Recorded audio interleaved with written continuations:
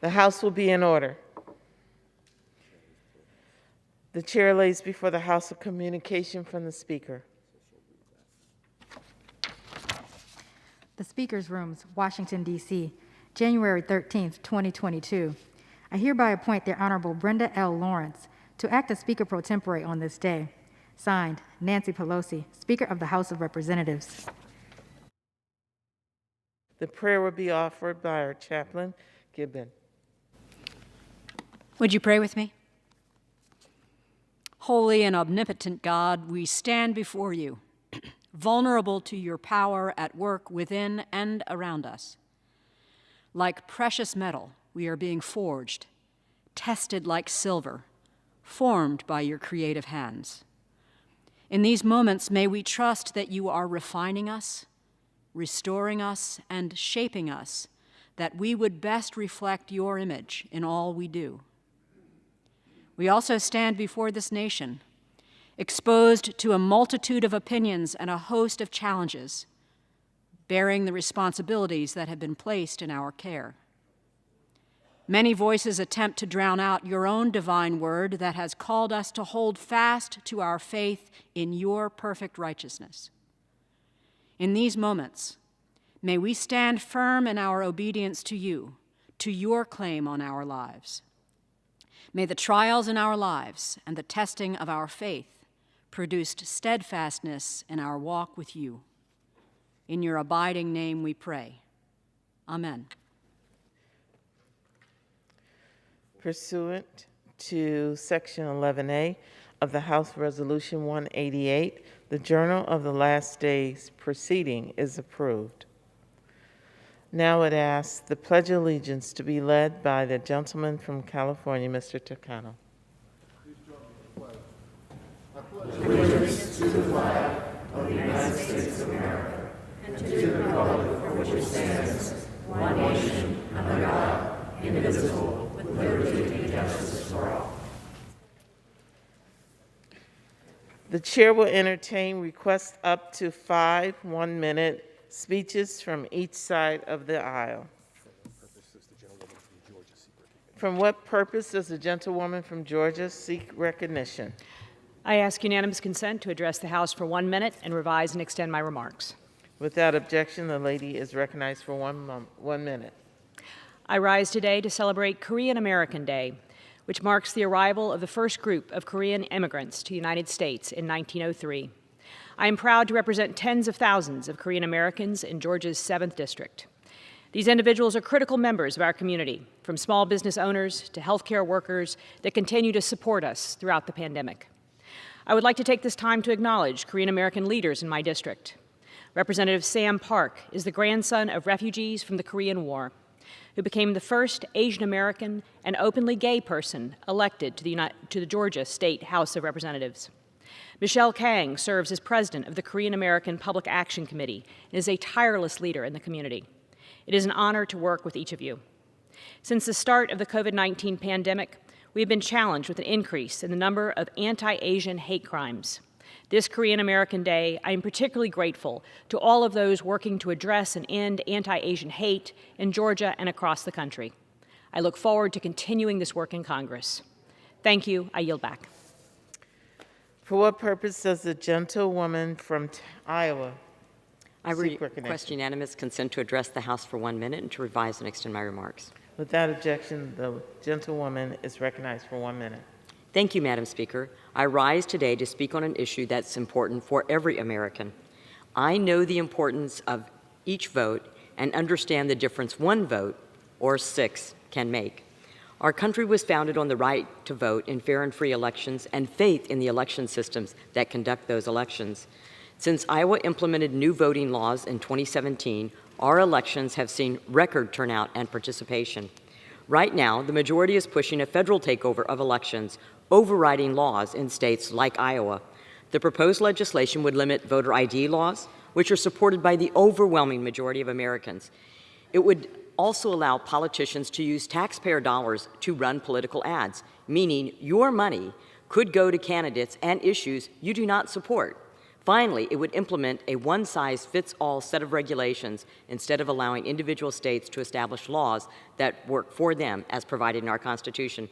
Voters in each congressional district across the country are best informed to choose their congressional representation. They do not need interference from Washington, D.C. We should be working to pass bipartisan and common sense voting laws, not pushing a partisan agenda and playing political games. Let's make sure that everyone can vote and that every vote counts. Thank you. I yield back my time. For what purpose does the gentlewoman from Texas seek recognition? Madam Speaker, I ask for unanimous consent to address the House for 1 minute and to revise and extend my Without remarks. objection, the gentlewoman is recognized for 1 minute. Thank you, Madam Speaker. I rise today to call attention to an urgent problem facing my district. Each and every one of these dots represents children with elevated toxic levels of lead in their blood. The red dots represent the higher levels, the yellow dots, obviously, the lower levels. You could almost draw my district if you follow the red dots. The fact is, Madam Speaker, that many of these kids are being poisoned by lead in their homes and, yes, even in their schools. This is a problem and disproportionately impacts Latinos in our community. We need action to replace these lead pipes and ensure our kids have clean, safe water no matter where they live. That's why I'm proud of our work at the Infrastructure Investment and Jobs Act. This law will bring $2.9 billion to replace lead pipes in Texas schools. While we have more work to do, our work in this chamber is a critical first step to improving our infrastructure and protecting our children. Thank you, Madam Speaker. I yield back. For what purpose does the gentleman from Georgia seek recognition? Ask unanimous consent to address the House for 1 minute and to revise and extend my remarks. Without objection, the gentleman is recognized for 1 minute. Madam Speaker, I rise today to honor the life of Clarence Morgan, the longtime County Recreation Director for Effingham County. Clarence started with the department in 1980 and worked until he was promoted to director in 2001. His passion for health and wellness, including promoting an active lifestyle for community members, culminated in his development of the Effingham County Recreation Department. With limited resources and hard work, Clarence managed to grow the program into one of the top programs in the state. In 2020, the brand new state-of-the-art gym was opened and named in his honor. Known by all for his integrity and great strength of character, Clarence dedicated his life to ensuring a brighter, healthier future for Effingham County residents. The department that he reignited is a testament to his life's work. Our state and our community will forever remember the life and legacy of Clarence Morgan. My thoughts and prayers are with his family and his friends as we mourn the loss of this great Georgian. Thank you, Madam Speaker, and I yield back. For what purpose does the gentleman from California seek recognition? Madam Speaker, I ask unanimous consent to address the House for 1 minute and revise and extend my remarks. Without objection, the gentleman is recognized for 1 minute. Madam Speaker, I rise today to remember Marta Macias Brown, a longtime public servant, community leader, and beloved constituent of mine. I had the privilege of knowing Marta way before I took office and started representing a portion of Marta's late husband's district, the former Congressman George E. Brown, Jr., whose portrait hangs as a former chairman in the Science Committee room. Marta dedicated her career to advocating for social justice, women's rights, and high-quality education for students. She used her voice to eliminate barriers and create spaces for marginalized groups. She was a proud Latina. She co-founded one of the first Spanish-language publications in the Inland Empire called El Chicano to share important news within our community. Marta spent her life uplifting and empowering others, and anyone who knew her knew of her could easily speak to the love that she had for her community and the commitment she embodied for equality. To the Macias Brown family and all those who knew, loved, and respected her, I offer my deepest condolences. Marta's legacy will always be cherished. I thank you and yield back, Madam Speaker. For what purpose does the gentleman from Kentucky seek recognition? Madam Speaker, to address the House for 1 minute and revise and extend. Without objection, the gentleman is recognized for 1 minute. Thank you, Madam Speaker. I rise today to honor the 77 Kentuckians who lost their lives to the horrific tornadoes that devastated our Commonwealth this December. May we continue to lift up all of those who were affected by these storms and support the rebuilding of homes, businesses, and livelihoods. We lost 17 Kentuckians in my district, all in my home county of Warren County. We must ensure their memories are never forgotten and ask that Americans keep these families and these names in their prayers. Alicia Bessage, Alma Bessage, Elma Bessage, Samantha Bessage, Samir Bessage, Nariah Brown, Nolan Brown, Niles Brown, Naisa Brown, Rachel Brown, Stephen Brown, Terry Jane, Sa May, Corey Scott, Victoria Smith, May White, and Robert Williams, Jr. May they rest in peace. I yield back. For what purpose does the gentleman from Nevada seek recognition? Madam Speaker, I ask unanimous consent to address the House for 1 minute and to revise and extend my remarks. Without objection, the gentleman is recognized for 1 minute. Thank you, Madam Speaker. I rise to honor a great son of Nevada, Senator Harry Mason Reid. Senator Reid was raised in a home with dirt floors in Searchlight, Nevada. And even as he rose to the highest levels of power, including this chamber, he never forgot his small-town roots. In the Senate, he fought for all of us.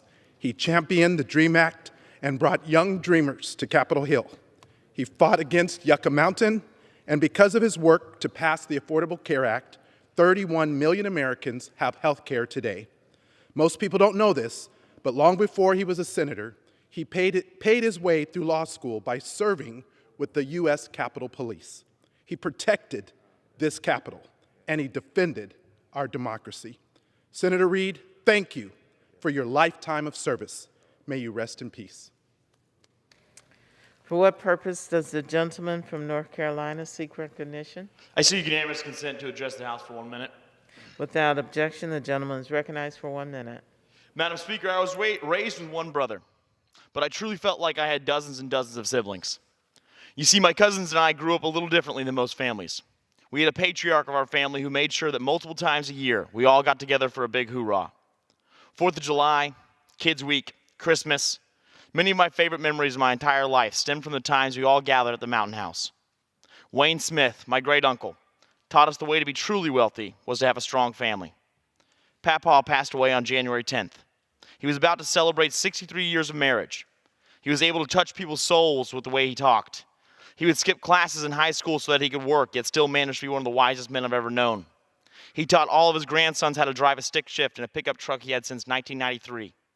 He made a bet with his son to quit smoking and held up his end of the bargain for 43 years. He was the original grill master in our family. He drank his coffee black or didn't drink it at all. I'm very proud to say that he got to see the Braves win the World Series last season. Papaw, we all love you so much. Thank you for imparting so much wisdom in our lives. Thank you for making sure we all grew up with endless cousins who are truly brothers and sisters now. Go Braves, and rest in peace, Wayne Calvin Smith. With that, I yield back. For what purpose does the gentleman from New York seek recognition? Madam Speaker, I ask unanimous consent to address the House for 1 minute to revise and extend my remarks. Without objection, the gentleman is recognized for 1 minute. Thank you, Madam Speaker. I rise today to honor the work of Al Curlin, who has dedicated nearly 3 decades to supporting youth and families throughout the 13th Congressional District. From his early efforts and grassroots engagement in Washington Heights, Al's work has inspired countless youth, advocates, social justice activists, and civic mentors across the city of New York. Al has long championed ensuring marginalized youth have a voice and are empowered to thrive, and I'm proud to recognize his contributions today. His latest essay, The Soul of Adolescence, Aligned with the Heart of Democracy, follows his journey of discovering his life purpose and his understanding of adolescent potential and wisdom. His candor and vulnerability have led to countless young people finding their full potential throughout community involvement and strengthening our community. Al Curlin has significantly contributed to our community, and for that, we are thankful. I commend him for his unwavering dedication to all who call our city home and applaud his tireless efforts to make our community stronger for the next generation of civic leaders. I yield back, Madam Speaker. Thank you. For what purpose does the gentleman from Texas seek recognition? Madam, I seek unanimous consent to address the House for 1 minute, extend and revise my remarks. Without objection, the gentleman is recognized for 1 minute. Thank you, Madam Speaker. On March 29th, 1971, in Pasadena, Texas, Mickey Gilley opened a honky-tonk bearing his name and changed the world of country music forever. Gilley's reputation grew so much that Hollywood took notice with the hit movie Urban Cowboy. Filmed in and around the Pasadena location, man was it a hit. It was inspired by the real-life romance of a pair of the club's patrons. Urban Cowboy put Gillies on the map. It revived music careers and launched others. It introduced two-stepping to a whole new audience and created a lifestyle which has been adopted by millions, Madam Speaker. 40 years later, America's love of Wrangler jeans, cowboy boots, and pickup trucks underscores that lasting cultural legacy. Although the club is no more, Gillies is certainly not forgotten. Its memory lives on decades later through music and film, of course, but even more importantly, through the lives and the loves of those who frequented Gillies. And you always knew when someone had been to Gillies. They had the bumper sticker to prove it. So thank you, Mickey Gilly, for introducing our way of life to the world, and thank you to the Galveston Chamber of Commerce at 177 years young for Texas, its oldest Chamber of Commerce, and for honoring the 50th anniversary of our great Southeast Texas True Country Club and Mr. Mickey Gilly. Madam Speaker, I yield back.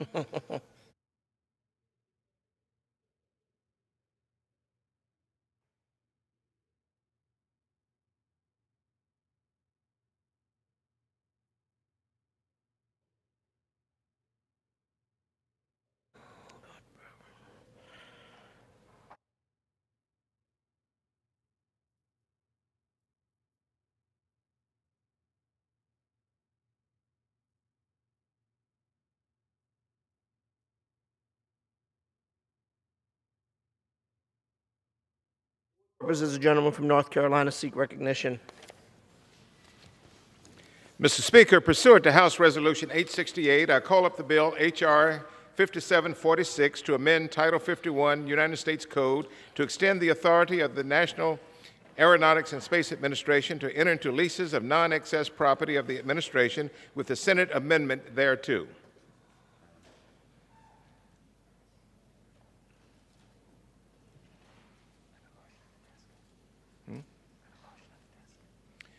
Now, Mr. Speaker, I have a motion at the desk.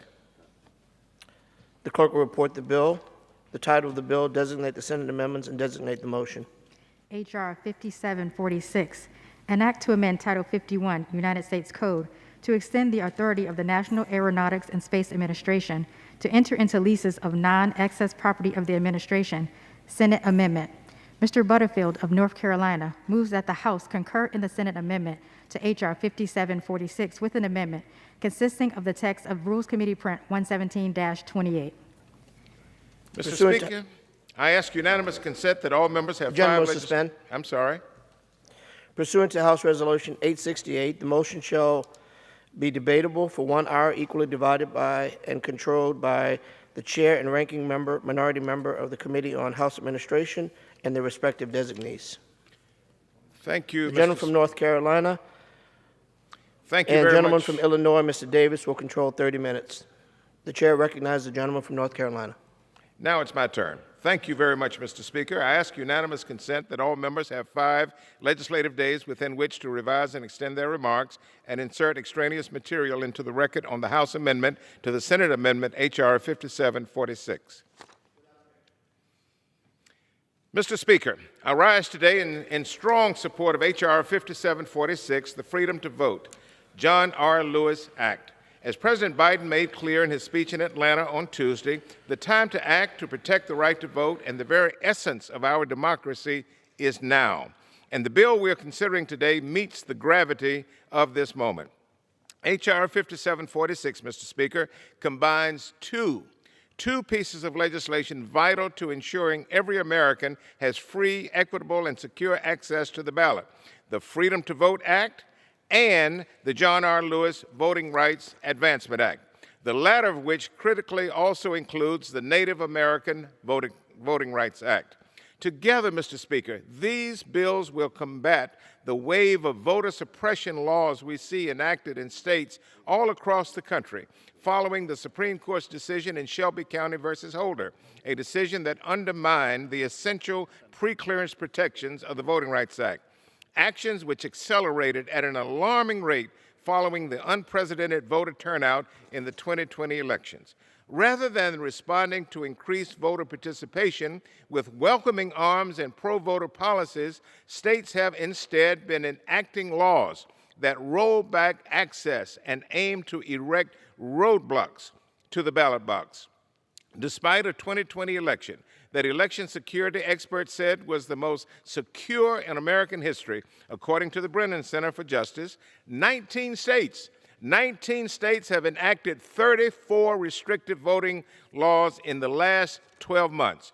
The time, Mr. Speaker, to act is now. Voter suppression and discrimination are alive and well. It is our duty and firmly within our constitutional powers as a Congress to protect the rights of the voter and ensure equal access to the franchise. This bill, Mr. Speaker, does just that. It sets nationwide standards for access to early voting. It promotes voter registration through automatic voter registration, same-day voter registration, and online voter registration. It gives every voter access to no-excuse absentee voting, protects the security of our election infrastructure and our precious election workers. It addresses the rising threat of election subversion, puts an end to partisan gerrymandering, curbs the torrent of dark money flooding our politics. Yes, it restores the critical protections of the 1965 Voting Rights Act, and it protects the right to vote for Native American voters. We must set an example as a democracy and encourage, Mr. Speaker, we must encourage rather than suppress voter participation in our electoral process. This legislation is critical. It is so critical to protecting our democracy. I encourage all of my colleagues, Democrat and Republican, to support this bill. I reserve the balance of my time. The gentleman reserves. The gentleman from Illinois is recognized. Thank you, Mr. Speaker. This bill, which was originally about NASA and went through the Science and Technology Committee, has seen more than 700 pages of election law tacked onto it just late last night. If it were to become law, it would give up to $7.2 million of public funding to the campaign of each one of my colleagues, all of us. This is not about voting rights. This is about power and control. $7.2 million is more money than most Americans can even dream of having. Yet here we are considering another Democrat bill that takes public funding and doesn't give it to the American people, but puts it in the campaign coffers of members of Congress. Members who vote for this bill are voting to line their own campaign coffers, all while falsely telling the American people that we have a voting rights crisis in this country and that we must pass this bill because the era of Jim Crow 2.0 is upon us. It's the definition of corruption. Thankfully, the American people don't seem to be buying the Democrats' rhetoric. According to polling, more Americans, including independents, believe voting laws are too lax and insecure than those who believe voting laws are too restrictive. No matter how many times the president and other Democrats get up in the front of the American people and try to manufacture a voting rights crisis in this country by using rhetoric like Jim Crow 2.0, or now comparing Republicans to Democrat elected segregationists Bull Connor, as President Biden suggested this week in Georgia, there's still no evidence of widespread voter suppression. In our hearings at the House Administration Committee over the last 3 years, no one has ever produced a single voter who was eligible to vote but wasn't able to. In fact, 2020 saw the highest voter turnout in 120 years, and according to Pew, 94% of Americans say it's easy to vote. Misrepresenting and in some cases flat out lying about the laws states have passed to increase voter confidence in our elections is also part of the Democrats' playbook to manufacture a voting rights crisis. In fact, President Biden has earned 4 Pinocchios for his false claims about Georgia's voting laws. The laws these states are passing to bolster voter confidence make it easier to vote. than ever before while protecting the integrity of our elections. Georgia's new, quote, voter suppression law has more days of early in-person voting than New York. And Texas's, quote, voter suppression law ends pandemic exceptions like universal drive-through voting and 24-hour voting. Neither existed in Texas before 2020. Neither widely exists even in blue states. And I think most of us can agree that nothing good can come from 24-hour drive-through voting. The bill we're considering today is not about increasing voting rights for the American people, and this is not a compromise. This bill still contains the worst provisions of H.R. 1.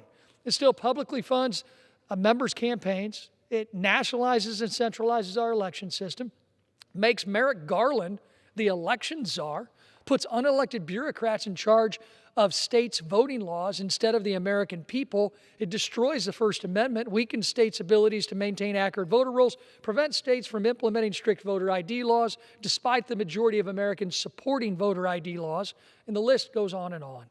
As terrible as those provisions are, nothing screams this bill isn't for the American people more than the fact that it gives every one of us, every member of Congress, and their own campaigns up to $7.2 million in public funding. The old saying is, follow the money. And I think that's incredibly relevant here. I reserve. The gentleman reserves. The gentleman from North Carolina is recognized. Mr. Speaker, I yield 1 minute to the gentleman from New York, the chairman of the House Democratic Caucus, Mr. Jeffries. The gentleman is recognized for 1 minute. Mr. Speaker, we are here today defending our democracy for one reason and one reason alone. It's because the radical right has decided that the only way they can consistently win elections is to engage in massive voter suppression. The right to vote is sacred. The right to vote is special. The right to vote is sacrosanct and central to the integrity of our democracy. There are people who died, lost their lives, shed blood to make sure that black people and everyone in America could vote. We're not going backward. We're only going to go forward. You better back up off of us. We will pass the John Robert Lewis Voting Rights Advancement Act. We will pass the Joe Manchin Freedom to Vote Act. We will get it to Joe Biden's desk, and we will end the era of voter suppression in America once and for all. Gentleman reserves.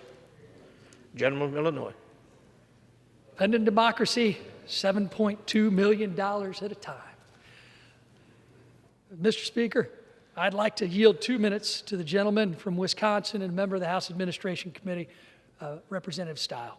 Gentleman is recognized. Thank you very much. Mr. Speaker, it may be a new year, but the Democrats are up to the same tricks, providing text of this legislation last night for a vote in the morning. They want to gut key voter integrity provisions, and they want to bust the Senate's filibuster in the process to do it. But I think it's important the American people understand some of the key and most egregious provisions in this bill. Let me just highlight the top 4. This bill guts voter ID laws. And the irony shouldn't be lost that these are the same Democrats that want you to show an ID and a vaccine card to be able to have dinner in cities like Washington, D.C. or New York. This bill puts federal dollars into politicians' reelection campaigns. I've heard a lot of complaints about elections in my time. I have never had one person tell me our elections don't have enough money. This bill restricts states' ability to maintain their voter rolls that are essential so we know who's eligible to vote. And this bill mandates that ballots can be counted 7 days after the end of the election, delaying the final results. Delaying the final results does not instill confidence in our elections. Instead, by working to remove key voter integrity provisions in our elections, Americans will have less confidence in their elections. My priority is to make it easy to vote and hard to cheat. This bill fails that test, and I urge my colleagues to vote no. I yield back. Gentleman reserves. The gentleman from North Carolina is recognized. Mr. Speaker, I yield 1 minute to the gentlewoman from Massachusetts, our Assistant Speaker, Ms. Clark. Gentleman is recognized. Mr. Speaker, the January 6th insurrection may have been quelled, but the assault on our democracy is alive. Across 19 states, Republican legislatures have enacted 33 voter suppression laws. Here in Congress, we have witnessed unanimous Republican obstruction against common sense pro-democracy voter protections. Early voting, vote by mail, election day as a federal holiday. When did protecting the right to vote become partisan? When it became about the powerful and not the people. We can't sit on the sidelines while the most precious sacred tool in our democracy is eroded. The question before us is simple and yet profound. Are you for the continuation of our democracy or are you not? Thank you, and I yield back. Gentleman reserves. Gentleman from Illinois is recognized. Mr. Speaker, I'd like to yield a minute and a half to my good friend from Oklahoma, ranking member on the Science, Space, and Technology Committee, Mr. Lucas. Gentleman Thank you, is Mr. recognized. Speaker. And I rise in strong opposition to this federal takeover elections. I'm disappointed that the bill underlying has been gutted, a bill that was crafted in a bipartisan, practical way to address the surplus resources at NASA to generate resources for the agency. I would say this to my friends in the majority. I've served in the minority and the majority several times back and forth. I ask you, why are you trying so hard to make me a chairman again? We pass a bill today to allow another body to pontificate. They'll not be able to pass anything. You will inflame your base because you can't do anything. You will inflame my base because you're trying to make dramatic changes. Why are you trying to make it so easy for me to be a chairman again? I guess I should thank you, and I would, except for things like this missed opportunity to reauthorize this important piece of legislation for NASA. When we have committees like Science, Space, and Technology that work together, that work in a productive way, that can persuade the majority of this body to pass their legislation, we should allow the legislative process to work. Thank you, my friends. I look forward to the next session. The gentleman is reminded to refer your remarks to the chair. Thank you, Mr. Speaker. Gentleman reserves. The gentleman from North Carolina is recognized. Mr. Speaker, I now yield 1 minute to the gentlewoman from Georgia, my friend, Ms. Nakima Williams. Gentlewoman is recognized. Thank you, Mr. Speaker. Today I rise to share the words of my constituent, Yolanda Renee King, that I received this morning. I'm 13 years old and the only grandchild of Dr. Martin Luther King Jr. and Coretta Scott King. When I was just 5 years old in 2013, the Supreme Court undid the Voting Rights Act that my grandparents and so many in their generation fought and died for. When I was 12 in 2021, the Supreme Court further weakened the law until there is almost nothing left. States like my home state of Georgia were ready and waiting. They immediately passed laws that make it harder for people to vote, make it impossible to protect elections, and even criminalize the act of passing out food and water to people waiting in long lines. That means I and my peers have fewer rights today than we had the day we were born. I can only imagine what my grandparents would say about that. We must pass federal voting rights legislation now to ensure democracy for all Americans. We cannot wait. Thank you, Mr. Speaker, and I yield back the balance of my time. The gentleman yields. The gentleman from Illinois is recognized. Mr. Speaker, can I do a time check with my favorite timekeeper up there? Has 23 minutes. The gentleman from North Carolina has 24. All right, I'd like to yield a minute and a half to the founder of the Election Integrity Caucus, my good friend from New York, Ms. Tenney. Gentlewoman is recognized. Thank you, Mr. Speaker. It's Groundhog Day again on the House floor.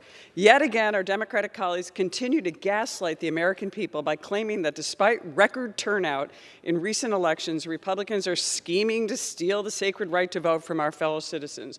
What is their solution to the problem, which they assure you is very real? It just so happens to be a partisan federal takeover of elections that empowers unelected bureaucrats in Washington to oversee local elections and overturn popular voting protection laws. That is not democracy. That is a violation of our Constitution. The freedom to vote, the John R. Lewis Voting Act, which was deceitfully added to a Nassau leasing authorities bill in the dead of the night, is a transparent attempt to diminish the voting power of law-abiding American citizens. Madam Speaker, my colleagues are on the other side of the aisle are right about one thing. Democracy and the principle of one citizen, one vote are indeed being threatened. The Democrats are in fact cynically championing this effort, in spite of the fact that the Democratic voters in New York State, a highly blue Democratic state, rejected the very provisions in the John Lewis Voting Rights Act by a substantial margin in a referendum vote just this past election. With every attempt to allow non-citizens to vote, and with each push to ban common sense voter identification laws, Democrats in Congress and in places like New York City attack and erode the election integrity. However, by the way, Article 1, Section 4 of the U.S. Constitution clearly states and protects the rights of our states to determine voting laws and practices. However, the legislation before us today would force upon the nation a laundry list of damaging federal policies, creating a chaos and insecurity in our elections, making it easier to cheat, and overriding basic election integrity measures. This assault must be stopped. I urge my colleagues to vote no on this misguided legislation. I yield back. The gentleman reserves. The gentleman from North Carolina is recognized. Mr. Speaker, I now yield 1 minute to the gentlewoman from Michigan, the second vice chair of the Congressional Black Caucus, Congresswoman Brenda Lawrence. The gentlewoman is recognized. Thank you. Today I stand here on the shoulders of my grandmother and my grandfather, who migrated to the north from the south, who took me every election day, dressed up, and educated me every step of the way to understand the power of the right to vote. She was denied the right to vote. It is heartbreaking that this bill that's been passed time and time again is now a political ploy. We know that the freedoms and the rights of America is based and bred from voting rights. I stand here today in support of passing this bill, and I yield back. The gentleman reserves. The gentleman from Illinois is recognized. Mr. Speaker, can I ask unanimous consent to insert into the record the Committee on House Administration Republicans Elections Clause report? Without objection. Thank you. I'd like to take this time to yield a minute and a half to my good friend from Mississippi, Mr. Palazzo. The gentleman is recognized. Mr. Speaker, today I rise in opposition to H.R. 5746. Late last night, the Democrats hijacked a bipartisan piece of legislation that I helped draft to allow NASA to lease property and help fund their own budget shortfalls. This bill would have been vital to America's space program and Mississippi's 4th District with Stennis Space Center in our backyard. To no one's surprise, Democrat socialists, hell-bent on minimizing the power of American voters, have jammed through their radical agenda to include this so-called voting rights legislation. This legislation only does one thing. It ensures that Democrats remain in power by tipping the scales by limiting your First Amendment and slashing states' rights. Why else would the Democrats spend so much time catering to non-citizens, giving them taxpayer benefits, allowing them to stay in our country, and now giving them the ability to unconstitutionally vote in American elections? Democrats believe that behind every illegal immigrant is a Democrat voter only waiting for a bill like this to pass. This legislation shreds our founding documents and bastardizes the sacred rights of American citizens, only to appease a group of socialists. We all know that Democrats need every advantage to give them any hope in November after seeing their commander-in-chief's gross incompetence and tanking approval ratings. They have the slimmest House majority in history and an even split in the Senate, stalemated by a few Democrats who refuse to bow to the demands of the socialist agenda. Democrats know the American people reject their ridiculous policies, and we cannot allow them to cheat their way back into power with this bill. I strongly urge my colleagues to vote no on this hijacked bill, and I yield back. Gentleman reserves. The gentleman from North Carolina is recognized. Mr. Speaker, I now yield 1 minute to the gentlewoman from Florida, the Dean of the Florida delegation, Ms. Wasserman Schultz. The gentlewoman is recognized. Thank you, Mr. Speaker. Let's be clear about what is happening here. We are at a crossroads. Free and fair elections are essential to keeping this fragile democracy intact. The American people must hear this loud and clear. There are people in power that don't want you to vote, and they are using every tool in their toolbox to make it harder. My fellow Americans, you cannot afford to sleep on this. People in power and with influence are actively trying to take away your right to vote. America must confront this harsh reality. They are purging voter rolls, making voter registration more difficult, and cracking down on vote by mail, all while we remain in the midst of a pandemic. Voter suppression has not been consigned to the history books. It continues today, right here, right now, and the impact continues to fall disproportionately on communities of color. These policies are being actively pursued all over the country in places like my home state of Florida, where the governor wants to create a voting police force to intimidate voters. We must not allow those who seek to consolidate power and put a thumb on the scales of the democratic process to succeed. Our friends in the Senate must stand up for democracy and restore government of, by, and for the people. I urge my colleagues to support this bill and yield back the balance of my time. Thank you, Mr. Speaker. Gentleman reserves. The gentleman from Illinois is recognized. Mr. Speaker, I'd like to yield 1 minute to my good friend from the state of Wisconsin, Congressman Tiffany. Gentleman is recognized. Mr. Speaker, in a desperate attempt to maintain their waning grip on power, the majority is attempting to hijack a bill related to NASA in order to promote voter fraud and invalidate state voter ID laws. But that's not all.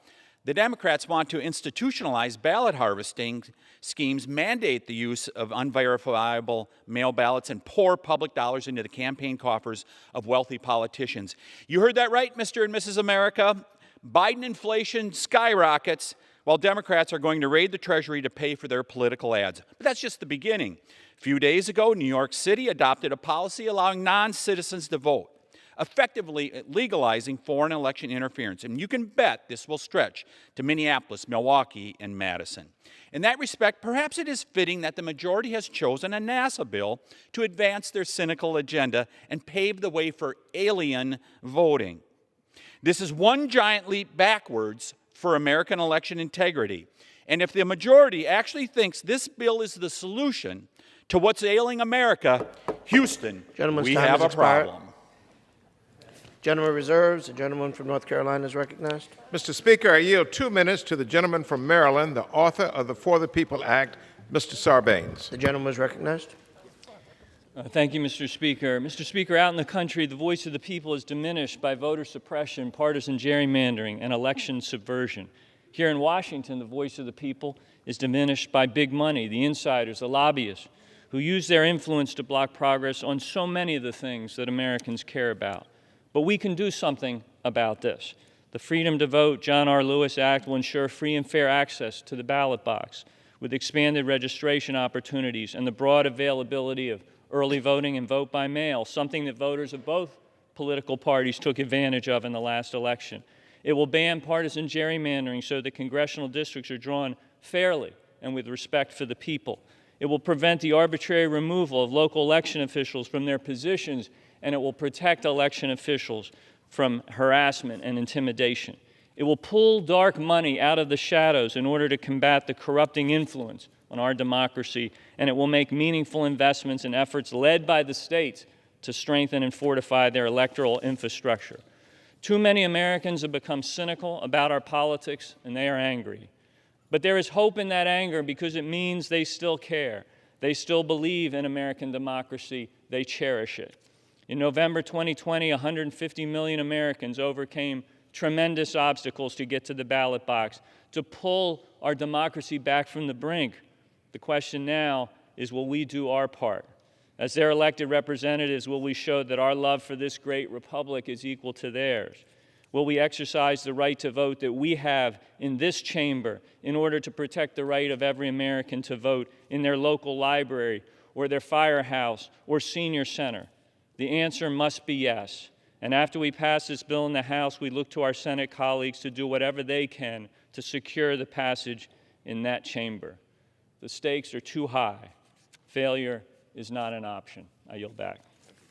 The gentleman reserves. The gentleman from Illinois is recognized. Mr. Speaker, I ask unanimous consent to enter into the record a report by Common Cause that's titled Maryland General Assembly Approves Gerrymandered Congressional Map. Without objection. Thank you. Mr. Speaker, I'd now like to yield 2 minutes to the gentleman from Louisiana, my good friend, Mr. Johnson. The gentleman is recognized. I thank my friend, and I thank you, Mr. Speaker. I rise today in opposition to H.R. 5746, which contains the text of H.R. 4, the so-called John Lewis Voting Rights Advancement Act. With H.R. 4, Democrats are attempting to orchestrate yet another radical and unprecedented federal power grab over state-administered elections, this time under the guise of updating the Voting Rights Act. But the history here is so important. Upon its enactment in 1965, the VRA employed extraordinary measures to address pervasive state resistance to removing radically discriminatory barriers that did, at that time, prevent minorities from exercising their right to vote. But here's what's important. After exhaustive review in 2013, the U.S. Supreme Court's Shelby County v. Holder decision recognized an obvious fact when examining the Voting Rights Act. Things have changed dramatically since 1965. Of course, that fact should be celebrated. The court reasoned that requiring states to pre-clear election law changes today based on conduct a half-century ago was an unconstitutional invasion of state sovereignty. Republicans are thrilled the VRA worked. The truth is that more Americans from minority communities are voting now than ever before, and overall voter registration remains sky high. In fact, voter registration disparities between minority and non-minority voters in states like Texas, Florida, North Carolina, Mississippi, Louisiana are below the national average, and get this, lower than Democrat-run states like California, New York, and Delaware. However, Democrats would have you think exactly the opposite. They want to bring preclearance back through H.R. 4 and have all the states seek approval from Merrick Garland's Justice Department before they can make any changes to their election laws or redistricting, regardless of whether that jurisdiction has a history of discrimination or not. Again, this is a blatant federal power grab. These bills are contrary to the founders' intent, the plain text of the Constitution, and if they're fully implemented, they'll further erode Americans' faith and our confidence in our government institutions. We remain hopeful the people of our country will see through this. We urge a no vote today. I yield back to my friend and thank you for the time. The gentleman reserves. The gentleman from North Carolina is recognized. Mr. Speaker, I now yield 1 minute to the gentlewoman from Ohio, the distinguished and unrelenting chair of the Congressional Black Caucus, Ms. Joyce Beatty. The gentlewoman is recognized. Thank you, Mr. Speaker. Desperate attempts hijacking our voting rights. That is exactly what our Republican colleagues are doing. And why? Because when Democrats vote, Democrats win, and we provide for our children, our families, and our businesses. I stand here today in support of the Freedom to Vote John R. Lewis Act of 2022 because black people representing the Congressional Black Caucus have stood in line, have been attacked by dogs, have put their lives on the line, crossed the Edmund Pettus Bridge for us to have the right to vote. America, watch what's happening today. Watch what our Republicans are trying to do. Take away your fundamental right to vote. Let us restore our democracy. Let's stand up for what 4 Republican presidents in the past did. They reauthorized the voting rights. They are scared and they are hijacking Americans' rights. And I yield back. The gentleman reserves. The gentleman from Illinois is recognized. Mr. Speaker, you can tell it must be NFL playoffs because we got our Super Bowl champion from the Oakland Raiders, my good friend, Mr. Owens, who's going to get 2 minutes of our time. Gentleman's recognized.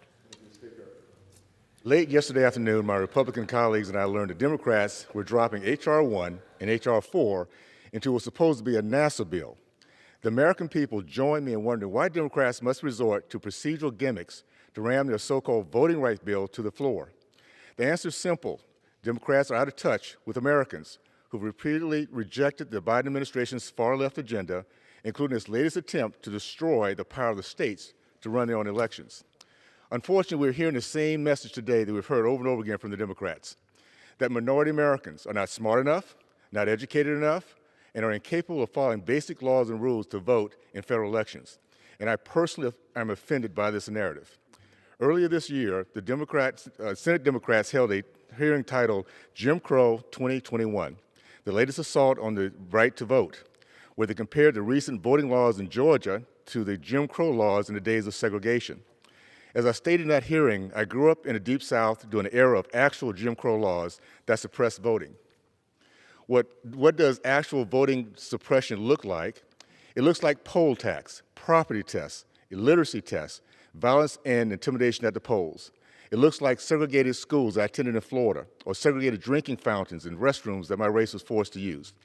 One section of the Georgia law that brought so much outrage from the left simply requires everyone applying for an absentee ballot to include evidence of a government-issued ID on their application. I can assure you, my friends, minorities are capable of getting driver's license, passports, government checks, and any other number of acceptable IDs.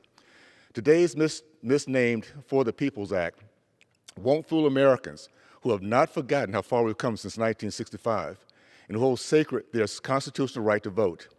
I ask my colleagues to join me in rejecting this latest attempt to remove power from the people in the states that best represent them. I yield back. Mr. Speaker, I now yield 1 minute to the gentlewoman from Pennsylvania who serves on the Committee on House Administration and the Committee on the Judiciary, Ms. Mary Gay Scanlon. Gentlewoman is recognized. Mr. Speaker, I'm proud to help bring this bill to the floor and to push for its consideration in the Senate.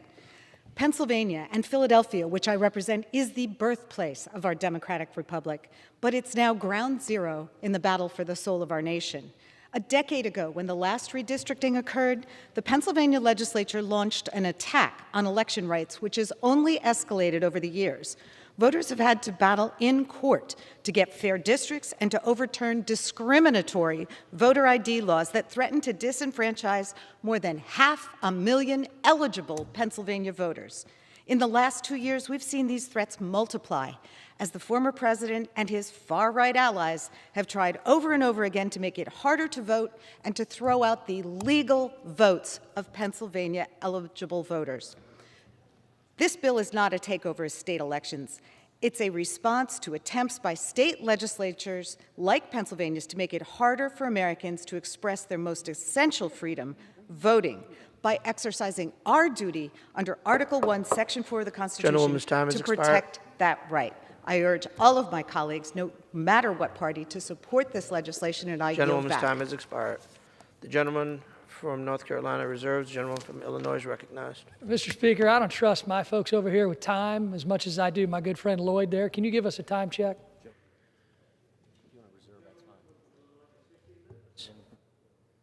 Gentleman from North Carolina has 18 minutes. I'd like to now yield 2.5 minutes to the ranking member from the House Judiciary Committee, my good friend Mr. Jordan. Gentleman is recognized. I thank the gentleman. Mr. Speaker, the Democrats have objected to counting the presidential electors every single time this century a Republican's been elected president. They spent 4 years trying to overturn the 2016 election. Democrats spied on a presidential campaign. They did impeachment in secret based on a so-called whistleblower whose identity only Congressman Schiff got to know. This Congress, they have closed the Capitol, enacted proxy voting, kicked Republicans off committee, and for the first time in American history, denied Republicans seats on a select committee that was chosen by the minority leader. They're trying to make D.C. a state, end the Electoral College, end the filibuster, pack the court, destroy executive privilege, take federal control of elections, and are currently allowing in jurisdictions illegal immigrants to vote. And finally, the January 6th committee has altered evidence and lied to the American people about it. But somehow they tell us it's President Trump and Republicans who are undermining democracy? Give me a break. Undermining democracy because we actually think you should show a photo ID when you go to vote? In 1 year's time, while Democrats are doing all that, in 1 year's time, they've given us record crime, record inflation, record illegal immigration. And as bad as all that is, it's not the worst. The worst is how they've used the virus to attack our freedoms, how they've used the virus to attack our First Amendment rights. And here's the irony. They use the virus to attack our liberties, even though everything they have told us about the virus has been wrong. They told us it didn't come from a lab. They told us it wasn't gain-of-function research. They told us it was only 15 days to slow the spread. They told us masks work. They told us we have a federal plan. Joe Biden said that himself. They told us there would never be a vaccine mandate. They told us people who get vaccinated can't get the virus. The vaccinated can't transmit the virus. And they told us there was no such thing as natural immunity. Think about this. Think about this. At the same time, Democrats require you to put on a mask, show your papers, and an ID to get a Big Mac at McDonald's. They want to allow the federal government to stop states from requiring a photo ID to vote. Expired. This is ridiculous. Vote no on this legislation. Reserve. The gentleman reserves. The gentleman from North Carolina is recognized. Mr. Speaker, I now yield 1 minute to the gentlewoman from Texas, my friend who serves on the Committee on the Judiciary, Congresswoman Sylvia Garcia. Gentlewoman is recognized. Thank you, Mr. Speaker. I rise today in strong support for the Freedom to Vote John R. Lewis Act. Our democracy is built on the sacred principle that every American has an equal and fair right to vote. But states like my home state of Texas are imposing laws that are already limiting that very sacred right. Between bills like SB 1 and extreme gerrymandering, the voices of many Texans are being diluted and silenced, especially Latinos. We cannot let this stand. It is our responsibility, our duty to protect voting rights for every American, no matter what zip code they live in or what language they speak. The Freedom to Vote Act will do just that for Latinos and for all Americans. By banning partisan gerrymandering, restoring the Voting Rights Act, and creating new protections for voters, we will ensure every American makes their voice heard. Mi voto, mi voz. Thank you, Mr. Gentleman's Speaker. time has expired. Gentleman yields. The gentleman. Mr. Speaker, at this time, I'd like to yield 1.5 minutes to my good friend, the gentleman from Pennsylvania, Mr. Muser. Gentleman's recognized. Mr. Speaker, I thank my good friend, Mr. Davis of Illinois. Mr. Speaker, Democrats have a scheme to take over elections, and it has taken a very disturbing turn. This federal takeover of elections bill is masquerading as a non-controversial, what was a non-controversial, NASA bill. The Constitution, Mr. Speaker, is clear. State legislators alone determine the time, place, and manner of elections, period. Voter participation, Mr. Speaker, over the past 20 years has enormously increased. It's well over 70% at this point because states have implemented policies assuring easy access while maintaining voter integrity to the best of their ability. Nevertheless, Democrats want a federal takeover of all election. This plan legalizes ballot harvesting nationwide, bans voter ID laws. Does America hear that? Prohibits the ask for an ID to vote. Somehow that is in the interests of our election integrity. I don't think so.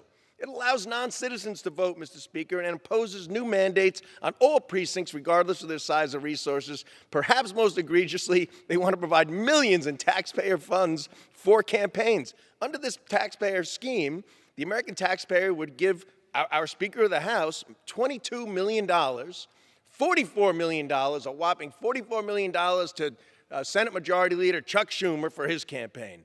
Americans can't get COVID tests, hospitals are being overwhelmed, business can't find Gentleman's workers. time has expired. This is the focus, to blow up the Senate filibuster and seize control of all elections to secure future Gentleman's Democrat time has majorities. expired.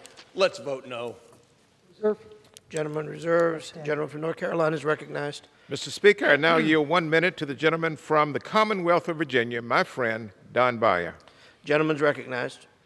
Mr. Speaker, I rise in robust support of the Freedom to Vote John R. Lewis Act. I believe this is the most important vote any of us will ever vote upon. This is the bill that saves our democracy. The most fundamental idea of our exceptional nation is that people have the right to choose their leaders. And we've made slow progress over the centuries. African Americans, Native Americans, women, 18-year-olds. This bill finally establishes the basic fundamental right, voting rights for all Americans. With this act, we stand against efforts to manipulate voting rules in favor of the few and take our essential democratic privilege away from all Americans. NASA has inspired humanity for centuries, and now a small NASA bill becomes the vehicle to save our democracy. I yield back. The gentleman yields. The gentleman reserves, rather. The gentleman from Illinois is recognized. At this time, Mr. Speaker, I'd like to yield 2 minutes to my good friend from the state of Florida, Mr. Donalds. Gentleman's recognized. Thank you, Mr. Speaker. Mr. Speaker, I think it's important as we have this debate, frankly, on a bill that was dropped last night with provisions that have gone through this chamber before, which frankly have gone nowhere in the Senate. It's important to understand, for the context of this discussion, that I actually represent a pre-clearance county. I've lived in one for 20 years. It's Collier County, Florida. You see, pre-clearance, Collier County was subject to pre-clearance in 1965 under the Voting Rights Act. But since I've lived there the last 20 years, there has been no evidence whatsoever that Collier County should even continue to be subject to pre-clearance. So much so that the Supreme Court agreed and actually decided that it was no longer needed to do pre-clearance in the United States because the evidence did not suggest it. But what this bill seeks to do is unleash pre-clearance across the entire United States with no evidence for it being needed, the evidence that did exist in 1965. I represent such a county today, and something tells me that in 1965 I wouldn't represent that county then at that time. I do today. The evidence is clear. There is no reason to unleash pre-clearance on the United States. No need at all. The other provisions of the 1965 Voting Rights Act still exist today and will continue to exist. But the pre-clearance provision is no longer needed. So what is this really about? This is really about making sure that politicians have direct control over how elections are going to be administered in the several states, which, by the way, is a violation of the United States Constitution. Voting laws are supposed to be enacted by state legislatures, not here in Congress. That is the way the Constitution is written. So I think this is a bad bill. We should not be doing this, let alone funding, doing public financing of federal elections. Why would we ever want to do anything like that? We have more than enough money in our elections. We seem to spend billions of dollars every cycle doing this stuff. We want more. We want to take it from the taxpayers. Time has It's expired. outrageous. Vote no on this measure. Sir. Gentleman reserves. The gentleman from North Carolina is recognized.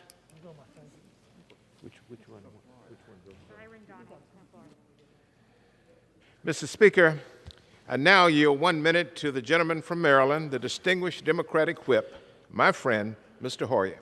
Gentleman's recognized. I thank the gentleman for yielding. Mr. Speaker, I am old enough to have grown up and become cognizant of public affairs in the late 50s and early 60s.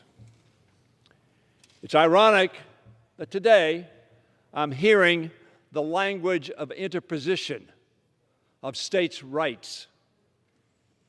There were a lot of states' rights in the 50s and the 40s and the 60s. And John Lewis would tell you those states' rights kept people from voting, from participating, from playing a role. Now we have legislation before us that will ensure, as the Voting Rights Act of 1965 assured, that people would not be shut out by states' rights, by people who wanted to keep certain other people from voting and participating in their state's elections, in their county's election, in their municipal election, in their city election. I've heard a lot about states' rights. I'm old enough to have heard about what states' rights meant. They meant don't butt in to assuring that every United States citizen, one nation, under God, indivisible,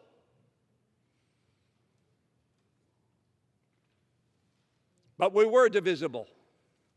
And we were divisible by color and by other arbitrary and unjustified distinctions.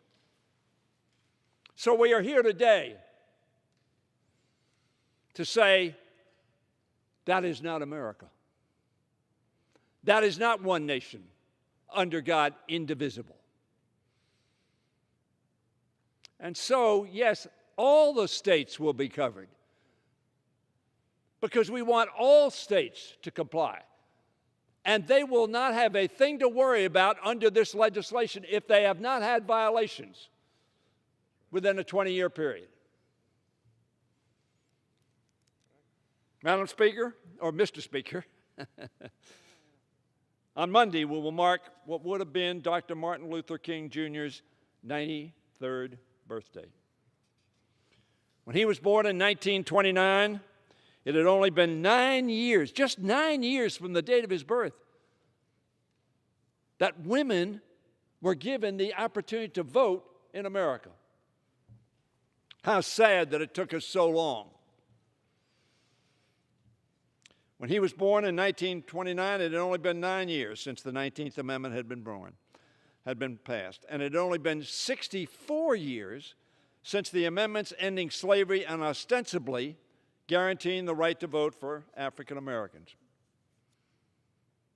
But that constitutional amendment was not honored. And ways and means were found to prevent people from voting, from registering. And so, yes, the Supreme Court passed a decision in Shelby versus Holder. Shelby in Alabama, a county that had discriminated greatly and was discriminating at that point in time. And as soon as the Supreme Court said this is no longer necessary, we saw a cascade of new laws to restrict access to the ballot box. A cascade. When Dr. King was born, neither African American men or African American women could cast ballots and participate in our democracy in many states and jurisdictions, north and south. Before he was killed, at just 39 years of age, Dr. King led a movement to correct the injustices that had come about because for so long, many Americans had no recourse to participate in our democracy or pursue opportunities equally because their states felt they had the right to discriminate. That's what state rights were in my generation. And apparently, the concept still exists that that is the right. The right to vote is the guarantee to all others. Dr. King, joined by other giants of the civil rights movement, including our dear friend and brother, my, GK and I were just saying how sad we are that John Lewis is not on this floor, who gave blood and almost his life, but lived his life to assure that every American had the right to vote and was facilitated in that right. Dr. King, joined by other giants of the civil rights movement, including our friend and brother, John Lewis, used the tools of nonviolent, peaceful protests and organizing to expose the hypocrisy of a system that called itself a democracy but did not allow all of its citizens to share in electing leaders.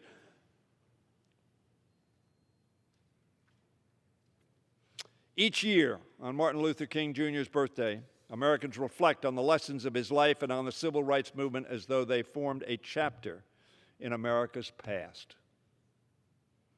Would that they mirrored simply the past, Mr. Speaker. But if we look around us today, there can be no doubt that the fight for our democracy is very much a part of our present.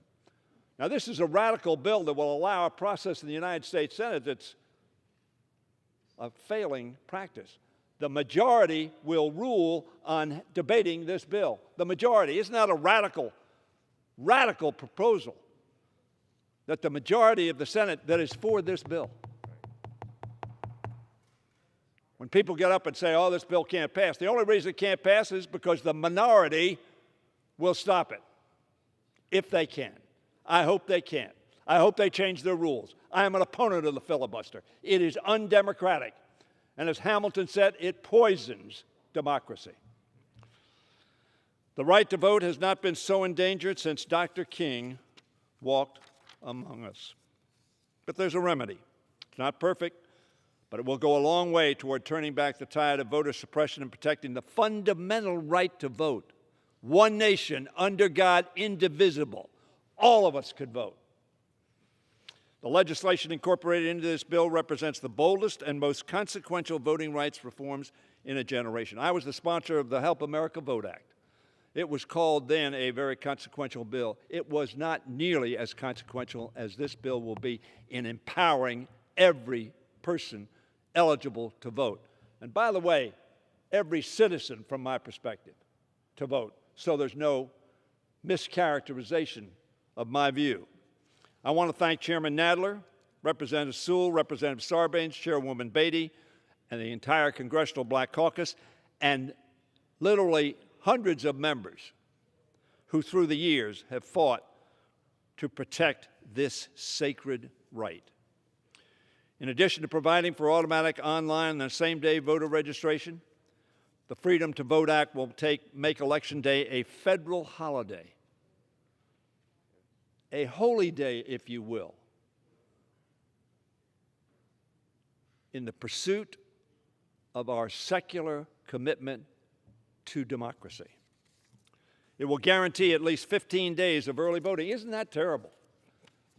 Well, it must be terrible because many states throughout the country are cutting those days down. Why? I don't know. If you vote on Tuesday as opposed to Thursday, is there more fraud involved? I don't know. It will guarantee those days and 2 weekends while ending requirements for difficult-to-obtain photo ID. It doesn't eliminate ID. If states have ID, it does not eliminate that. Importantly, this legislation will restore voting rights to those who have paid their debts to society, and it will ensure that those who cast eligible ballots provisionally in the wrong precincts will still have their votes counted. As the sponsor of the Help America Vote Act in 2002, that provision was in the federal law. This bill would limit partisan gerrymandering and remove the corrosive influence of dark money. My mother used to tell me, consider the source. If the money is dark and you don't know who's paying the bill for the talk that's being given to you, you can't make that judgment. You can't determine who the source is. When it comes to defending the integrity of our elections and our democracy, this legislation is absolutely needed in America. Not only will it prohibit the removal of election officials without cause, which is happening because a president calls up and says, can't you find some more votes?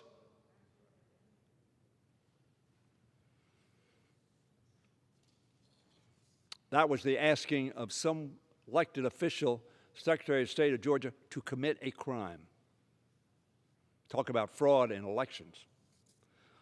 Also critical, this legislation will shore up the U.S. Election Assistance Commission, created under the Help America Vote Act, an agency created by, I just said that. It will enable the EAC to provide state and local boards of election with grants to upgrade outdated voting equipment and protect against hackers and cyber threats. It wasn't till 2003 that the federal government paid part of the election costs incurred in electing federal officials. Also restoring the full force of the '65 Voting Rights Act, which was undermined by Shelby versus Holder. Applying it to every state, not discrimination. If you break the law in any state, if you preclude people from legitimately voting in any state, you're covered under this legislation. We don't pick out any actor. Every state is included. We apply it to every state, and updating it for the 21st century. The Freedom to Vote Act has the power to restore trust that our elections are fair and that every eligible voter will be able to participate. House Democrats have passed voting rights measures multiple times this Congress, sending both H.R. 1 and H.R. 4 to the Senate. The majority's for it, but the filibuster stops it. The minority controls the majority. Madison said that was not democracy. Now the Senate must act. I urge senators to come together on Monday and approve this historic voting rights legislation for our time. We have the opportunity. I share G.K. Butterfield's sadness that John Lewis is not on this floor to cast his vote. And very frankly, I would have yielded all the time I've taken to John Lewis to talk to us about how important this legislation is and how many people gave their lives and their blood and their time and their talent to accomplish an America where no person would be shut out of the ballot box.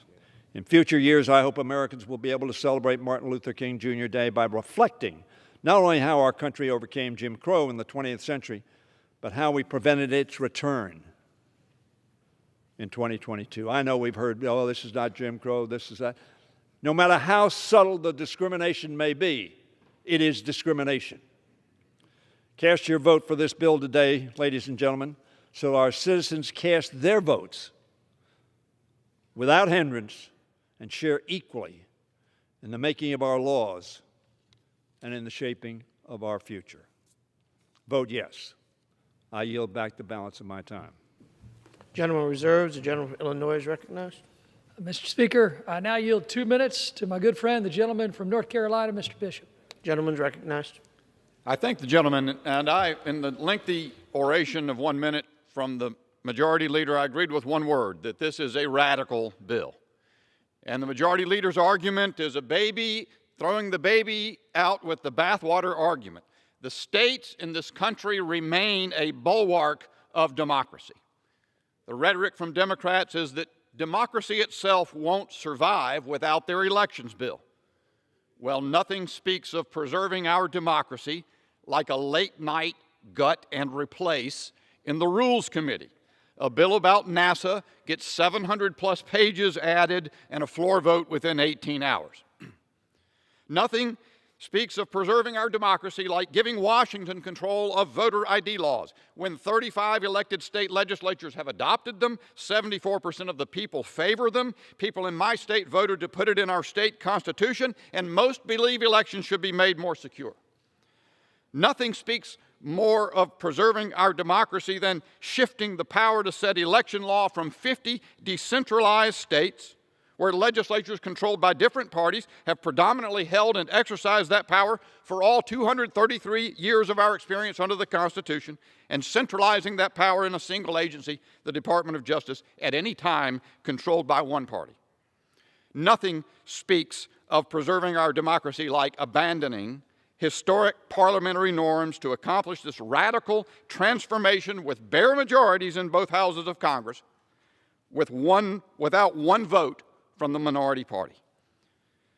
Democrats may continue gerrymandering in Illinois and Maryland with abandon, but they assure you that if you just put all the control of elections into their hands in Washington, they will save democracy for you. It calls to mind the iconic Vietnam-era phrase, "We had to burn the village to save it." America, that's Democrats' message to you. They will burn your democracy to the ground in order to save it. And they can't let anything stop them from getting it done before they face your verdict this November. I yield back. Gentleman reserves. The gentleman from North Carolina is recognized. Thank you, Mr. Speaker. I would ask my friend from North Carolina to refer to the bill, the section that refers to voter ID. It simply says, this bill sets uniform national standards for states that choose to require identification to vote.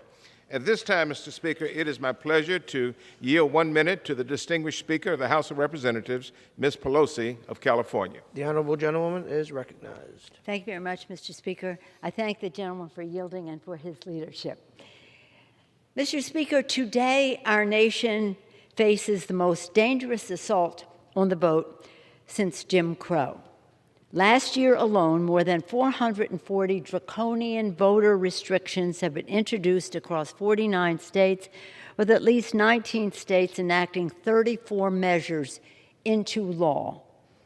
This legislation seeks not only to suppress access to the ballot, but empower states to nullify election results entirely. That's what the legislation that I referenced across the country. This sinister campaign has particularly targeted communities of color. As the House Committee on House Administration proved in last summer's report, partisan forces are accelerating a sinister campaign to silence the voices of color in particular. There are four things, just four things I want people to know about the Freedom to Vote John R. Lewis Act. Four things to remember and one observation. The four reasons why every member should vote for this bill today. First, it ends shameful voter suppression and election subversion, which lets local officials simply choose winners and losers based on their own political interest. Nullification of elections. Vote no on that.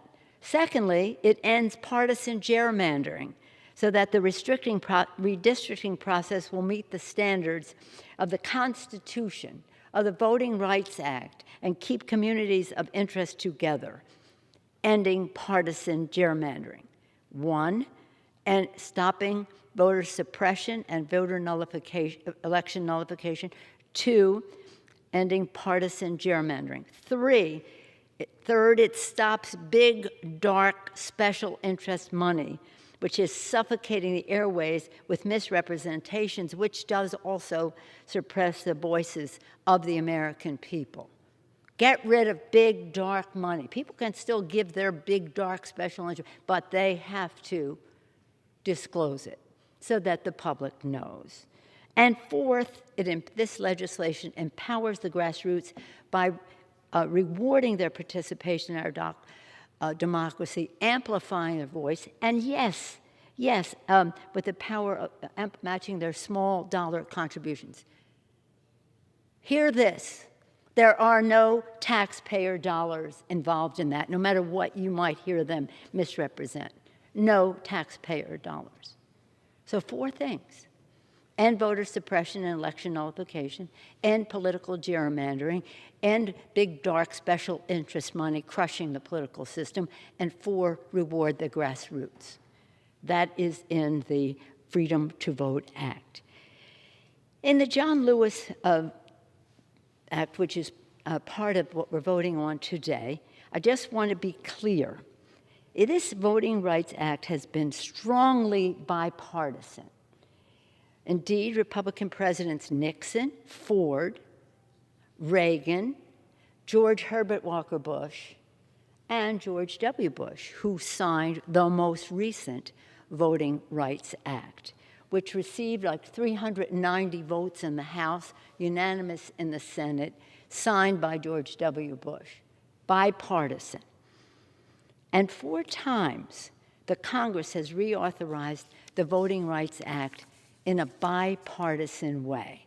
This is the first time we have the assault that we have on that. I'm very, very proud of the House of Representatives, Mr. Speaker, because we have twice passed the For the People Act, which is this Protect Our Vote Is, and the John R. Lewis Voting Rights Advancement Act. Even before he passed and had this named in his honor, we passed it once. The House has made clear we stand with the people in the fight for voting rights.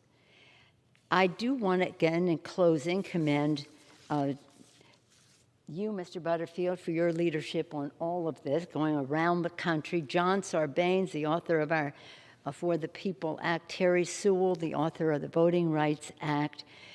Zoe Lofgren, the chair of the House Administration Committee. Mr. Nadler, the chair of the Judiciary Committee. And I also want to acknowledge the work of Jim McGovern, the chair of the Rules Committee, who has brought these bills to the floor time and time again. It is a day when Democrats will once again take a strong step to defend our democracy as we send the Freedom to Vote John R. Lewis Act to the Senate for urgent consideration. Nothing less is at stake than our democracy. With that, I urge a strong bipartisan aye vote on this legislation and yield back the balance of my time. Thank you. Gentleman reserves. The gentleman from Illinois is recognized. Mr. Speaker, at this time, I'd like to yield 2 minutes to my good friend, the gentleman from Wisconsin, Mr. Fitzgerald. Gentleman's recognized. Thank you, Mr. Speaker. Today I rise in objection to 5746, which is the latest attempt by my colleagues on the other side of the aisle to ignore the 10th Amendment and dump on the state legislatures of this nation, basically telling them you're incompetent, not to mention the clerks. Democrats first tried to barge through the front door of the election administration with H.R. 1. After that failed, they tried an overall on the backdoor functions, and this bill represents a full-blown takeover. The supposedly slimmed-down bill would still override state laws by creating a federal right to no-excuse mail-in voting and require states to accept late-arriving ballots as long as they have timely postmarks. It's kind of a joke. It would automatically give felons the right to vote. Great. It would also override state voter ID requirements. Listen, only a few months ago, Mr. Speaker, many of my colleagues on the other side of the aisle argued that voter ID laws suppress voter turnout, only to flip-flop once they saw that the public overwhelmingly supports proof of identity before casting a ballot, 80% in some states. I'm proud to have implemented strong voter ID laws during my time in the Wisconsin legislature. Unfortunately, leading up to the 2020 election, I saw these protections steamrolled under the guise of the pandemic. Let's talk about the Supreme Court. In 2013, a decision recognized that we are no longer living in the Jim Crow era. The original Voters' Rights Act worked, and extreme policies like preclearance are no longer required. Allegations that election integrity measures that have been adopted by states such as Texas and Georgia don't amount to anything close to Jim Crow era restrictions, and is a slap in the face to those who endured real discrimination. There is no voting rights crisis. This is not about ensuring access to the polls. This is about taking power from the state legislatures and concentrating in our electoral systems. And I yield back.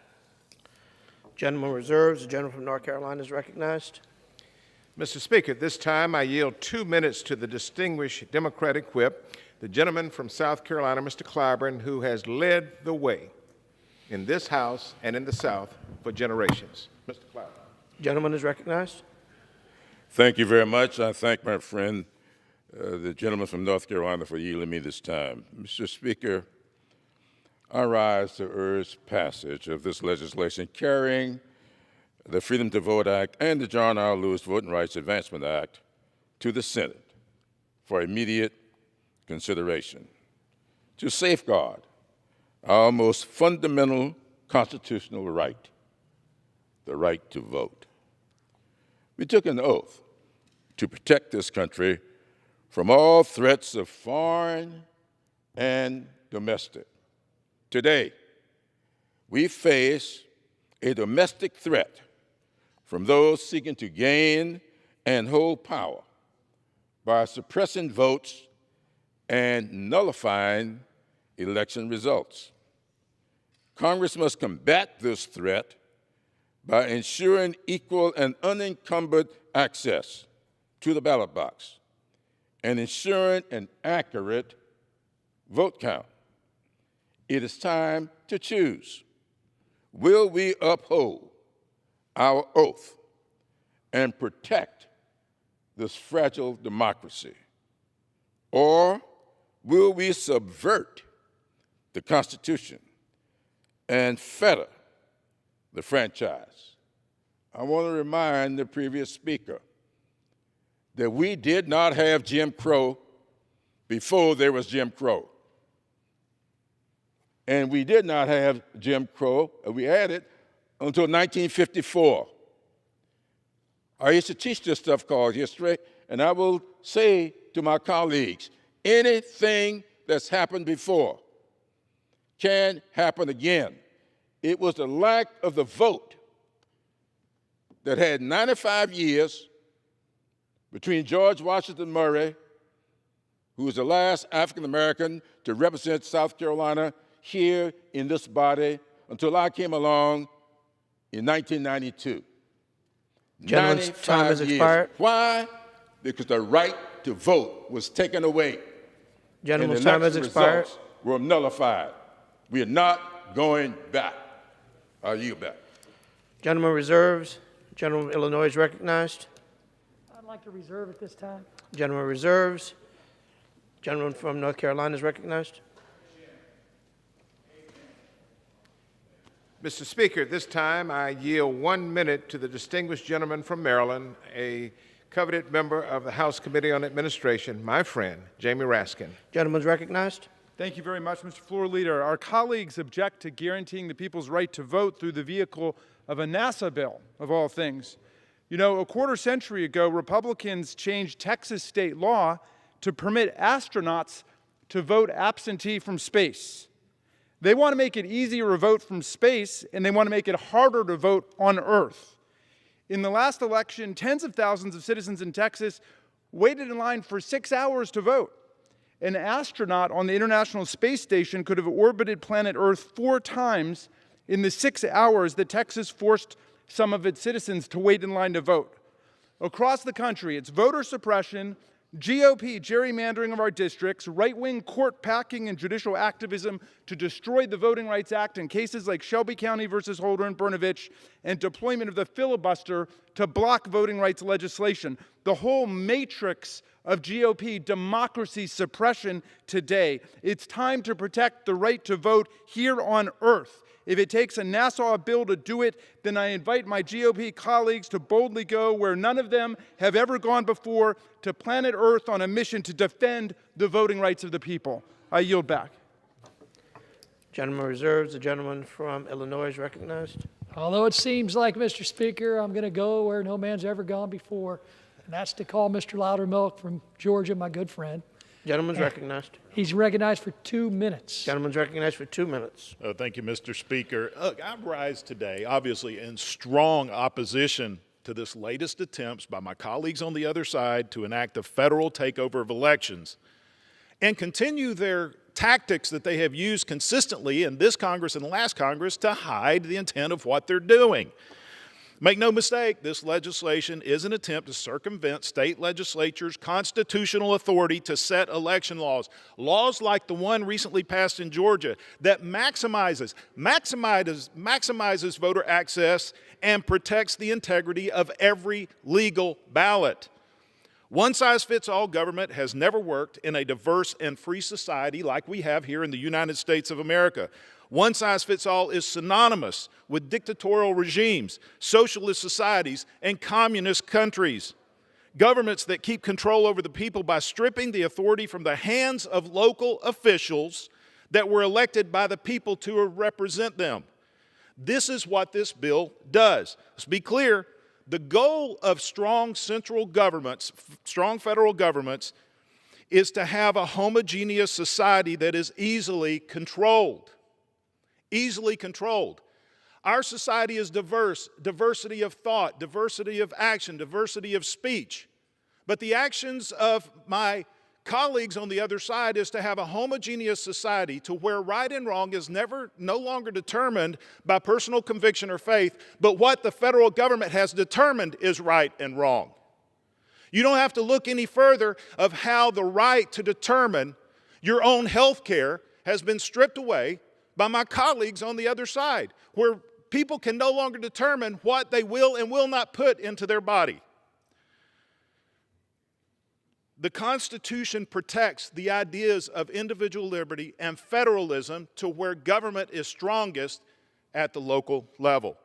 This bill disregards state voter IDs, and one thing I want to bring up is homogeneous when it comes to campaign elections. Can I get 30? Gentleman, 15 seconds. Gentleman's recognized for 15 seconds. I appreciate the gentleman here. We live in an independent, diverse society where local governments are the greatest authority over the people. This is a takeover by the federal government to create a homogeneous society where everyone acts, thinks, and works according to the federal government. Oppose this legislation. I yield back. Gentleman reserves. The gentleman from North Carolina is recognized. Thank you, Mr. Speaker. Mr. Speaker, at this time I yield 1 minute to the gentleman from California, the distinguished Vice Chair of the House Democratic Caucus, and I might say a member of the Election Subcommittee, of which I have the honor to chair, Mr. Aguilar. Gentleman's recognized. Thank you, Mr. Speaker, and I thank the chairman for yielding. I rise today in support of the Freedom to Vote John R. Lewis Act, legislation that would protect the right to vote and strengthen our democracy.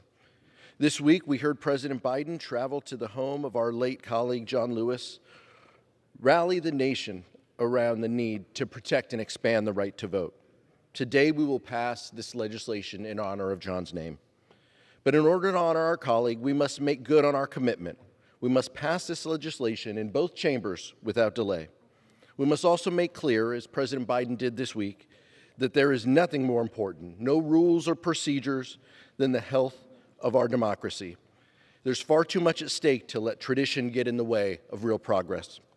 I know from my work on the committee and the Select Committee investigating the attack on the U.S. Capitol that the concerns about the future of the American system, of the consent of the governed, are well-founded.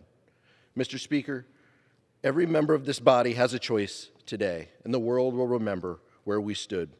I am proud to stand on the side of democracy, on the side of making it easier to vote, not more difficult, and on the side of the people. Because the American people are with us. This is not a Democratic issue or Republican issue. I urge my colleagues to support this bill and pass this legislation. I yield back. Gentleman reserves. The gentleman from Illinois is recognized. Reserved. Gentleman reserves. The gentleman from North Carolina is recognized. Thank you, Mr. Speaker. This time, it is my pleasure to yield 1 minute to the gentlewoman from Alabama, my dear friend and the sponsor of the John R. Lewis Voting Rights Advancement Act, Ms. Terry Sewell of Selma, Alabama. The gentlewoman is recognized.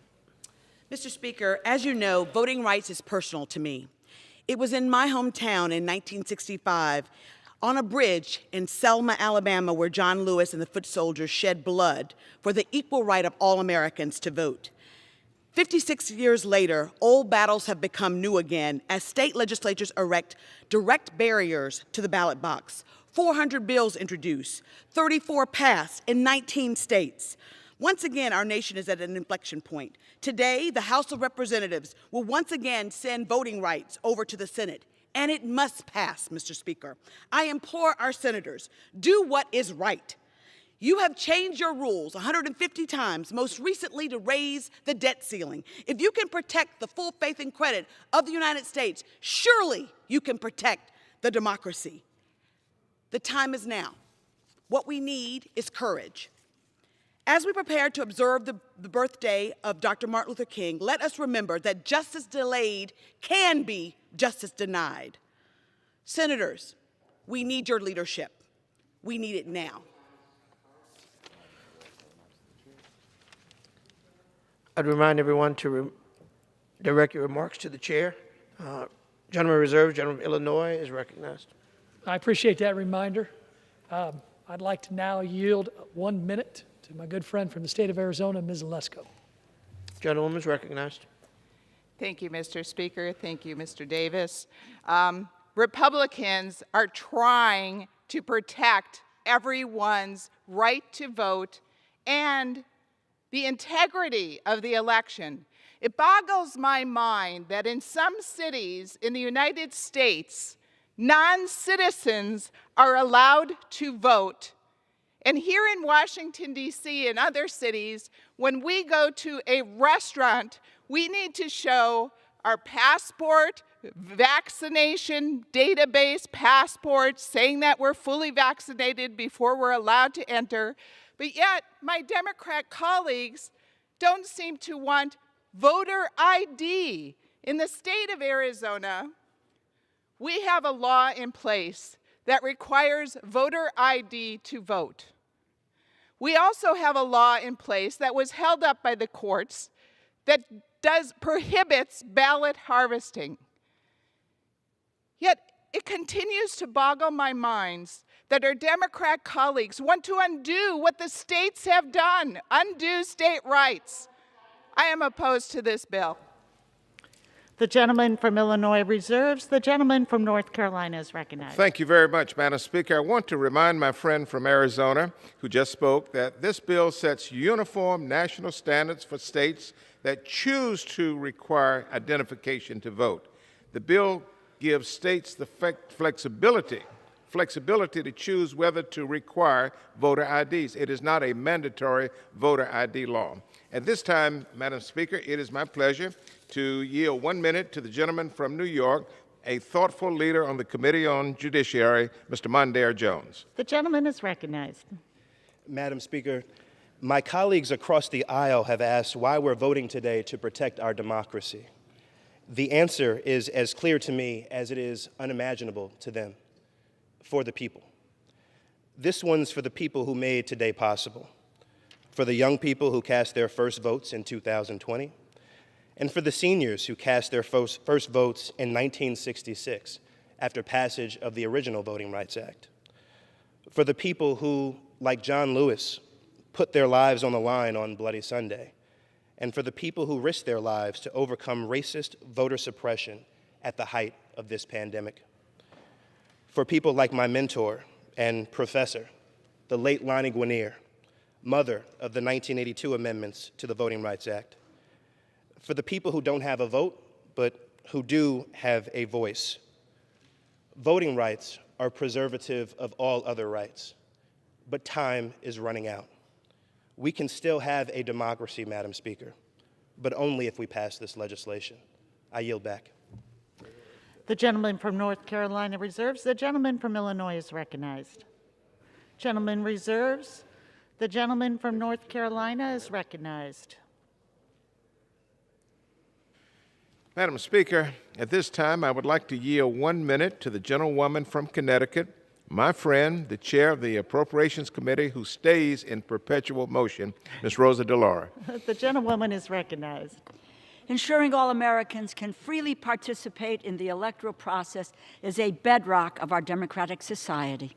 Today, in this country, we are witnessing an attack on that sacred right to vote, restricting voting access. We must act to restore federal oversight. What we do will determine the course of our democracy for generations to come. Our late colleague John Lewis shed blood for the right of all Americans to vote. Let us honor the legacy of those who fought to protect voting rights and pass this critical legislation. President Biden made our choice today clear, and I quote, "Will we choose democracy over autocracy, light over shadows, justice over injustice?" And like the President, I know where I stand, and I urge my colleagues to join me in voting for the Freedom to Vote John R. Lewis Act. Thank you, and I yield back. The gentleman reserves. The gentleman from Illinois is recognized. Reserve, please. The gentleman reserves. The gentleman from North Carolina is recognized. Madam Speaker, may we inquire about how much time each side has remaining? The gentleman from North Carolina has 6.5 minutes. The gentleman from Illinois has 2.25 minutes. Gentleman from North Carolina is recognized. Thank you very much, Madam Speaker, for giving us the time check. At this time, it is my delight to yield 1 minute to the gentlewoman from Texas, my friend, and another member who stays in perpetual motion, Congresswoman Sheila Jackson Lee, a member of the Judiciary Committee, a senior member of the Judiciary Committee. The gentlewoman is recognized. To the distinguished leader of this debate, Mr. Butterfield, for your service to this nation, I am grateful. This is a somber, sacred moment in our lives on this floor. I stand here in the name of the blood shed by those foot soldiers, Dr. Martin Luther King and John Robert Lewis, who shed his blood on the Edmund Pettus Bridge. My friends who vote no today will disregard and ignore that bloodshed. I refuse to ignore the blood that was shed for the right to vote. As a member of the House Judiciary Committee, this committee built over the course of 13 hearings in 2 Congresses, led by Jerry Nadler and Steve Cohen, the record for the John Robert Lewis bill. And for that, I am grateful, for I stand as a victim of the lack of preclearance. The bills that we have will eliminate a legislature, as Texas bill states, to overturn duly voters' choice. It will prevent the purging of voters, which happens all the time. It will protect you at the polls, and it will disallow people from interfering with your vote. It is now a sacred honor and charge. We must vote now in the name of Martin King and John Robert Lewis. We cannot do any less. The Senate must do its job. I yield back. The gentleman reserves. The gentleman from Illinois is recognized. I'd reserve, please. Gentleman reserved. Gentleman from North Carolina is recognized. Madam Speaker, this time I would like to yield 1 minute to the gentleman from Texas, from Houston, Texas, Harris County, my friend, my classmate, Congressman Al Green, for 1 minute. Thank you, Mr. Speaker. Madam Speaker, and still I rise. Our country has a history of discriminating against people of color and women when it comes to the right to vote. But that all changed in 1965 when President Lyndon Johnson signed the 1965 Voting Rights Act.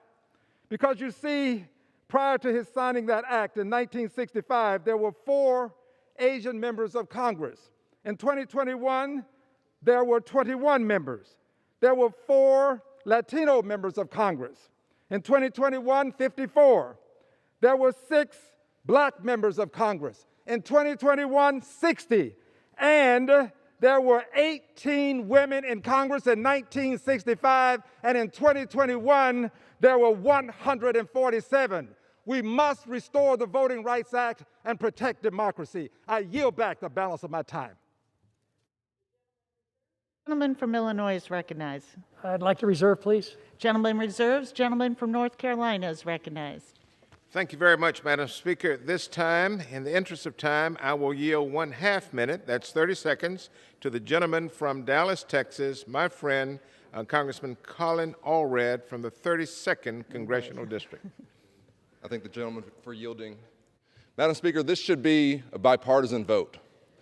The right to vote has been reauthorized, and the Voting Rights Act has been reauthorized overwhelmingly by bipartisan majorities in this House and unanimously in the Senate. My constituent, George W. Bush, signed the reauthorization of the Voting Rights Act. But now it's time for us to not just restore the Voting Rights Act, but to make sure that we expand voting rights across the country, to give us a sword and a shield. The shield of the Voting Rights Act to protect the right to vote, to protect changes, and the sword of the Freedom to Vote Act, and the expansions that it will provide to vote by mail, voter registration, and allow every single American to make their voice heard in our elections. Thank you, Madam Speaker.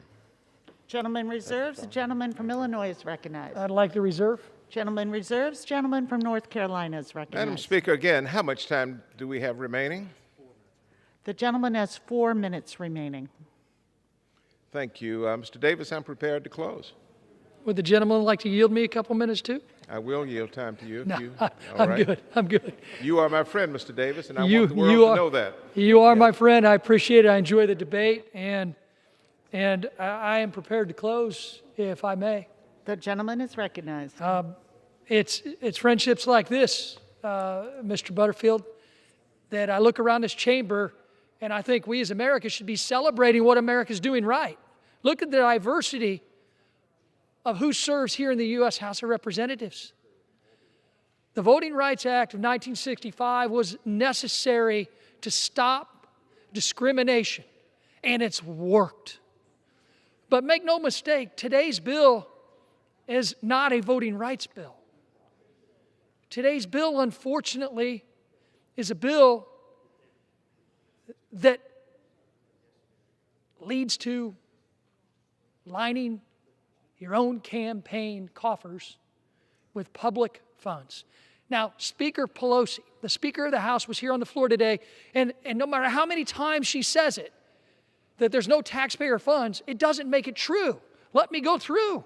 What happens is the original H.R. 1, when proposed last Congress, did have taxpayer funding of political campaigns, our own campaigns, but now they take the first ever corporate money through corporate fines, they put it into the Department of Treasury's laundering machine, and it comes out as part of the Department of Treasury. That's not public funds. Does that mean when you send your check to pay your taxes and it goes to the Department of Treasury, that those aren't public funds? Every single person who votes yes for this bill that is not a voting rights bill is voting to line their own campaign pockets. That is not what the American people want. 94% of Americans say it's easy to vote. We have asked time and time again, give me one person to show up at a hearing that said that they wanted to vote in the last election and couldn't. Not one person has walked through that door. Not one person has showed up on a Zoom call. Not one person. Why in the world do we continue to try to gaslight the American people into thinking that this is about voting rights? This is not about voting rights. This is about lining your own campaign coffers. This is about breaking a tradition in the Senate. This is about taking over and winning elections for one side over the other. Gentleman's time has Vote expired. no on this bill. The gentleman from North Carolina is recognized. Thank you very much, Madam Speaker. I yield myself as much time as I may consume in order to close. Gentleman is recognized. Thank you, Madam Speaker. First of all, Madam Speaker, let me thank the gentleman from Illinois, Mr. Rodney Davis. When members of Congress say to each other, "You are my friend," I just want the world to know that we mean that sincerely. Mr. Davis and I are genuinely friends. I am the chairman of the subcommittee. He is the ranking member of our full committee, and we have a whole relationship. We respect each other. Thank you so much, Mr. Davis, and thank you to our chair of the full Committee on House Administration, Congresswoman Zoe Lofgren, who allowed me to manage the floor today, and I want to thank her for her leadership, not only on this committee, but also on the Committee on the Judiciary. Madam Speaker, this has been a healthy debate. This is the way Congress should work. This is a healthy debate, and I look forward to debate in the Senate. I hope it will start forthwith and conclude on Monday. I look forward to passage in the United States Senate. Madam Speaker, the choice before the House today is clear. We must protect our democracy. It is past time. It is past time for this Congress to act. Historically, Madam Speaker, the House is not in order.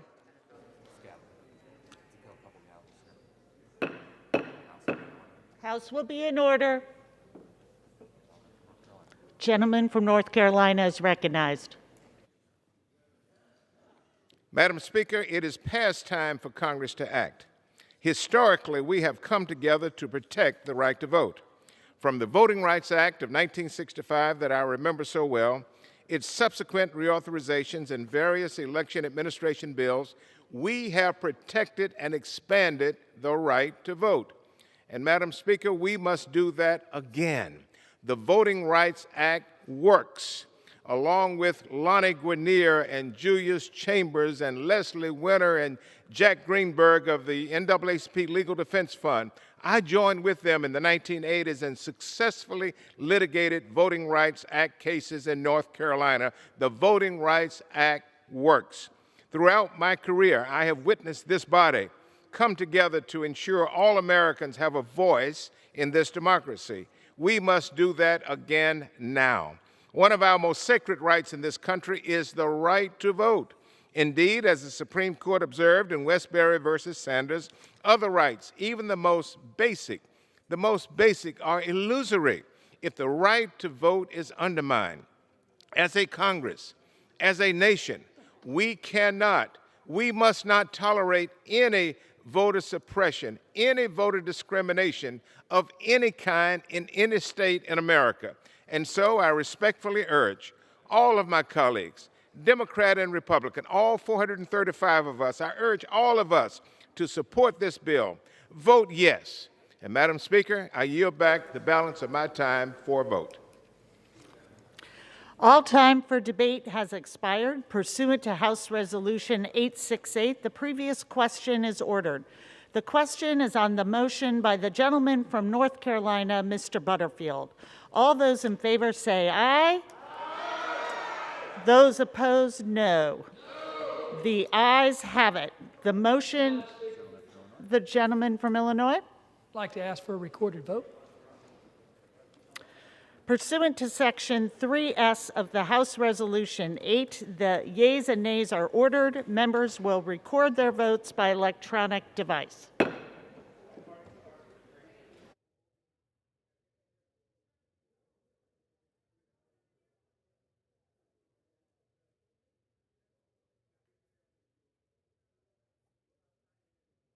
Illinois.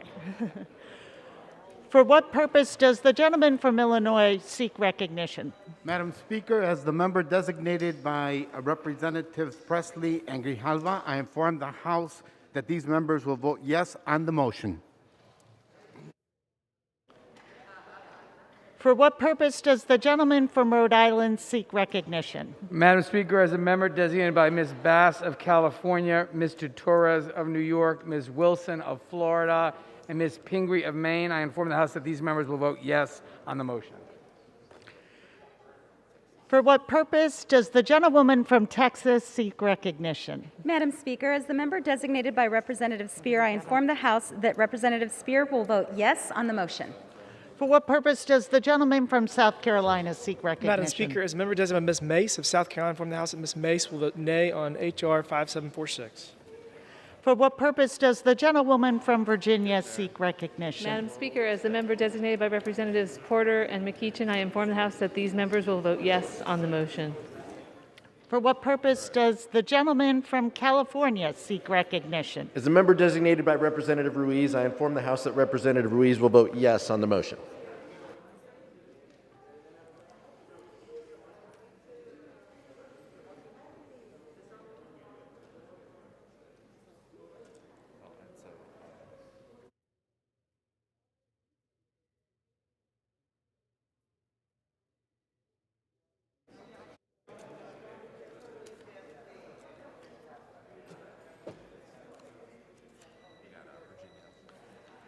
For what purpose does the gentleman from Virginia seek recognition? Madam Speaker, as a member designated by Mr. Blumenauer of Oregon, Mr. DeSanti of California, Mr. Lowenthal of California, Ms. Barragan of California, Mr. Liu of California, Ms. Moore of Wisconsin, Mr. Cohen of Tennessee, and Mr. Moulton of Massachusetts, I inform the House that these 8 members will vote yes on the motion.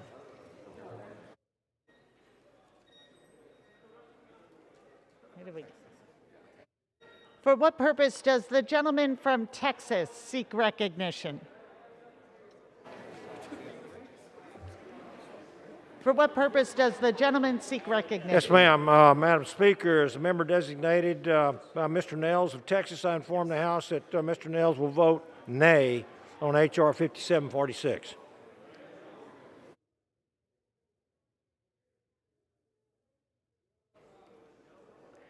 For what purpose does the gentlewoman from Delaware seek recognition? Madam Speaker, as the member designated by Ms. DeGette of Colorado, I inform the House that Ms. DeGette will vote yes on the motion. For what purpose does the gentleman from Florida seek recognition? Speaker, as the member designated by Reps. Christ, Cardenas, Castor, and Lawson, I inform the House that these members will vote yea on the motion.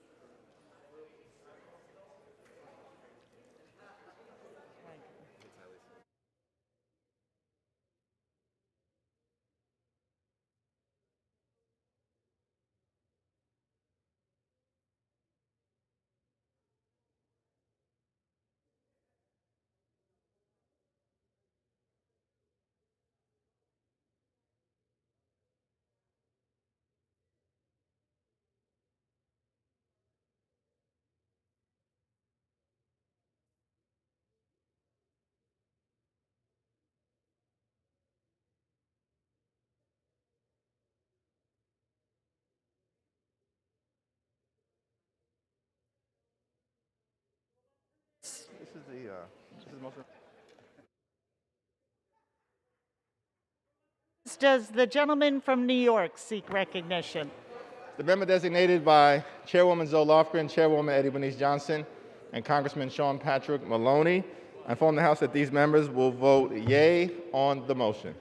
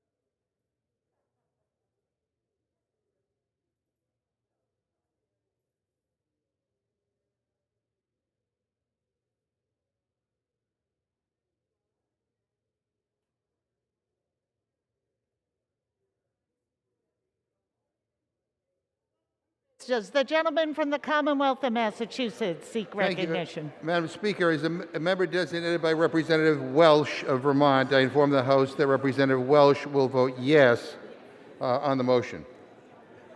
What purpose does the gentleman from Alabama seek recognition? Madam Speaker, as a member designated by Mr. Hagedorn from Minnesota, I inform the House that Mr. Hagedorn will be voting no on H.R. 5746. Thank you.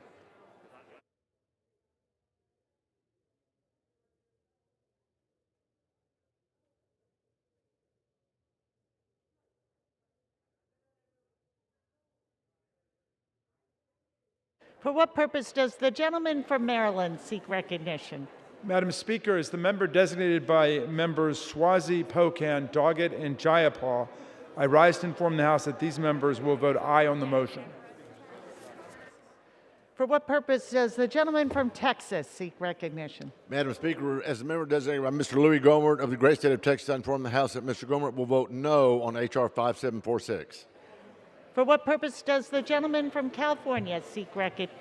Madam Speaker, as the member designated by Chairwoman Maxine Waters, I inform the House that Chairwoman Waters will vote yes on the motion.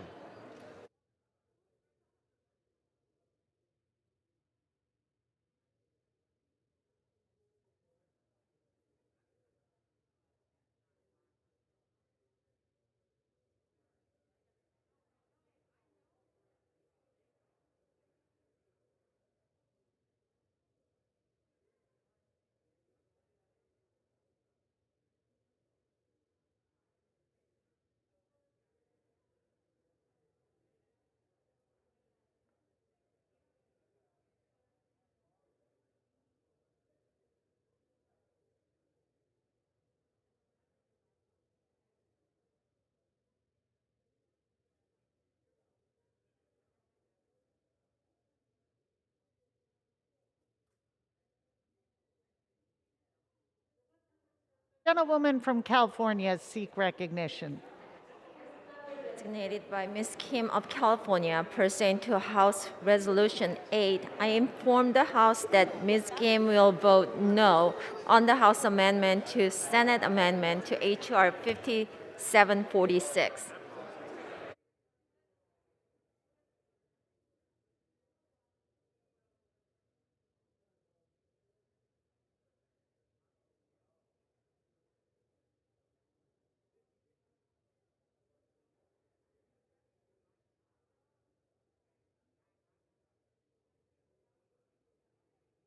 Purpose does the gentleman from California seek recognition? Madam Speaker, as the member designated by Representative Stanton, I inform the House that Representative Stanton will vote yes on the motion. Does the gentleman from Pennsylvania seek recognition? You are recognized. Madam Speaker, as a member designated by Mr. Smucker of Pennsylvania, I inform the House that Mr. Smucker will vote no on H.R. 5746. Purpose does the gentleman from Michigan seek recognition? Madam Speaker, as the member designated by Mr. Katko of New York, I inform the House that Mr. Katko will vote no on H.R. 5746. And Madam Speaker, as the member designated by Mr. Kinzinger of Illinois, I inform the House that Mr. Kinzinger will vote no on H.R. 5746.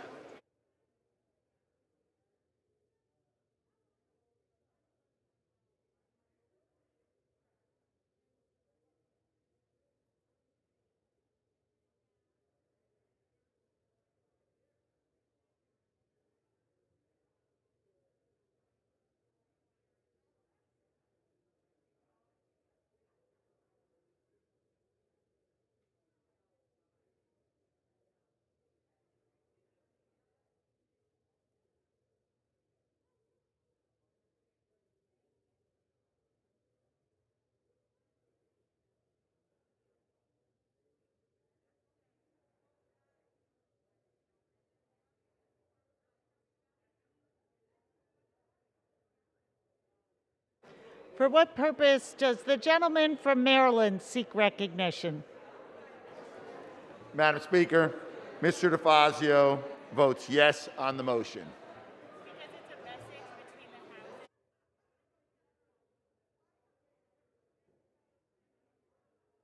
what purpose does the gentlewoman from New Hampshire seek recognition? Madam Speaker, as the member designated by Representative Bonamici, Brownlee, and Mang, I inform the House that these members will vote yes on the motion.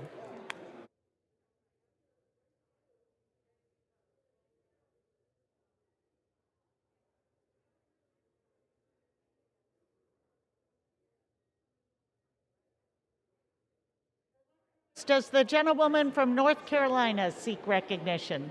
Thank you, Madam Speaker. As the member designated by Representative Adams of North Carolina, I inform the House that Representative Adams will vote yes on the motion to concur.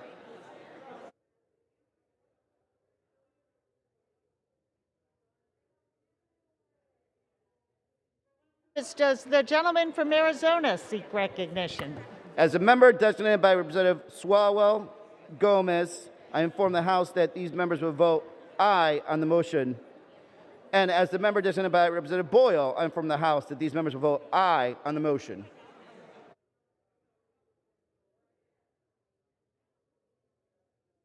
Purpose does the gentlewoman from Kansas seek recognition? Madam Speaker, as the member designated by Rep. Cleaver, I inform the House that Rep. Cleaver will vote yes on the motion. For what purpose does the gentleman from Alabama seek recognition? Madam Speaker, as a member designated by Mr. Brooks from Alabama, I inform the House that Mr. Brooks will vote no on H.R. 5746. For what purpose does the gentleman from New York seek recognition? As the member designated by Reps. Bush and Ocasio-Cortez, I inform the House that these members will vote aye on the motion.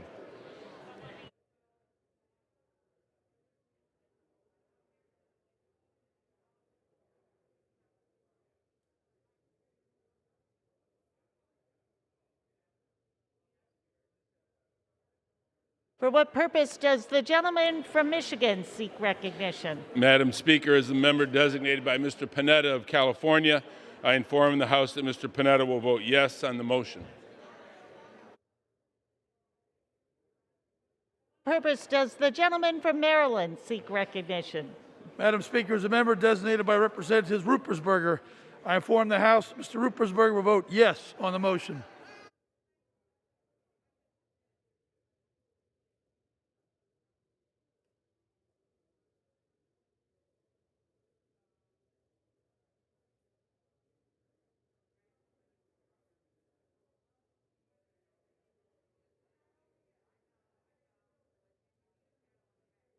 Purpose does the gentleman from Washington seek recognition?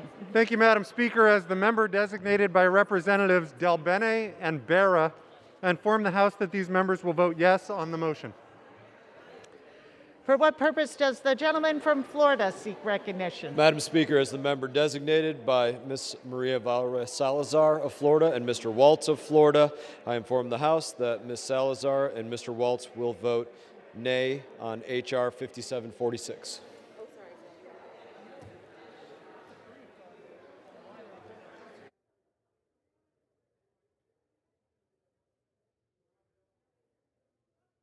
For what purpose does the gentleman from Texas seek recognition? Good morning, Madam Speaker. Madam Speaker, as the designated member by the gentleman from Texas, Congressman Crenshaw, I inform the House that Congressman Crenshaw will vote nay on H.R. 5746.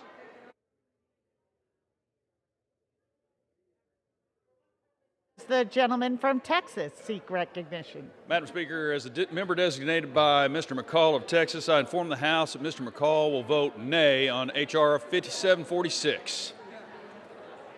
For what purpose does the gentlewoman from California seek recognition? As the member designated by Representative Stansbury, I inform the House that Representative Stansbury will vote yes on the motion. For what does the gentleman from Utah seek recognition? Madam Speaker, as a member designated by Ms. Herrera Butler of Washington, I inform the House that Ms. Herrera Butler will vote nay on H.R. 5746. For what purpose does the gentleman from New Jersey seek recognition? Madam Speaker, as the member designated by Representative Jerry Nadler of New York, Ann Kirkpatrick of Arizona, Andy Kim of New Jersey, Donald Payne of New Jersey, Albio Series of New Jersey, and Bonnie Watson Coleman of New Jersey. I inform the House that these members will vote yes on the motion. All right, Emma, another week goes by.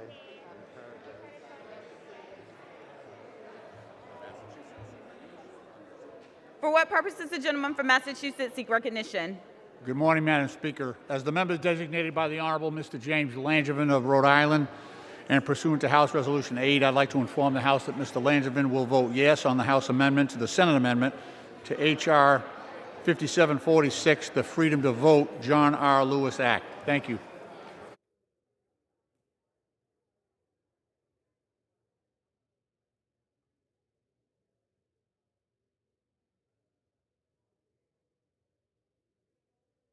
Purpose does the gentlewoman from Massachusetts seek recognition? As the member designated by Representatives Auchincloss, Chu, Cooper, Ledger Fernandez, and Frankel, I inform the House that these members will vote yes on the motion.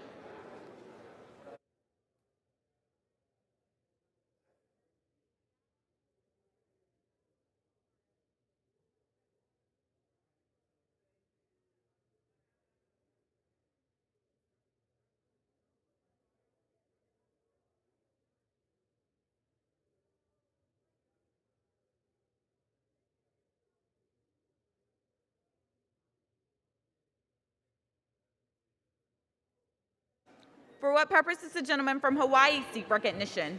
Thank you, Madam Speaker. As a member designated by Representative Kahele, I inform the House that Mr. Kahele will vote yes on the motion.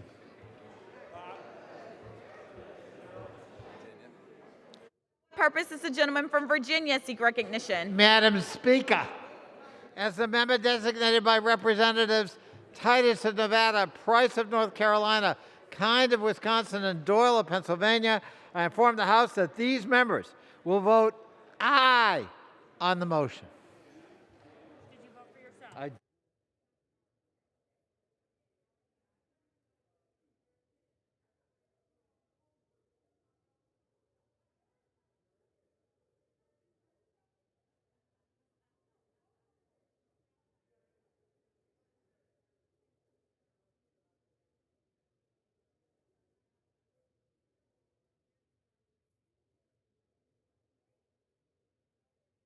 Purpose does the gentlewoman from Florida seek recognition? Madam Speaker, as the member designated by Ms. Carolyn Maloney of New York, I inform the House that Congresswoman Maloney will vote yea on the motion.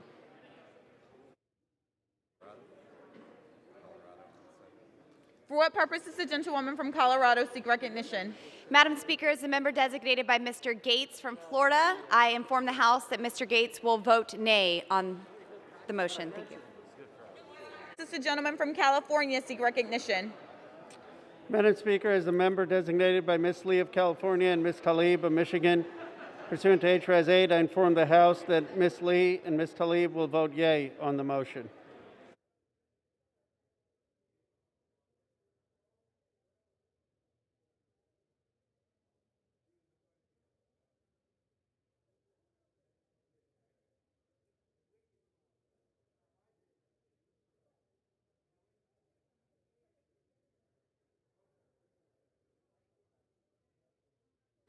For what purpose does the gentleman from California seek recognition? Madam Speaker, as members designated by Congressmember Napolitano, Congressmember Vela, Congressmember Cuellar, Congressmember Vargas, Congressmember Roybal Ellard, and Congressmember Vicente Gonzalez, I inform the House that these members will vote yes on the motion.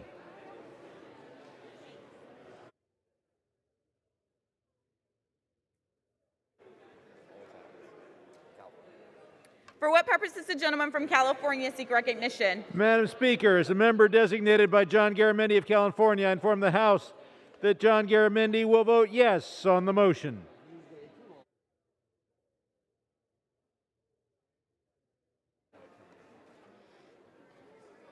For what purpose does the gentlewoman from Illinois seek recognition? As a member designated by Representative Caston, I inform the House that this member will vote yes on the motion.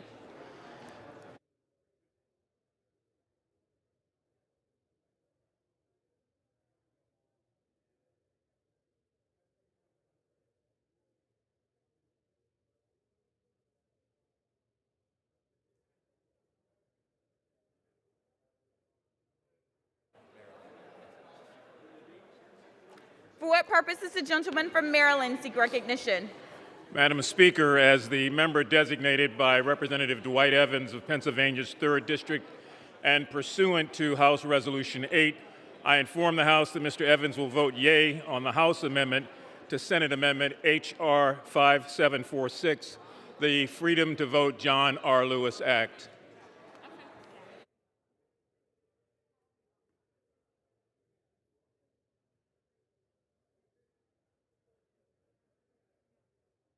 For what purpose does the gentleman from Utah seek recognition? Madam Speaker, as a member designated for Mr. Crawford from Arkansas, I inform the House that Mr. Crawford will vote nay on H.R. 5746.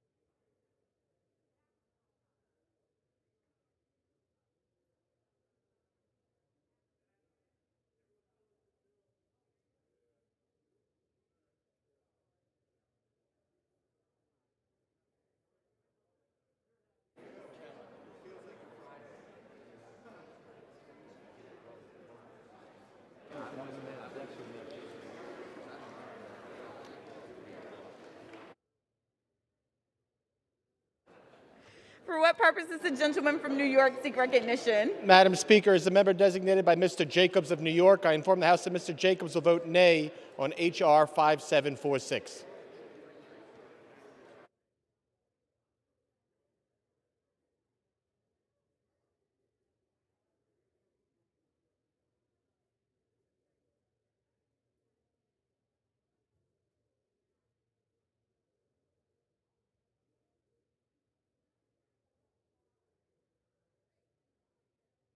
For what purpose does the gentleman from North Dakota seek recognition? Madam Speaker, as the member designated by Mr. Reschenthaler from Pennsylvania, I inform the House that Mr. Reschenthaler will vote no on H.R. 5746.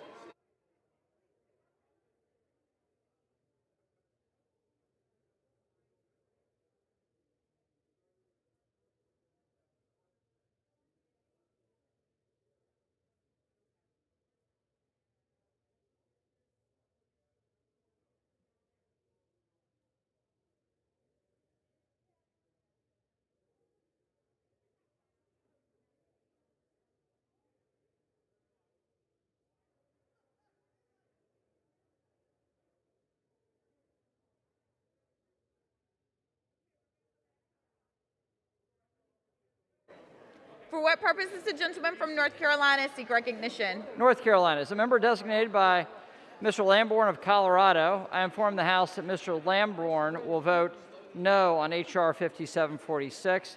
As a member designated by Mr. Reed of New York, I inform the House that Mr. Reed will vote no on H.R. 5746. Further, as a member designated by Mr. Risher Husson of North Carolina, I inform the House that Risher Husson will vote no on H.R. 5746.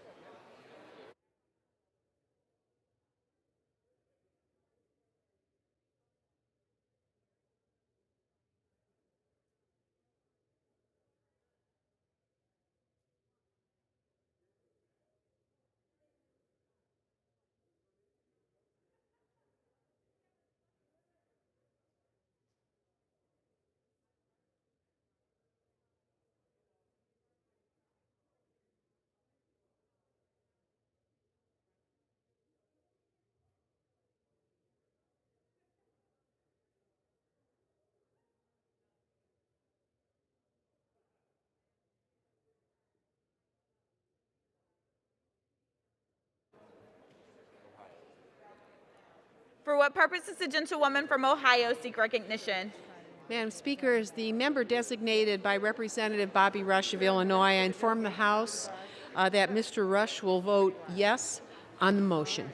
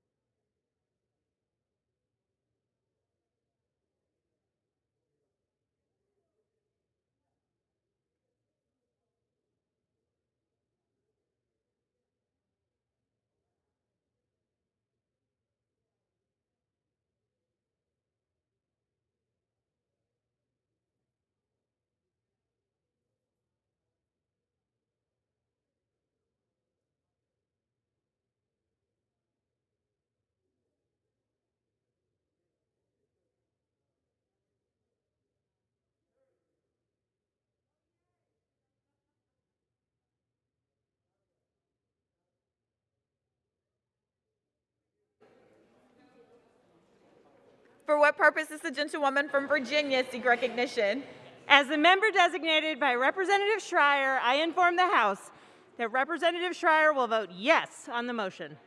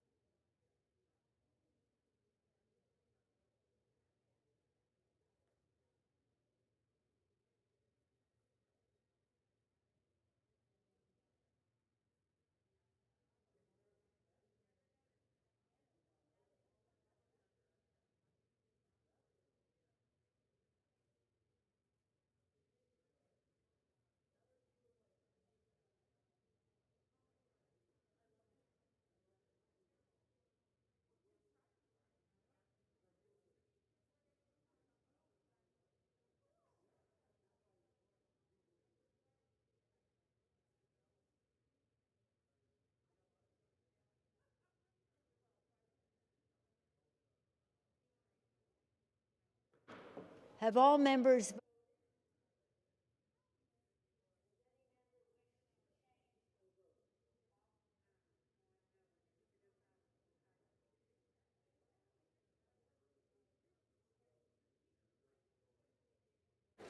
on this vote? The yeas are 220. The nays are 203. The motion is adopted. Without objection, a motion to reconsider is laid upon the table. The motion is passed.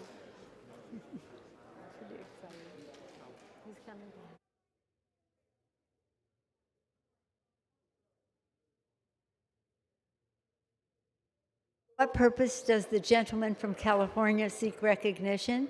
Madam Speaker, for what purpose, Madam Speaker, I ask unanimous consent that I may hereafter be considered the first sponsor of H.R. 4394, a bill originally introduced by Representative Nunes, a previous member from the state of California, for the purposes of adding co-sponsors and requesting reprinting pursuant to Clause 7 of Rule 12. Without objection. Thank you.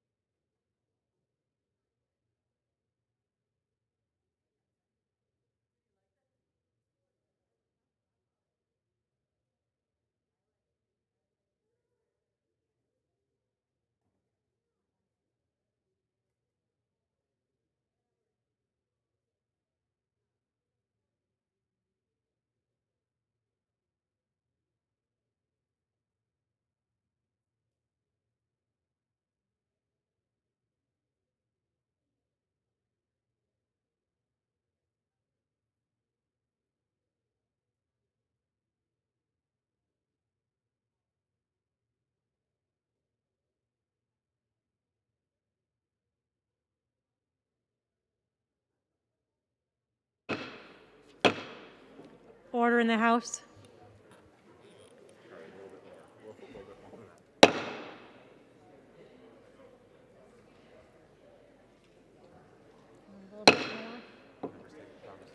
Members take their conversations off the House floor.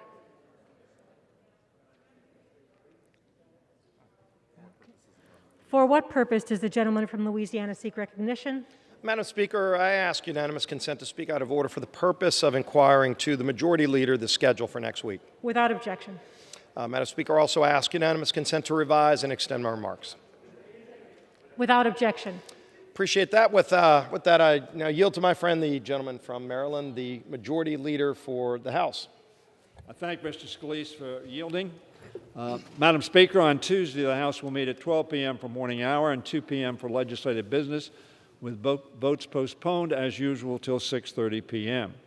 On Wednesday and Thursday, the House will meet at 10 a.m. for morning hour and 12 p.m. for legislative business.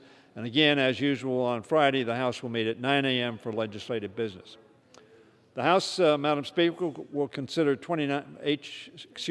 Senate 2959, the Supplemental Impact Aid Flexibility Act, under suspension of the rules. This bill passed the Senate unanimously, is on suspension in the House. It's co-authored by Representative Joe Courtney of the House. This bipartisan legislation allows local educational agencies participating in the Impact Aid program to use the student count or federal property valuation data from their fiscal year 22 program applications for their fiscal year 2023 applications. This, Madam Speaker, will prevent schools from losing substantial funding upon which they rely to address COVID-19 learning loss by giving them more flexibility to use pre-pandemic data to calculate funding needs. The House may consider other bills under suspension of the rules. The complete list of suspension bills will be announced by the close of business tomorrow. The House will also consider H.R. 4673, the eVest Act, sponsored by Chairman Mark Takano of the Veterans Affairs Committee, the rule for which we adopted this week. This legislation would automatically enroll eligible veterans into the VA healthcare system so that no veterans are left behind when it comes to receiving quality, affordable health care.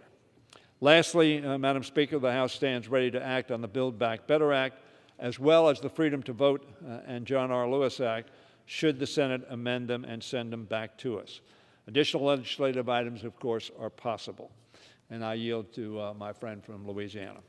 Thank the gentleman for yielding. On the school bill, I know one of the big concerns many people have been raising is trying to get schools opened again.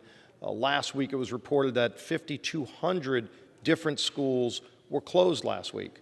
And I know this body has, this Congress has sent billions of dollars to school systems across the country. The intent was that that money be used to get schools opened, and yet there are some schools taking the money and staying closed, which goes against all the medical science out there. We know the damage that's doing to our young kids, but learning, depression, so many other challenges that it creates for them.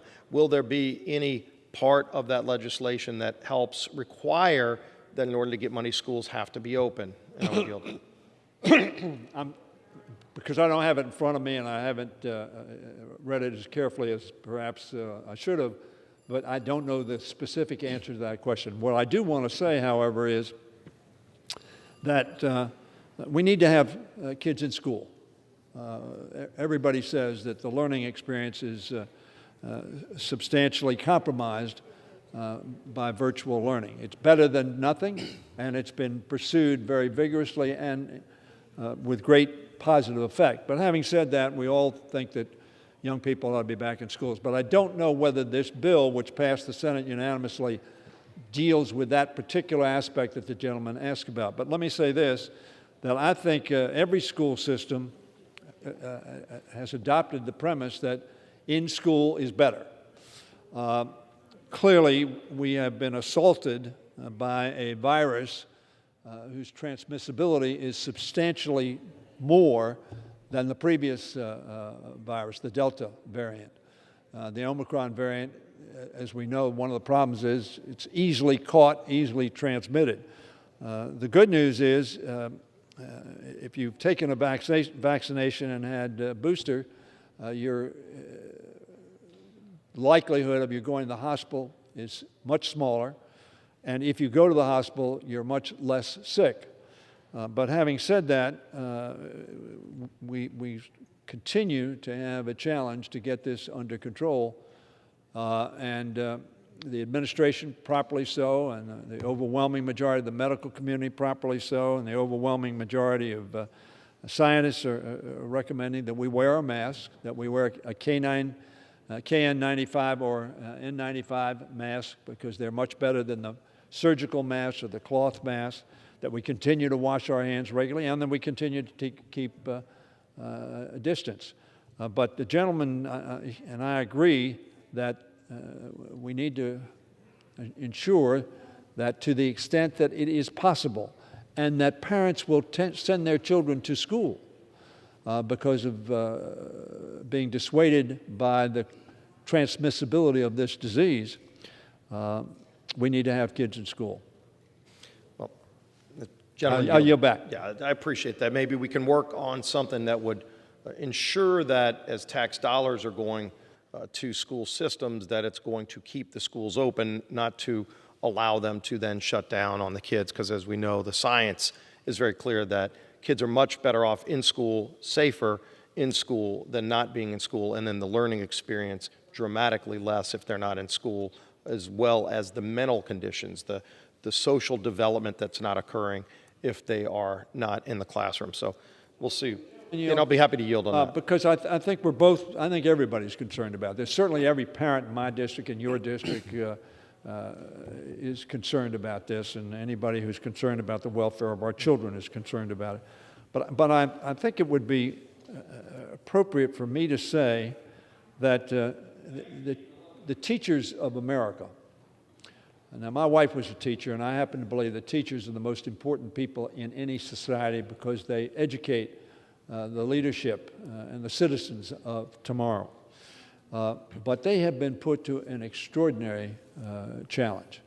And I have a granddaughter who has 4 children, so I have 4 great-grandchildren, 3 of whom are in school, and we're in school in 2020 and 2021.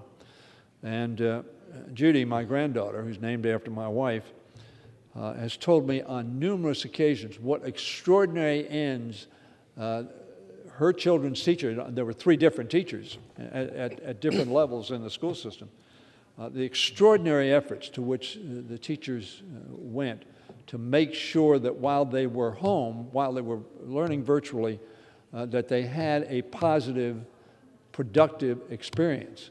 But all of them felt, I think, a lot easier to have kids in school if they can do so safely. But I think that bears saying, like medical personnel, they have been put to extraordinary stress, as have parents generally been put to stress. So I think the gentleman's concern is rightfully placed, and we need to do everything we can to make sure kids get back in school and have a learning experience like you and I had in the classroom. I yield back. Thank you. And our teachers have been true heroes through this. Our hospital, our frontline hospital workers, people that work at grocery stores. We've seen so many people rising up to the challenge, and even where governments failed their ability to do their job. I know one challenge that hopefully we see resolved at the United States Supreme Court. It won't be today. We were expecting it maybe this week, but hopefully early next week we see the Supreme Court resolve these challenges where there were mandates on vaccines that required people to get fired from their job if they chose a healthcare decision on vaccinations. I've been vaccinated. I know a gentleman from Maryland has too, but for those who haven't, whether they're frontline hospital workers, teachers, people shouldn't be forced to lose their job based on that choice they make. But the Supreme Court will hopefully address that and resolve that next week. Something that's out of our hands now, but it is in the courts at the highest level. And I would yield to the gentleman on that. Just because by my silence, I understand the gentleman's position, which is held by a number of people. My own view is that employers make a reasonable decision when they say to an employee, for the sake not only of the employee, but for everybody else in the workplace with whom they work, that is, you're required to be vaccinated because we believe that science and our medical personnel tell us that is a much safer route. But I understand there's a difference on that. I personally, but even then, I know governors who have been against vaccines are not necessarily against the employer requiring that as an employee requirement as opposed to a governmental requirement. Yeah, and I would hope the government would drop that mandate, but if not, it's hopeful that the court would make it clear that the government doesn't have the authority to require that people get fired if they don't get vaccinated, encourage people to follow the science. If they have questions or concerns, that's a conversation they should have with their doctor, not a government mandate. But as the gentleman knows, we may have disagreement on that, but fortunately for us, it will get resolved at the Supreme Court, hopefully early next week. I wanted to ask the gentleman, as well as we're looking at the schedule for next week, I didn't notice any of the bills that we've highlighted in the past that would address some of the many crises our country is facing, whether it's inflation, whether it's high gas prices, whether it's the border crisis, all that are running out of control, the empty shelves that we're seeing at so many stores. Will the gentleman commit to working with us to bring some of the bills to the floor to address the real crises that are hurting hardworking families, like the ones I just mentioned? And I would yield. Well, the gentleman yield? Yeah, not yield. There's no doubt, first of all, let me say, inflation is a serious challenge confronting American families, particularly working families in this country. I live alone, and because it's just one person, I buy relatively small amounts of food at the grocery store. And I go to the grocery store nowadays, and whether it's the price of bacon, which is at $12 a pound for a good Hormel or another meat packing, it's high.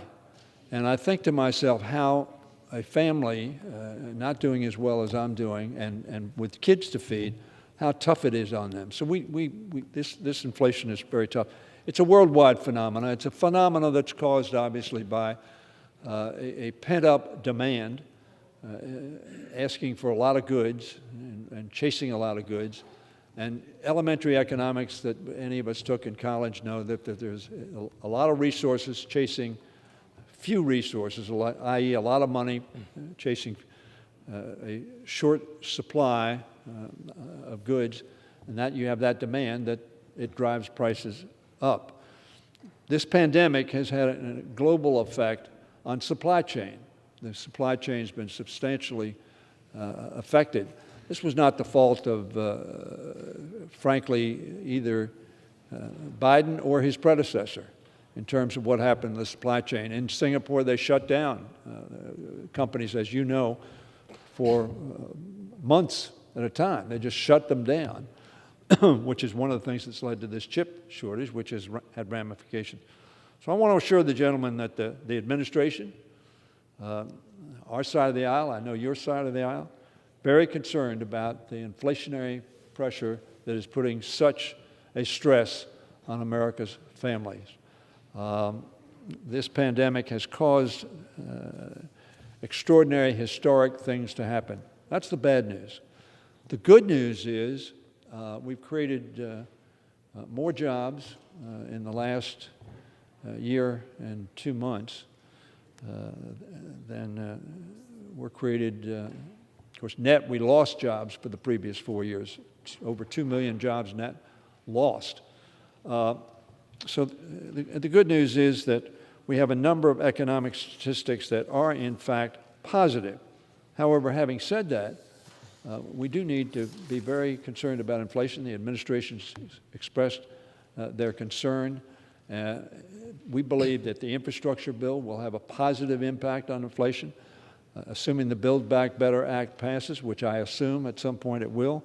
I think that's going to have a very positive effect on inflation because it will help the supply chain, it'll help the health of the people, employees, it'll make people more able to get out, child care, going to help people get back to work, which will have a positive impact on the supply chain and on the availability of goods and services. So I think we're moving in the right direction. Unemployment, as the gentleman knows, was down at 3.9%. So while inflation is up and unacceptably high, historically high over the last 40 years, we need to get it down. And we see this phenomena happening all over the world. This is not the fault of the president or the Congress.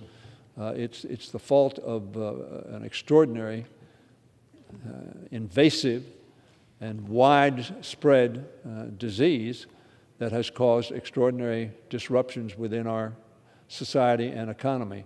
But we need to get a handle on it. We need to take action. So I'll talk to the gentleman about what issues he believes would be helpful in that regard. And the gentleman yields back. Clearly, some of those bills that have been discussed and offered up in the past to address the inflationary problems, but also the policies of this administration that have caused that. And as we know from the energy crisis, it's not pandemic related that gas prices are so high. This president made a decision starting on day one of his administration to shut down American energy production, to shut down pipelines in America, greenlighting pipelines in other countries, begging foreign countries to make more oil, but shutting off and making it harder to make energy in America.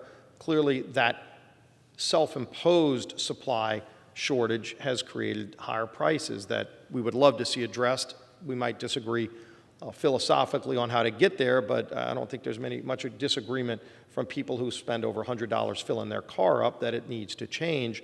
But if you look at the workforce challenges, and every small business owner I talk to, I would imagine all of us could share similar stories. Our small business owners are telling us they can't find workers.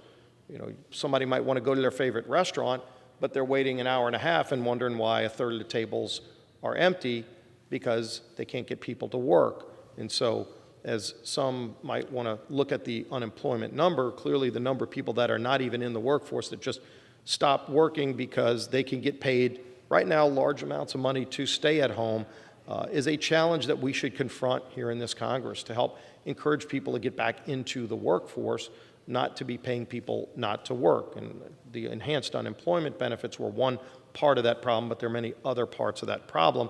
But it's the idea that there are too many dollars, as the gentleman said.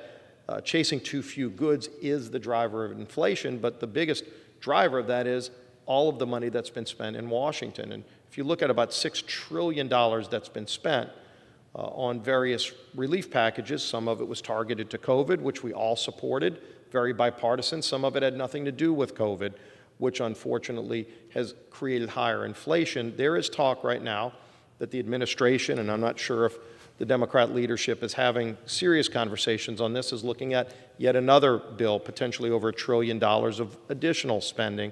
I would ask the gentleman, is that something being anticipated to be brought to the floor? I would urge, if that's being looked at, to not do it, because there's about $800 billion remaining from other relief packages that are unspent, and hopefully we stop the spending in Washington that's driving inflation and try to encourage the economy to get opened at a more rapid pace. And if people need additional help, to look to the money that's sitting there, the $800 billion that's unspent, rather than trillions more dollars that would be put into a marketplace that's already oversaturated with federal spending that's driving this inflation. And I would yield. Thank you very much. Of course, as you know better than probably anybody, the Speaker appointed a task force to look exactly at that issue of the $800 billion and what has been done, what's been spent, to make sure that it's been properly spent, because you're the ranking member on the committee headed up by Jim Clyburn that is looking at those issues. I know you had a hearing this past week. Yes, we have a difference of opinion. The difference of opinion, you call it spending, I call it investment. We're investing in our children, we're investing in our families, we're investing in small businesses, we're investing in growth and opportunity. And we're investing in the ability of those folks that you talk about that are not in the workforce, the restaurant can't hire. Why can't they hire them? Because they're not paying sufficient amount to justify a mom getting child care, because child care is so expensive. So she's caught, or a single dad is caught in the catch-22 situation. If I go to work, I'll earn money, but I'll pay it all to child care. If I'm going to pay it all to child care, it's much better for me as a parent to be with my child. If the net result's going to be pretty much a wash. We're investing in that. We're investing in child care in the Build Back Better Act. We're investing in early childhood education, 3 and 4-year-olds. We believe that's investment, and it also is very important for that small business person, so that that mom or dad who has that child who's then going to go and be in a preschool environment can have time to themselves, so that they can, in fact, pursue employment without simply putting it from one pocket to another pocket, none of which is their pocket. We believe the difference, I think, really is you look at it as spending, we look at it as investment. We think it will have a big, big return for our country.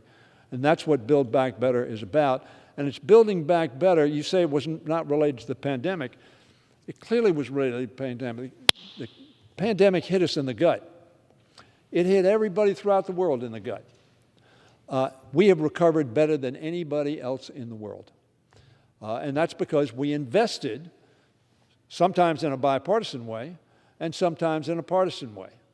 But we invested in our people, in our children, our families, our businesses, and in our health generally of our country, and indeed trying to help other parts of the world as well, because this is a global pandemic that affects us all.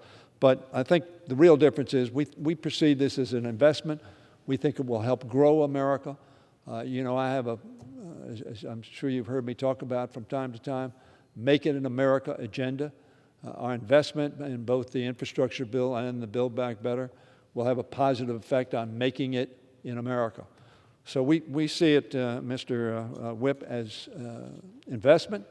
We think it'll have a positive effect. We think it is having a positive effect. And as I say, unemployment's down below 4%, and jobs are up over 6 million over the last 11 months. So that's a good accomplishment. Is it enough? Do we still have people who aren't working for a varied number of reasons, and many of which are related to COVID-19? So we see it as an investment, and I'm hopeful the Build Back Better Act will pass, and I think that will have a positive effect, not only, as the President says, on the next 5 years, but on the next 5 generations. And so we're continuing to pursue that. But inflation, which is how we started this discussion, is a problem, and we need to deal with it. And I'd be glad to talk to the gentleman about what he thinks would be helpful to do that. And I know part of that is stop spending money. I think if we stop investing money, our country will not get to where it wants to be. And where it is now, with respect to the rest of the world, leading the rest of the world in terms of economic recovery from the pandemic. We're not there yet, but we're going to get there. Thank the gentleman, and clearly we have a difference on what the effects of spending trillions of dollars would have, and Build Back Better, as the gentleman brought up, would be about $4.5 trillion of higher taxes, additional spending, things that by many accounts would increase inflation even higher. But we'll see where the Senate goes on that bill. I'm not sure if the gentleman's anticipating bringing other legislation, the bipartisan bills that we did to do things like create Operation Warp Speed, which was maybe one of the most successful things government did in reaction to a pandemic in the history of the world, to come up with not 1, not 2, but now 3 proven and effective vaccines in less than a year to a virus no one even knew about. Never happened in the history of the world, but something that we came together, Republicans and Democrats, with President Trump to achieve, a great achievement, something we would sure urge President Biden to build on, because President Biden did run with a promise that he would, quote, shut down the virus. Clearly, he has failed at that. We've asked through a number of different means to have hearings on some of the things we've heard concerns about, and I would start with testing. There was an article recently that the president was presented with a plan in October to come up with about 750 million tests that people could have for COVID at home that would be readily available by Christmas, where they in October anticipated a resurgence of COVID by December. It's been reported that the president rejected that plan. We've asked for a hearing into that. For whatever reason, the majority has not agreed to that. Here was a letter I had sent to Mr. Clyburn and Ms. Maloney through the Select Subcommittee on Coronavirus, as well as through the Oversight Committee. Myself and Ranking Member Comer asked to have a hearing into some of these things. The testing failures that were reported, if they're true, we ought to hear about them. If they're false, the administration ought to be pointing that out. They have not, which tells me they must be true. But then why in October would the president have rejected a testing plan that could have prevented us from getting to the place we're at right now with this resurgence? What about some of the national plans that the president said he had as a candidate that then he later told governors recently he doesn't have a national plan on COVID. The mixed messaging coming from the administration is causing tremendous confusion across America, and we've asked that we have hearings to clarify, give the administration a chance to state their plan or the lack thereof, state whether or not they rejected a massive testing plan for the nation in October that would have prevented what happened in December. The lack of desire by the administration to be transparent about any of this is creating tremendous confusion across the country. This Congress could address that by holding hearings to get the facts out. I know we're going to continue to press for those kinds of hearings. I would hope we have them, but so far we have not gotten any response to the affirmative on that. And I don't know if the gentleman has anything to add. Maybe the gentleman would agree that we would have these kind of hearings to get some of these facts out or get some of these issues addressed, and I would yield. Thank the gentleman for yielding, and I would say at the outset, I believe the committee on which he serves with Mr. Clyburn is one of the committees, among many, who ought to be looking at those facts. But let me say this, because in stating the facts as you just did, the appearance is that substantial progress has not been made. I don't think that premise is correct. Let me read you some statistics. Last year, the first year the president came into office, and testing in America was a molecular and at-home test per day. Last year, beginning of last year, 1.7 million per day. Today, 11.7 million tests per day are being conducted. So to imply that somehow there hasn't been substantial progress, that is a 10-fold increase in the testing available to Americans every day. When Biden took office, 0 at-home rapid tests were available to consumers, 0. Today, 300 million at-home rapid tests are on the market each month. Enough? No. Are more coming? Yes. Has the government used the Defense Production Act to accomplish greater production? They have. The administration started using, as I said, just the Defense Production Act. Biden administration is increasing places people can get free tests, for instance. You talk about a plan. When Biden took office, there were only 2,500 pharmacies offering free testing. Today, there are 20,000 sites, an 8-fold increase. The administration is purchasing 500 million at-home rapid tests to be distributed for free to Americans who want them, with initial deliveries starting this month. The administration is distributing up to 50 million free at-home self-tests to community health centers and rural health clinics. In addition, already covering PCR tests, the administration is requiring private insurance plans to cover at-home tests starting on January 15th, just a couple of days from today. So a lot is happening. Is enough happening? Enough's not happening until everybody has immediate availability. Immediate may overstate it, but easy access. The fact is that some people are having problems finding the at-home test now, and we need to work on that. But those statistics show you that extraordinary increases have occurred under the Biden administration, and that is their plan to make sure that these tests are available, because we know that testing will make a difference. So that if you find out if you're sick, you do quarantine. But I suggest to the gentleman that the Biden administration has made an extraordinary difference. Is the situation not where we want it to be? Absolutely it's not. Do we have a new variant that apparently came out of South Africa, or at least was first identified in South Africa, that spiked up? I talked to Dr. Monahan yesterday.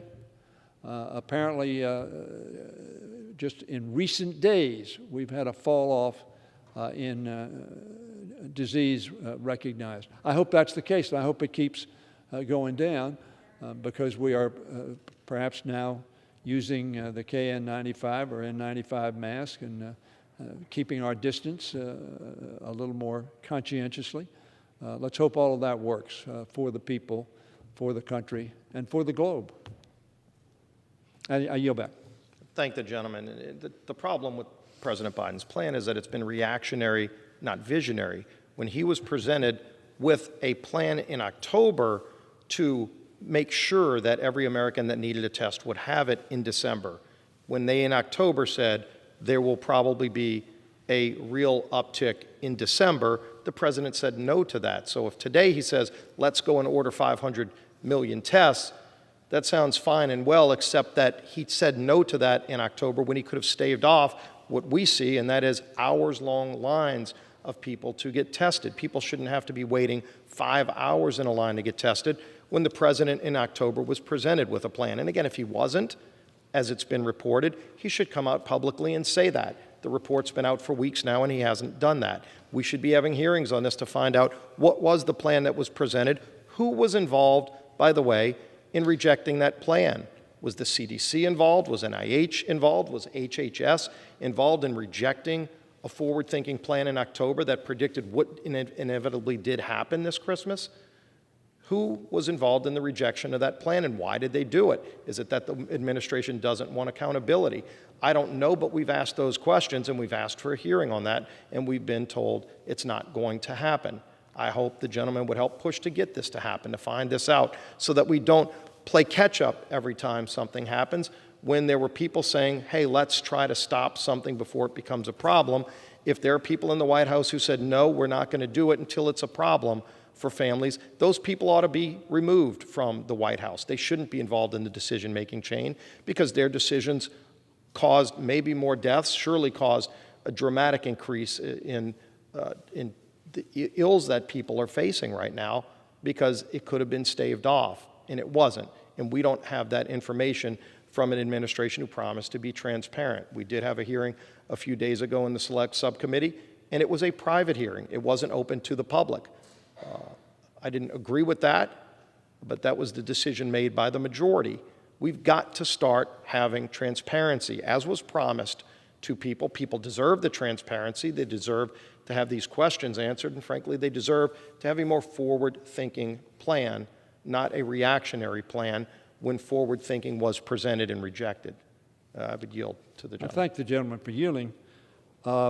This has been a pretty calm discussion so far. But let me remind the gentleman that the previous president said in February or March of 2020, this is going to go away in about 30 days.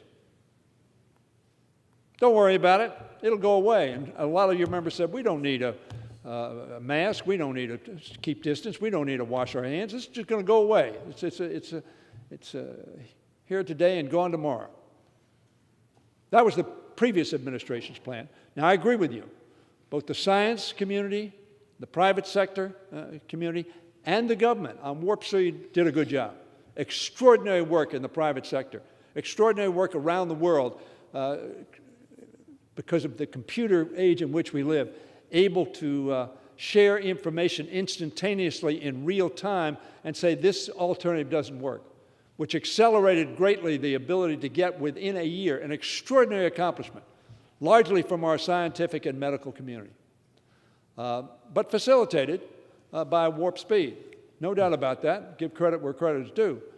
But very frankly, the leader, unlike President Biden said, this is a problem, we have to be careful, we have to pursue it, we have to invest, said no problem. Now, the gentleman conveniently forgets that. He also ignores the statistics I just gave, where we've had a 10-fold, 8-fold increase in the availability of testing and pharmaceutical access for literally millions of people. I mean, this is per day we're talking about. 11.7 million people per day. It doesn't take too long at that rate that the whole country, all 330 million people, in about a month and a few days, has been taken care of. So when you say that we have to make progress, we have made extraordinary progress.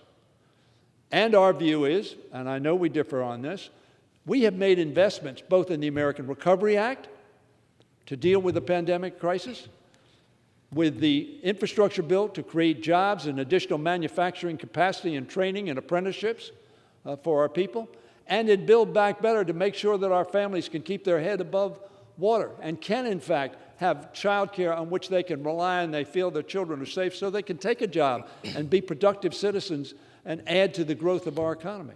So we believe we're doing that. Are we doing it perfectly? None of us do it perfectly. Perhaps do we need to do more, as the gentleman implies, and have hearings? The gentleman says he was in a hearing. Private or public, I presume the gentleman had an opportunity to ask questions of the witness. I don't know who the witnesses were, so I don't know what expertise they had. But I can't believe if you request of Mr. Clyburn that you have relevant witnesses to come by and that you want to question about the progress that either has been made or you think ought to be made or further things that could be done. I can't believe that he wouldn't agree to do that. But in any event, great progress is being made. But the entire world, not the Biden world, not America, the entire world is confronting a crisis, and it's having a tough time getting a hold of it. We have done it better than anybody else in terms of growing our economy and keeping our people's head above water. That's to be applauded.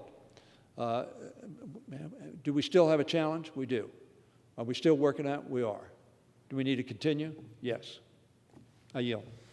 Thank the gentleman for yielding. And under President Trump, when he created Operation Warp Speed, the one thing he did say is that we're going to move red tape so that we can focus the entire scientific community, both the federal agencies, but also the private sector, in working together in removing the red tape so that they can focus on getting a vaccine. He didn't say 3, but he said, let's at least get them the ability to go. All of these great companies, many of that are American companies, to go put their innovation to work and get bureaucracy and red tape out of the way, follow science, but expedite so that we can get there quicker when many scientists, including some who still testify at committees today, said it was going to take years to get a vaccine. In less than a year, we had 3. And President Biden inherited that when he walked in the door, when he took the oath of office. He had 3 proven vaccines. And I know the gentleman talks about statistics. When you look at COVID deaths, because during the campaign, President Biden not only said he would crush the virus, but he said anybody who presided over that many deaths, and that was months before the election, doesn't deserve to be president of the United States. I thought that was an inappropriate statement, but more people have died under President Biden's watch from COVID than under President Trump's. It was an unfair standard that President Biden put in place when he was at one of the debates. But if he's going to say things like, I'm going to crush the virus and I'm going to have a plan, and then he comes out and obviously didn't crush the virus and then tells governors that there is no federal plan, I do think that's a mixed message at the least, that a dereliction in his promise at the worst that ought to be confronted. What is the plan? If there's a plan. If there's not a plan, admit there's not a plan. But you campaigned saying there was going to be a plan, and clearly there's not one. But those are other facts that we can put on the table. But clearly when you look at how President Trump pushed the federal government to work and partner with the private sector to move red tape so we can expedite the research and the trials, more tests than were ever done maybe on any other attempt for a vaccine, and come up in less than a year with vaccines when many said it would take years. Clearly a remarkable achievement that we all worked on. President Trump led the effort. We funded it in a very bipartisan way, and it was very effective. Obviously, this is a challenge for every country, but there were other things said that ought to be put out there, and let's at least try to all be saying the same thing and focusing on the same thing. And when scientific experts say, this is what we anticipate happening, if you're going to reject that science, at least hold people accountable who were part of the discussions to reject that science, as I refer to the October rejection of a testing plan that would have been in effect for December. That was rejected. And Look, for a long time, the President of the United States, he's changed the former President of the United States apparently changed his view now and criticized DeSantis for not pursuing mask wearing, et cetera, et cetera. And the fact of the matter is, of course, the former president discouraged wearing masks early on. Discouraged it. Oh, no, they don't need to wear a mask. He had events that were spreader events, as we call it. But the gentleman heard me say, I think the president followed good advice and made a decision on warp speed that was helpful. Now, as the gentleman noticed, it was noted, it was the scientists at NIH and the scientists in the private sector and scientists throughout the world, but mainly our people who did an extraordinary thing in an extraordinary short time frame. Never been done before to develop this kind of a vaccine. You talk about the three vaccines, the three manufacturers, never been done before. So it was a wonderful event. Unfortunately, too many people are advising don't take the vaccine. You don't have to take the vaccine. Don't sweat it. Now, very frankly, government tells people they've got to vaccinate their children to send them to school. Why? So other children don't get sick. I told you I had those great-grandchildren in school, 3 of whom are in school. And you know, they have a child sits in front of them, a child sits to their right, a child sits to their left, and a child sits behind them. I want all of them well, because I don't want my grandchild, my great-grandchild, getting sick. Very frankly, I don't think there was a very successful effort either by the former president or by many on your side of the aisle to say, do what the scientists, you talk about science, do what the scientists tell you to do. Now, I notice most of your members are doing so now, but still some wear it as a badge of courage that they don't, and they raise money off it. I think that is harmful to our communities. And I think you sort of just set aside no plan. Well, no plan has resulted going from 1.7 million to 11.7 million tests per day. That's the plan. And we invested in March in the Recovery Act in making sure that health services could respond properly. A lot of money went into health, as you know, and testing in that rescue plan, the American Rescue Plan. So you keep saying there's no plan. We've adopted plans. We think they are positive plans. And we think, hopefully, that we're going to get better soon. But neither President Trump nor President Biden were responsible for this extraordinary virus. Our view is President Trump laid back for a long, long time before he really engaged heavily in this. And now he's changed his tune to a much more positive, listen to the scientists kind of attitude, which we welcome. But I disagree with the gentleman that there's not a plan. We adopted together in 2020 5 major pieces of legislation to address this challenge, and we have adopted in a partisan way, unfortunately, bills that continue to fight that fight, and I think is fighting it not as successfully because we have a new variant, much more transmissible, a different type. It is metastasized into a more communicable disease. And that's caused us a challenge. And we're addressing that. And we're accelerating the availability of resources to do so. I yield. Thank the gentleman for yielding. And clearly we have some disagreements, but right. As we both have advocated for the vaccine, I do think one of the differences that we may have is that I strongly feel that it's a personal decision. It's a medical decision.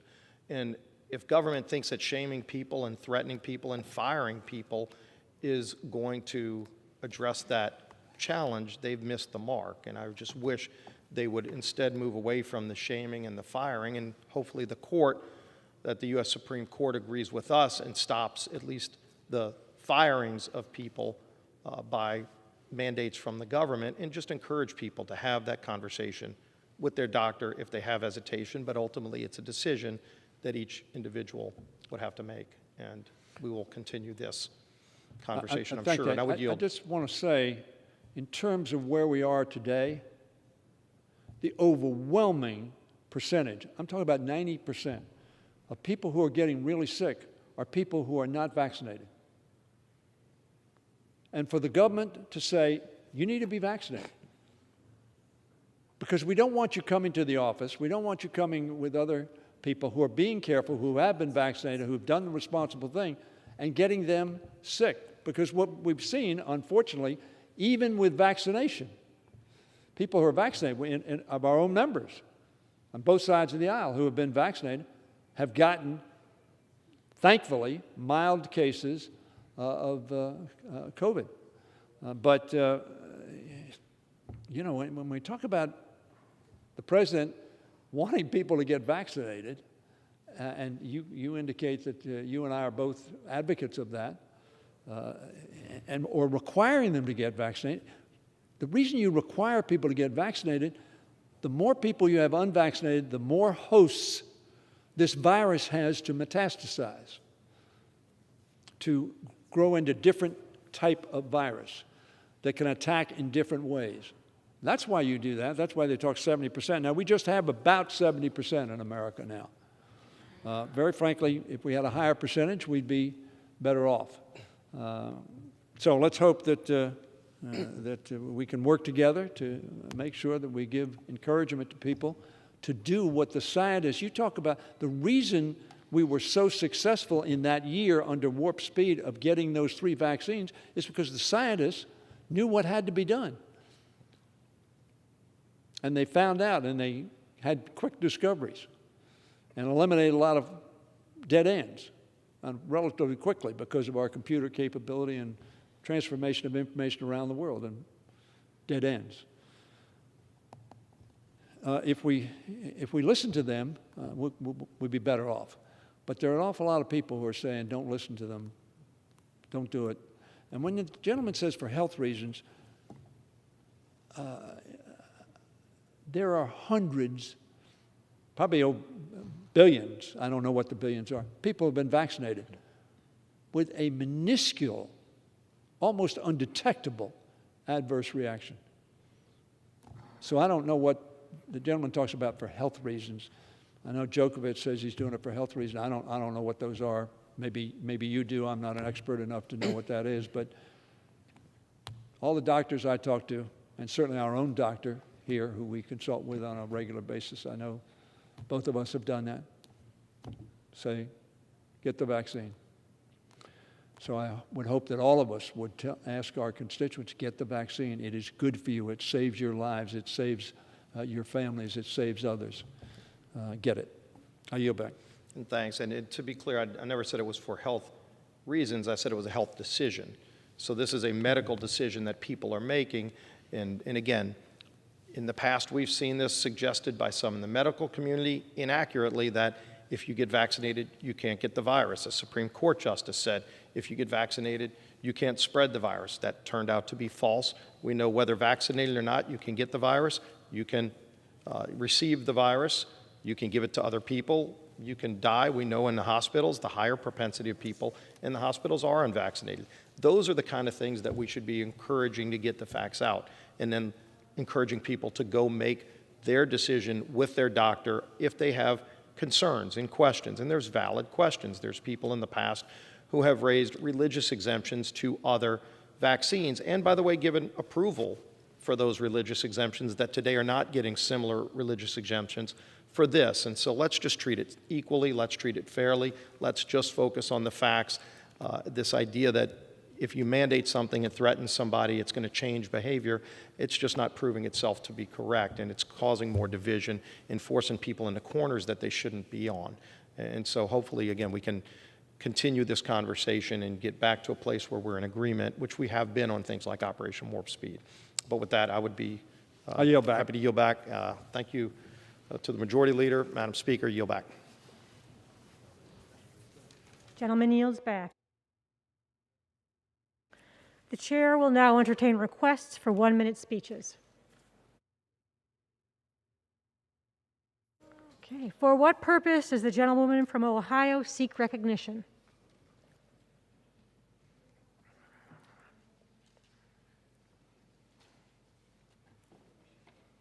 Thank you, Madam Speaker. I ask unanimous consent to address the House for 1 minute.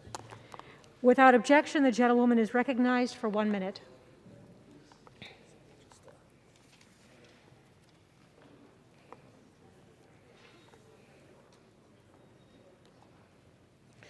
Madam Speaker, I rise today to commemorate 109 years of sisterhood, scholarship, and service in Delta Sigma Theta Sorority Incorporated. Founders Day embodies the living legacy of our predecessors. And today, 6 members of the Congressional Black Caucus, Congresswoman Yvette Clarke, Congresswoman Brenda Lawrence, Congresswoman Val Demings, Congresswoman Lucy McBath, Congresswoman Stacey Plaskett, and I stand proudly in our founders' footsteps. Happy Founders Day to the Columbus Alumni Chapter, Delta Kappa Chapter, and to all my sisters in Delta Sigma Theta Sorority. And I yield back. The chair will receive a message. Madam Speaker, messages from the Senate. Madam Speaker, Madam Secretary. I have been directed by the Senate to inform the House that the Senate has passed S-2201, an act to manage supply chain risk through counterintelligence training and for other purposes, in which concurrence of the House is requested. For what purpose does the gentleman from Pennsylvania seek recognition? Madam Speaker, request unanimous consent to address the House for 1 minute and revise and extend my remarks. Without objection, the gentleman is recognized for 1 minute. Well, thank you, Madam Speaker. Madam Speaker, I rise today to address President Biden's COVID crisis. Sadly, COVID-19 cases and hospitalizations in the United States have reached record highs in the past week. Many Americans are having trouble finding COVID at-home tests and difficulties in scheduling a time to be tested with their health care provider. What is President Biden's response? In a recent COVID Zoom meeting with the governors, President Biden said, quote, "There is no federal solution," end quotes. Now, this mishandling of the pandemic is disappointing. Operation Warp Speed, developed under the previous administration, provided significant vaccines in record time. This initiative also established a robust distribution plan, innovative treatments, medical equipment, and ever-growing testing capacity. Madam Speaker, in addition to this, our families are struggling to pay for everyday goods as inflation reaches a 40-year high. We are facing a self-inflicted economic crisis as this administration encourages our workforce to stay at home. Our students continue to face uncertainty in their learning with last-minute school closures despite schools receiving ample COVID relief funding. To distract from these failures, President Biden and congressional Democrats are trying to change the rules in the Senate to pass the socialist agenda. The gentleman's time has expired. Thank you, Madam Speaker, and I yield back the balance of my time. For what purpose does the gentleman from Arizona seek recognition? Madam Speaker, I ask for 1 minute. Without objection, the gentleman is recognized for 1 minute. Madam Speaker, on January 6th, we witnessed a violent coup attempt in our capital fueled by the big lie. Our country continues to face a slow-moving coup in the form of voter suppression. I've seen firsthand in my home state of Arizona voter suppression laws targeting people of color and a state Senate that would rather waste taxpayer money on a sham audit instead of upholding our most sacred democratic right, the right to vote.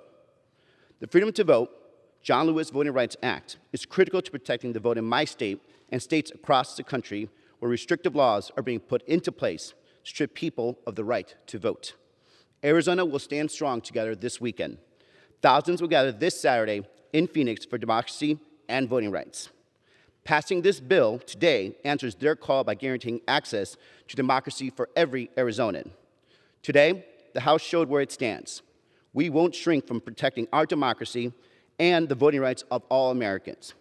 It's past time for the U.S. Senate and Senator Sinema to do the same. I yield back. For what purpose does the gentleman from Mississippi seek recognition? Madam Speaker, unanimous consent to address the House for 1 minute and to revise and extend my remarks. Without objection, the gentleman is recognized for 1 minute. Madam Speaker, I rise today to honor the memory of the late Granville Crane, surviving crew member of the USS Indianapolis and recipient of the Congressional Gold Medal.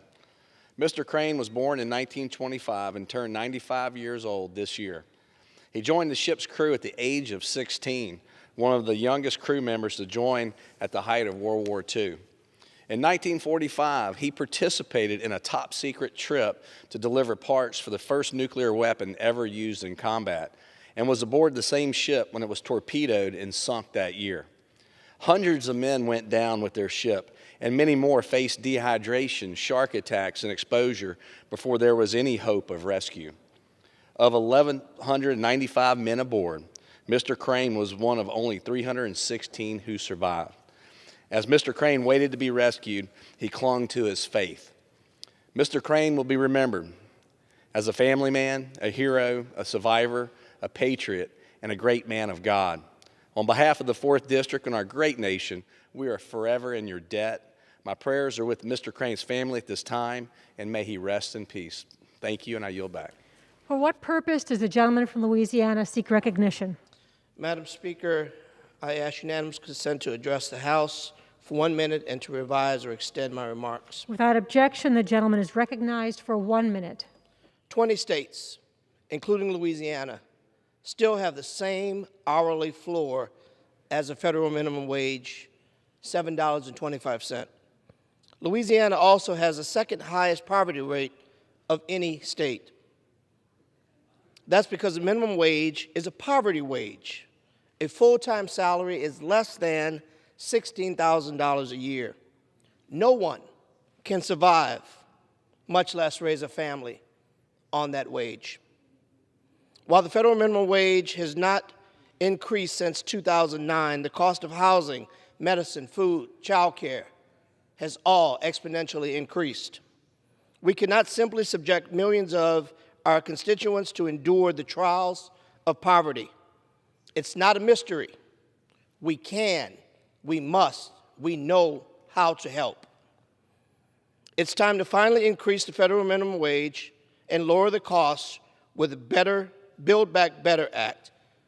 I yield back. For what purpose does the gentleman from Arkansas seek recognition? Madam Speaker, I ask unanimous consent to address the House for 1 minute and to revise and extend my remarks. Without objection, the gentleman is recognized for 1 minute. I thank the Speaker. I rise today to bring attention to the latest Consumer Price Index data released by the Bureau of Labor Statistics just yesterday. This new data shows a 7% annual increase in inflation, the largest 12-month increase since 1982. The last time inflation was this out of control, Michael Jackson had just released Thriller. So from moonwalking to now sleepwalking with President Biden, we've continuously seen negative real wages, meaning our pay is actually decreasing when you account for inflation. And the president's only idea is to print and spend more money. Gasoline up 50%, propane, kerosene, firewood up 34%, and beef, veal, and bacon up 18%. Higher inflation is eroding the true purchasing power for all American families, and these record-breaking CPI numbers underestimate the real cost of inflation.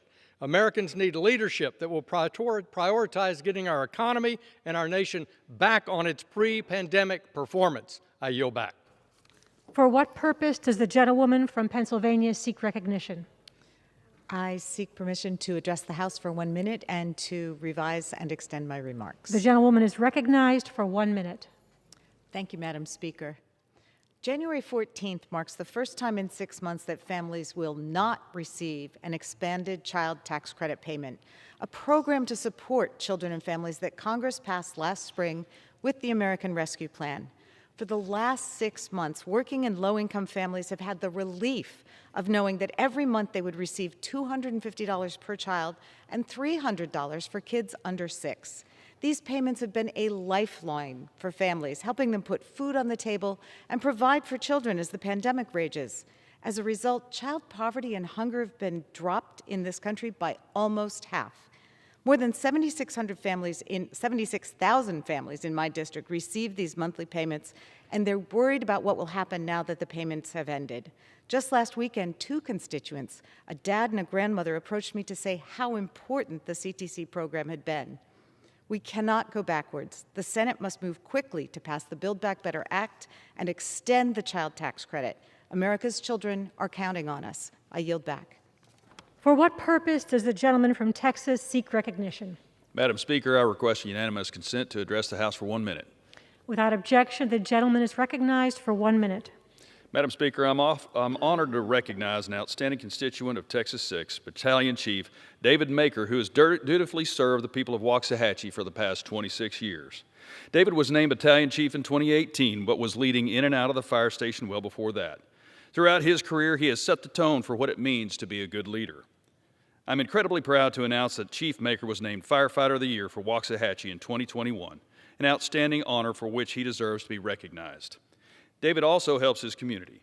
He's done so by starting a nonprofit called Compassion for the Fatherless, which works with an orphanage overseas in fulfilling the needs of children by providing them with a strong foundation to be successful in life. David, you truly lead by example. I and the citizens of Waxahachie thank you for your incredible service and leadership in our community and to those who need it most. Congratulations on the well-deserved honor. I yield back my time. Thank you. For what purpose does the gentlewoman from Georgia seek recognition? Madam Speaker, I rise to announce that it's finally infrastructure year. The gentlewoman will suspend. For what purpose does the gentlewoman seek recognition? Madam Speaker, I ask for consent to address the House for 1 minute. Without objection. Madam Speaker, I rise to announce that it's finally infrastructure year for Georgia's 5th Congressional District. I've seen firsthand how the infrastructure bill will transform the entire 5th Congressional District in Georgia. To share just a few projects, we're going to repair crumbling bridges in the city of South Fulton, extend the Peachtree Creek Greenway in Brookhaven, make Forest Park a more pedestrian-friendly city, and maintain Hartsville-Jackson's title as the world's busiest airport. We are delivering for the people. I'm especially proud that the infrastructure bill includes the Reconnecting Neighborhoods program based on legislation that I wrote. This program will reconnect neighborhoods like the Sweet Auburn district that was intentionally divided by the construction of federal interstates. This is a matter of racial justice because for far too often it was Black neighborhoods that were divided. I've met with community leaders to hear what they need from the program, and I'll continue to be their voice in Washington as they build back better. And I almost forgot. While we're making these decades overdue investments in infrastructure, we're going to also create millions of good-paying union jobs. Democrats have delivered for the 5th District and our country, and we're not done yet. For what purpose does the gentleman from Wisconsin seek recognition? Speak for 1 minute. Without objection, the gentleman is recognized for 1 minute. It was a very disappointing recess. I knew at least 3 more people who passed away because of the COVID. For that reason, I was very disappointed in President Biden's comments earlier today on television, in that I think he could have brought up things that would have prevented some of these unnecessary deaths. First of all, President Trump's COVID was cured by monoclonal antibodies 16 months ago. Nevertheless, in my district, we have a shortage of monoclonal antibodies. I have doctors or clinics calling me wondering where they are. It's a good question. They were available for the President of the United States 16 months ago, but for some reason, President Biden and his team has shortages of monoclonal antibodies in my district that I'm convinced would have saved some of these lives. The next thing I'll point out is that my doctors tell me that people are better off if they're taking vitamin D, vitamin C, zinc, quercetin. All these things would save people's lives if they were taking them up front before they got the virus. But again, President Biden gives a big speech, no comments on this. The gentleman's time has expired. Thank you. For what purpose does the gentlewoman from Texas seek recognition? Madam Speaker, I rise for 1 minute and I ask unanimous consent to speak to the House. Without objection, the gentlewoman is recognized for 1 minute. Sometimes it's extremely difficult, Madam Speaker, to really convey in this form both the pain and the emotion of one's journey in life. I worked for the Southern Christian Leadership Conference, the conference that Dr. Martin Luther King and Ralph David Abernathy organized and gathered foot soldiers from around America. They were, in fact, the beloved community and included the likes of John Robert Lewis and many others that sit in this House today. I walked on plantations and tried to register sharecroppers. And so I come today to recount for us the words of Dr. King, "We shall overcome," because the moral arc of the universe is long, but it bends toward justice. We need to enact democracy reform now more than ever, because state lawmakers introduced over 440 suppression bills in 49 states. We cannot allow the other body to stand on some sort of pro forma dignity that they cannot overturn the filibuster. When people died for the vote, we honor Dr. King on Monday. I want that vote to be The gentlewoman's his time has honor expired. that we have voting rights. I yield back. For what purpose does the gentleman from California seek recognition? Unanimous consent, address House for a minute and rise to the remarks. Without objection, the gentleman is recognized for 1 minute. Thank you, Madam Speaker. You know, we have a lot of lofty goals in this country about green energy, renewable energy and such, but we're not providing the ways in order to get there. One of the important components is the mined products that we need to go into the various equipment and into vehicles, etc. You know, we're not able to mine the critical minerals, the rare earths in this country. For example, to get a permit to open a type of a mine or expand a mine, it could be 15, 16, 18 years in this country, while our neighbors just north of the border, 2-3-year process to secure the permits to mine products that are desperately needed in this country. If we're ever going to talk about meeting the goals you would have for renewable energy, electric cars, and all that, in order to lower the carbon footprint. So what is the hypocrisy here? In my home state of California, you can hardly get mining done. You can hardly even keep electricity flowing because of taking away power plants due to, and these are power plants that would be zero CO2. I don't understand the hypocrisy. So we have to get smarter about this. I yield back. For what purpose does the gentleman from California seek recognition? Madam Speaker, I ask unanimous consent to address the House for 1 minute and advise and extend my remarks. Without objection, the gentleman is recognized for 1 minute. Madam Speaker, I rise today to honor the life of a champion for democracy, David Sassoli, President of the European Parliament, who passed away earlier this week. President Sassoli was a respected leader of conviction and principle, a distinguished Italian journalist turned public servant dedicated to his service to helping vulnerable women, homelessness, individuals, and the rights of refugees. Sassoli was a symbol of balance and generosity to Europe. His leadership and commitment to social justice will not be forgotten. He will be remembered as a stalwart defender of shared European and American values of human rights, rule of law, and equality. I send my deepest condolences, as I do know members of the House do, to the people of the European Union, and my thoughts and prayers are with his family and loved ones. I yield back the balance of my time. For what purpose does the gentlewoman from California seek recognition?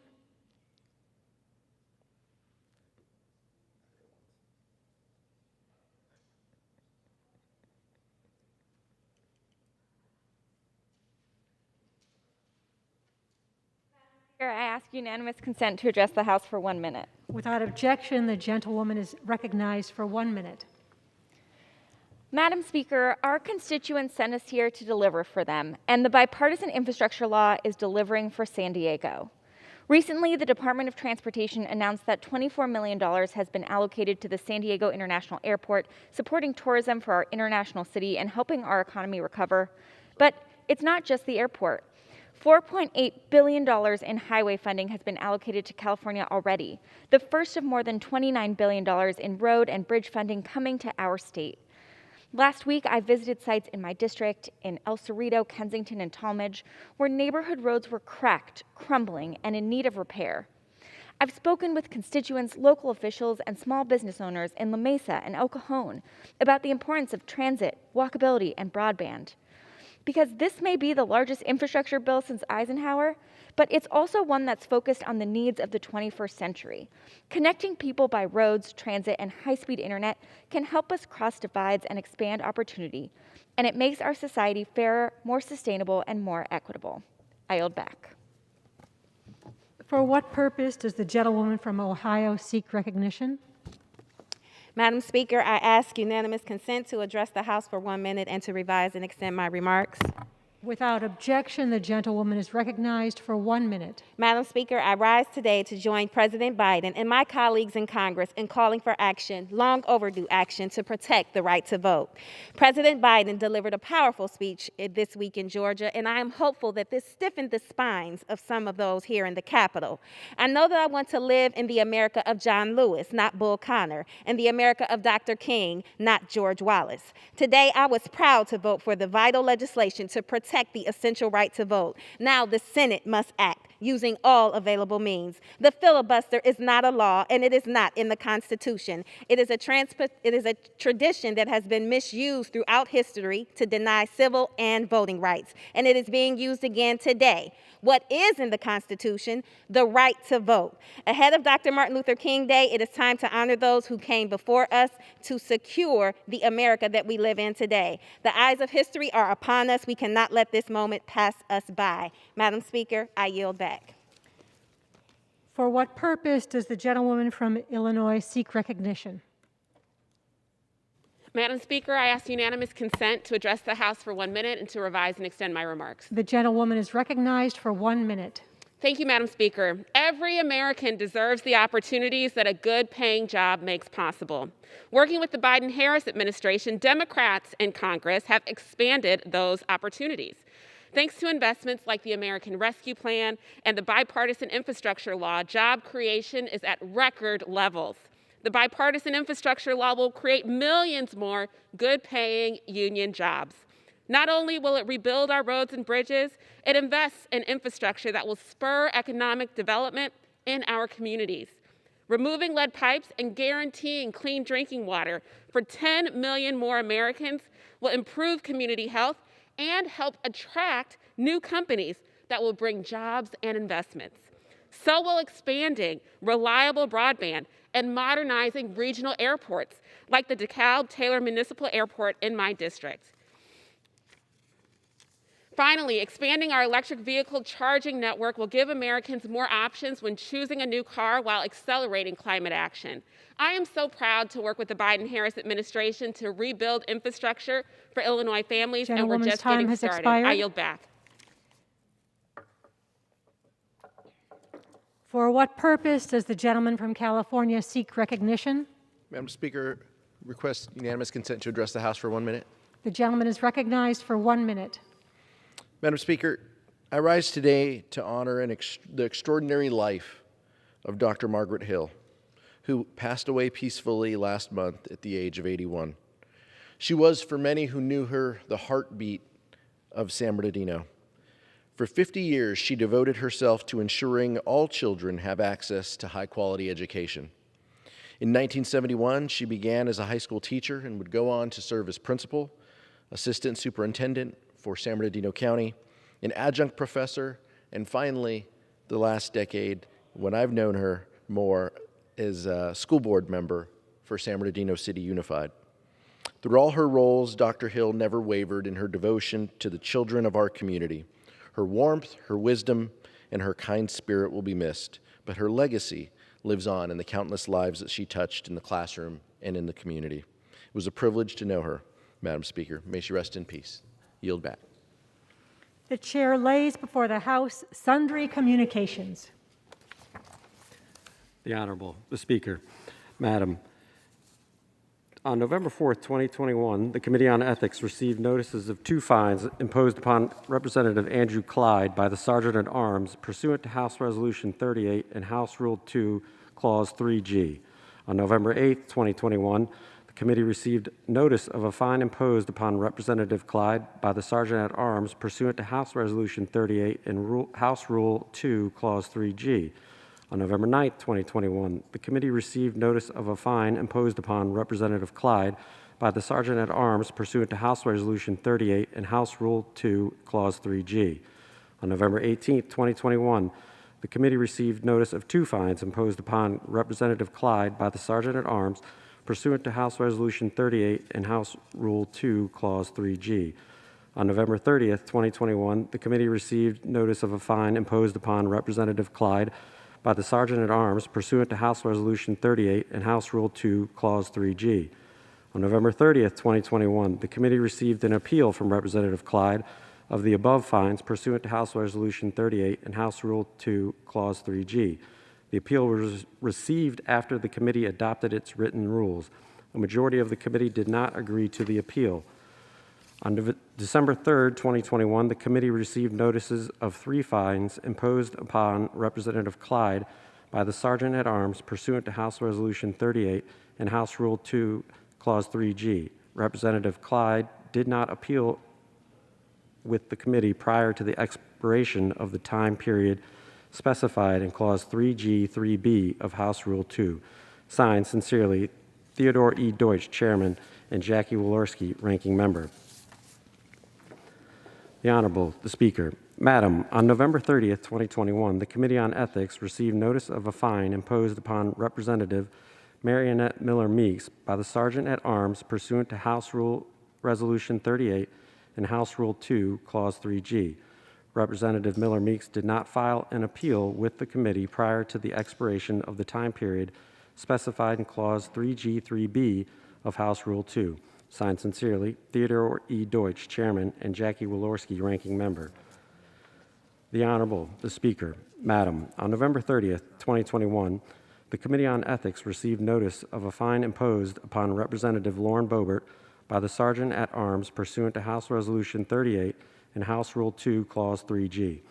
Representative Boebert did not file an appeal with the committee prior to the expiration of the time period specified in Clause 3G, 3B of House Rule 2. Signed, sincerely, Theodore E. Deutsch, Chairman, and Jackie Walorski, Ranking Member. The Honorable, the Speaker. Madam, on November 30th, 2021, the Committee on Ethics received notice of a fine imposed upon Representative Marjorie Taylor Greene by the Sergeant at Arms pursuant to House Resolution 38 and House Rule 2, Clause 3G. Representative Greene did not file an appeal with the committee prior to the expiration of the time period specified in Clause 3G, 3B of House Rule 2. On December 3, 2021, the committee received notice of a fine imposed upon Representative Greene by the Sergeant at Arms pursuant to House Resolution 38 and House Rule 2, Clause 3G. Representative Greene did not file an appeal with the committee prior to the expiration of the time period specified in Clause 3G, 3B of House Rule 2. Signed, sincerely, Theodore E. Deutsch, Chairman, and Jackie Walorski, Ranking Member. Under the Speaker's announced policy of January 4th, 2021, the gentleman from South Carolina, Mr. Clyburn, is recognized for 60 minutes as the designee of the Majority Leader.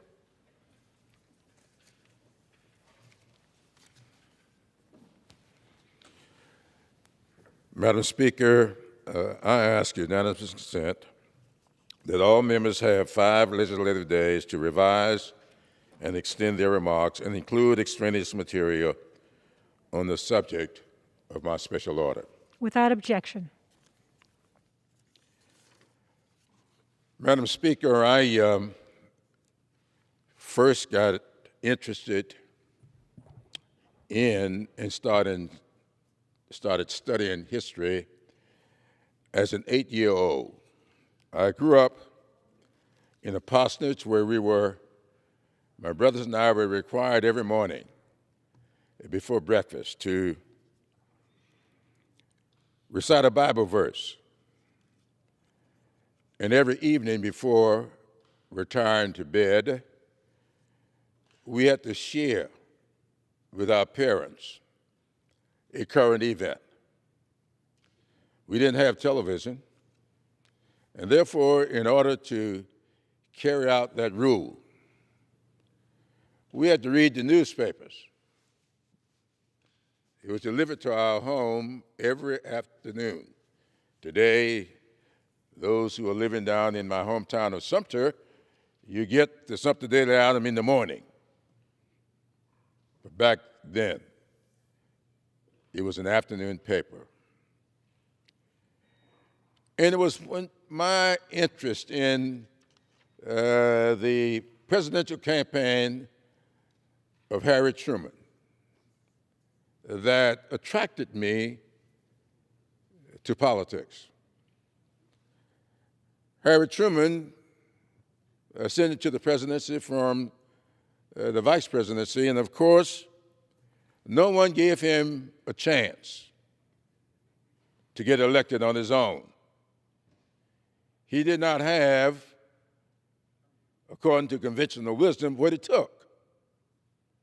And he was going to be up against this scion, this big-time prosecutor from New York, Thomas Dewey. In fact, one Chicago newspaper was so assured of the outcome, they didn't bother to wait on the results to write the headlines for their newspapers the day after the election. And all of us remember that headline, Dewey wins. But when the votes were counted, all the votes counted, Truman had been elected president.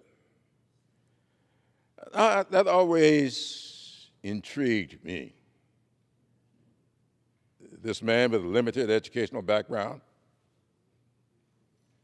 a disability, without any of all the trappings of what would make one a big-time leader. And of course, when Truman left office, he was not very popular with a lot of people. In fact, his popularity was pretty low.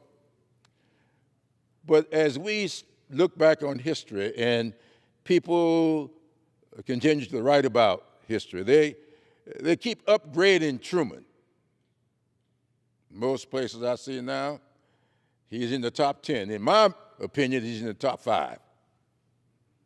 I consider myself to this day a Truman Democrat. Now, after studying history, I went on to teach it. And I became a firm believer in George Santayana's admonition that those who cannot remember history,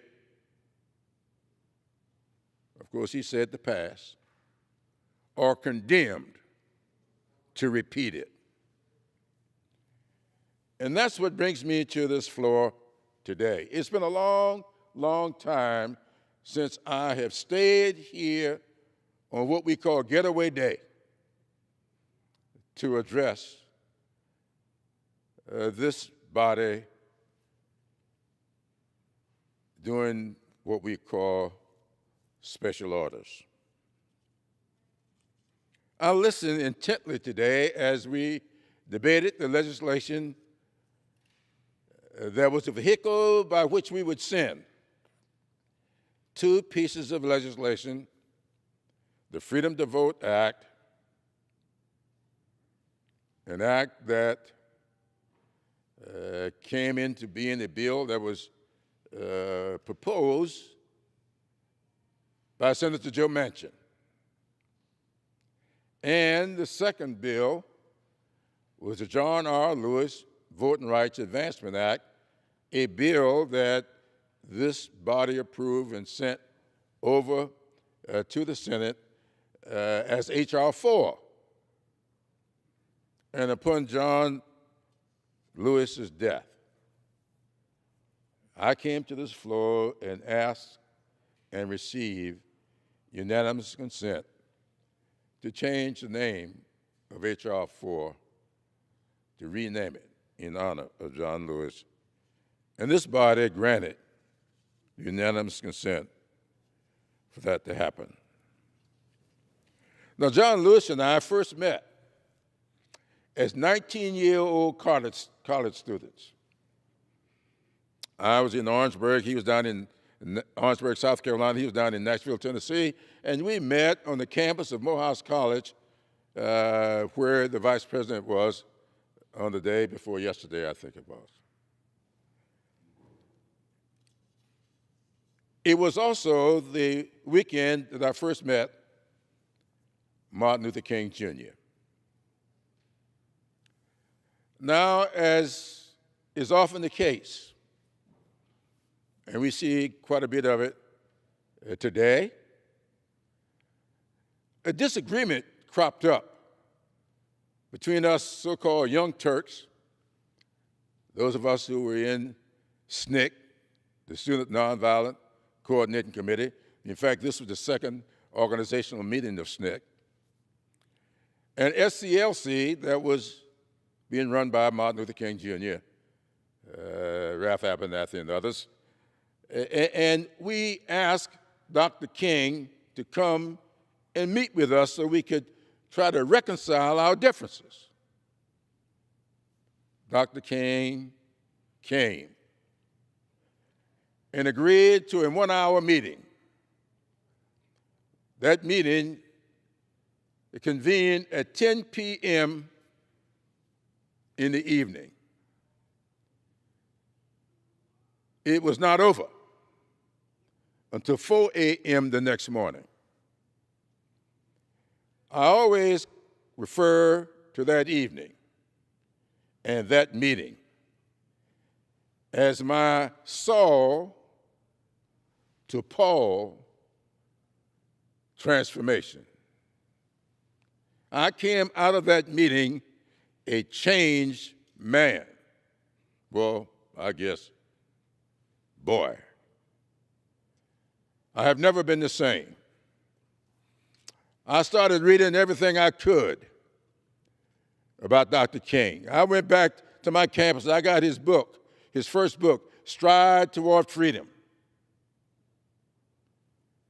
And, of course, all the way down through his last book, Where Do We Go From Here? Chaos or Community. I interacted with him several times over the years. And after the 1965 Voting Rights Act, one of Dr. King's first trips was to the little town of Kingstree, South Carolina, a rural town in Williamsburg County that is currently in my district.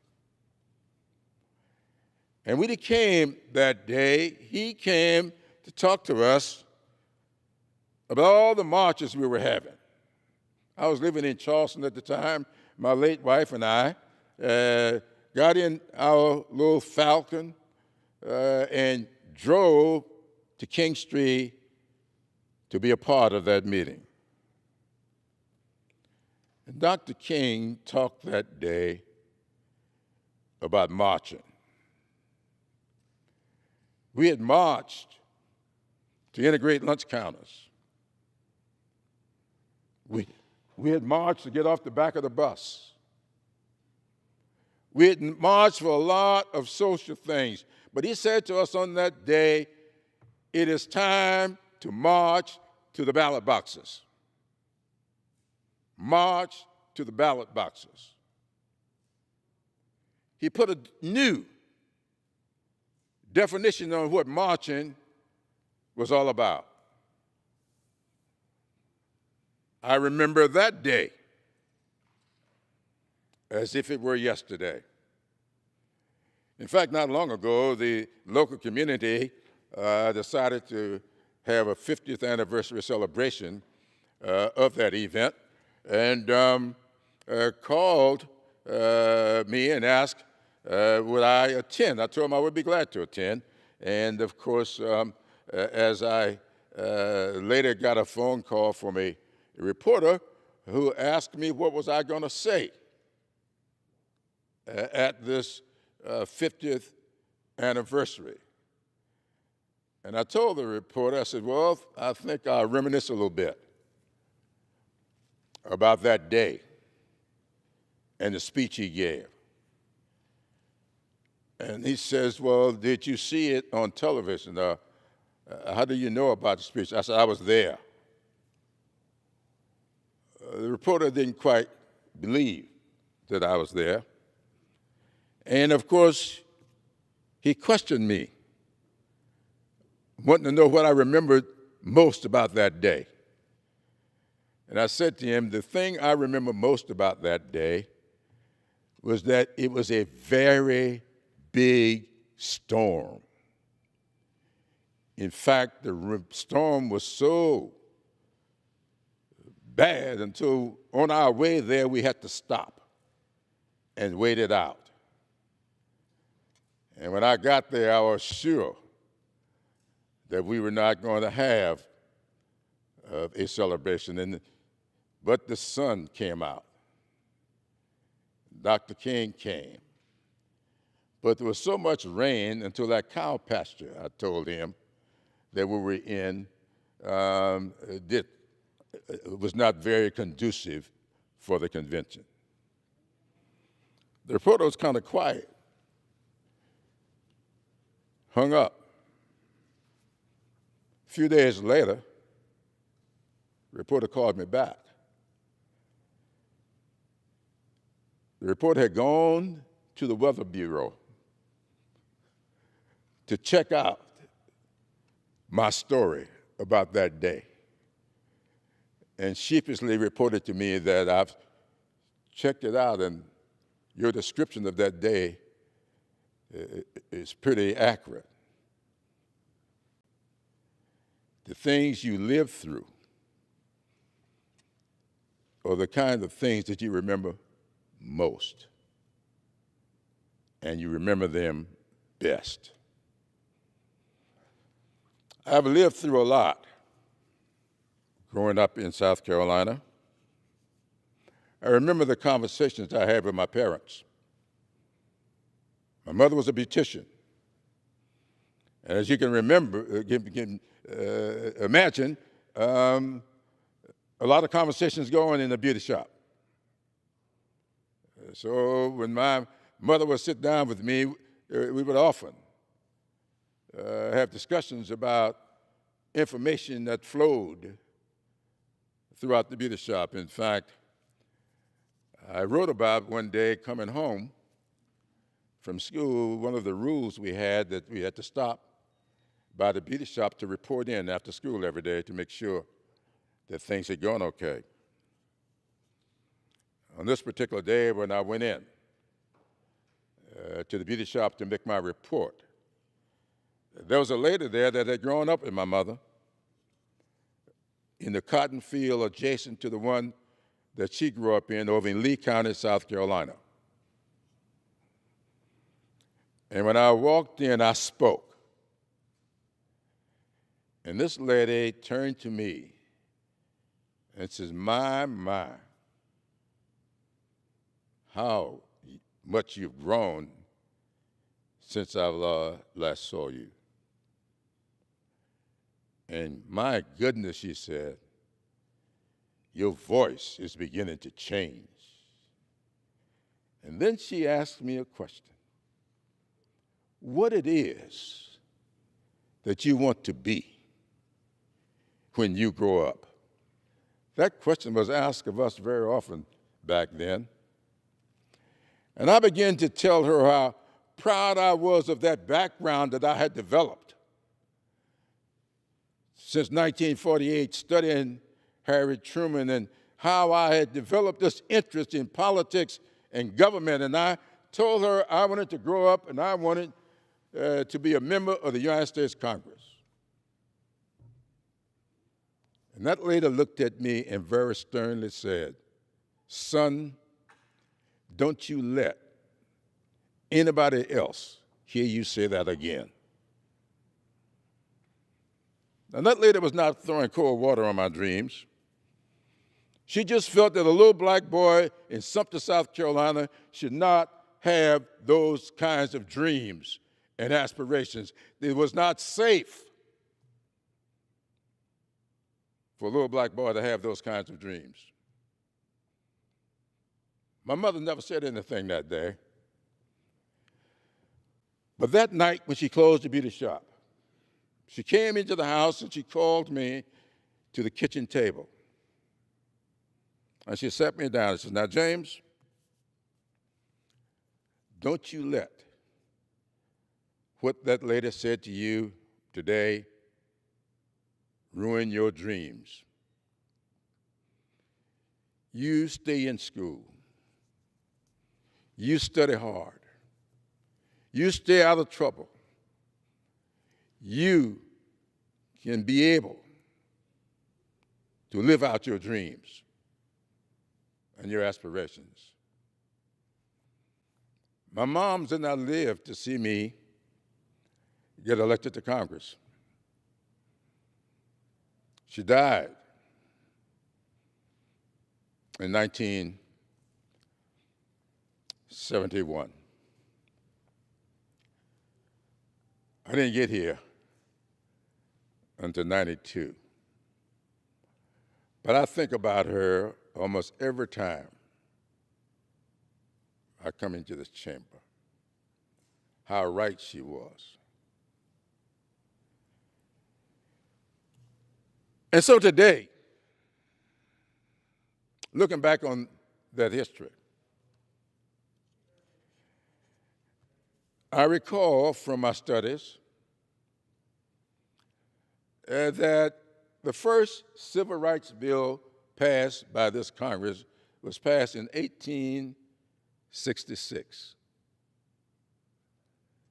giving the former slaves the right of citizenship.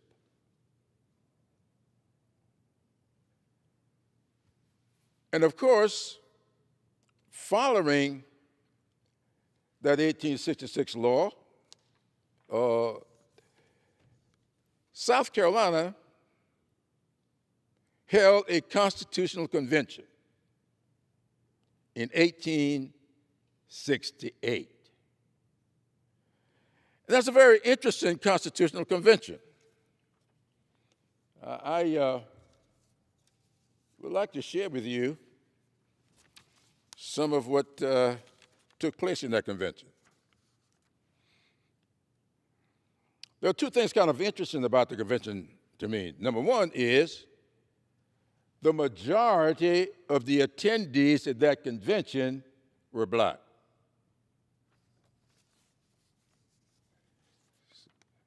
It's kind of interesting. The second one is there was an attendee at that convention, Robert Smalls, who was there, 1868. Robert Smalls had been a slave until 1862. Just think about that. Now, here he was a delegate to the South Carolina Constitutional Convention and would go on to serve 10 years in the South Carolina legislature and another 10 years here in the United States Congress. A former slave. Now, I don't know how Robert Smalls felt about slavery. He didn't like it. If he did, he would not have engineered the escape. He would not have stolen the planter and taken on his whole family and his friends and delivered the planter to the Union Army and got his freedom and $1,500 for having done so. And he turned that $1,500 into great wealth and had become a great soldier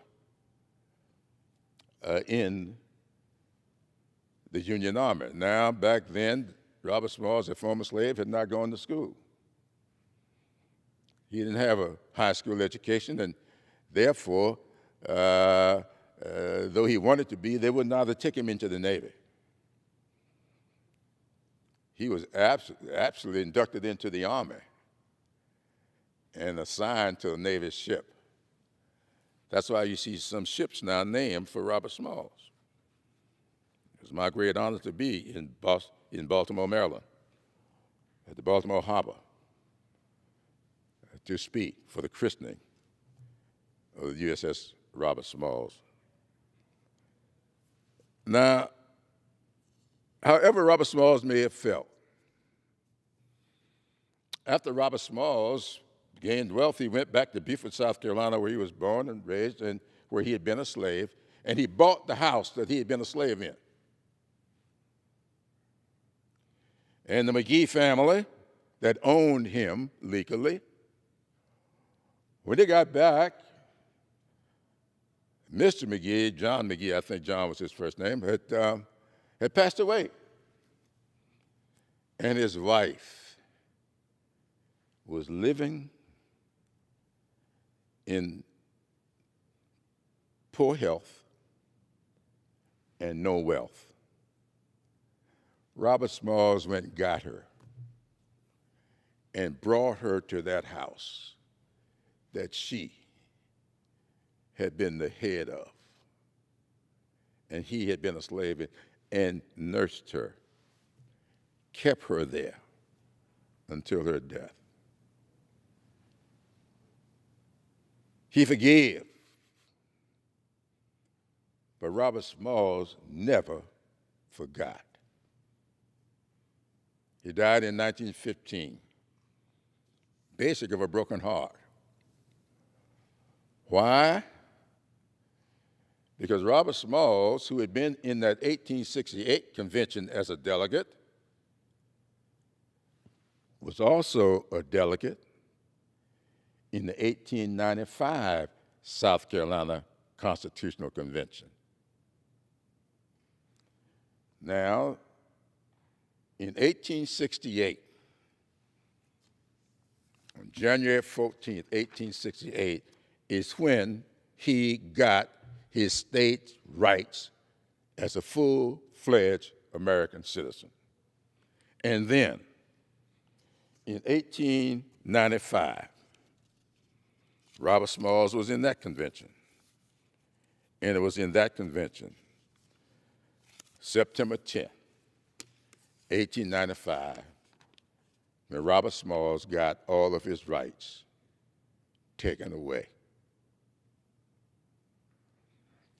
As I said earlier today on this floor, any rights given by the state, in this instance, the United States, can be taken away by the state. In this instance, the United States. And that's why I am fearful of what is taking place, most especially in the other body. What we did here today, sending those two bills to protect the voting rights of people of color, is being threatened by the other body with a filibuster. I have been saying for some time now that I believe very strongly that constitutional rights ought not be subjected to the filibustering whims of any one person. That we don't allow that for our budget matters. We call it reconciliation when it comes to doing the budget, so that you can pass it.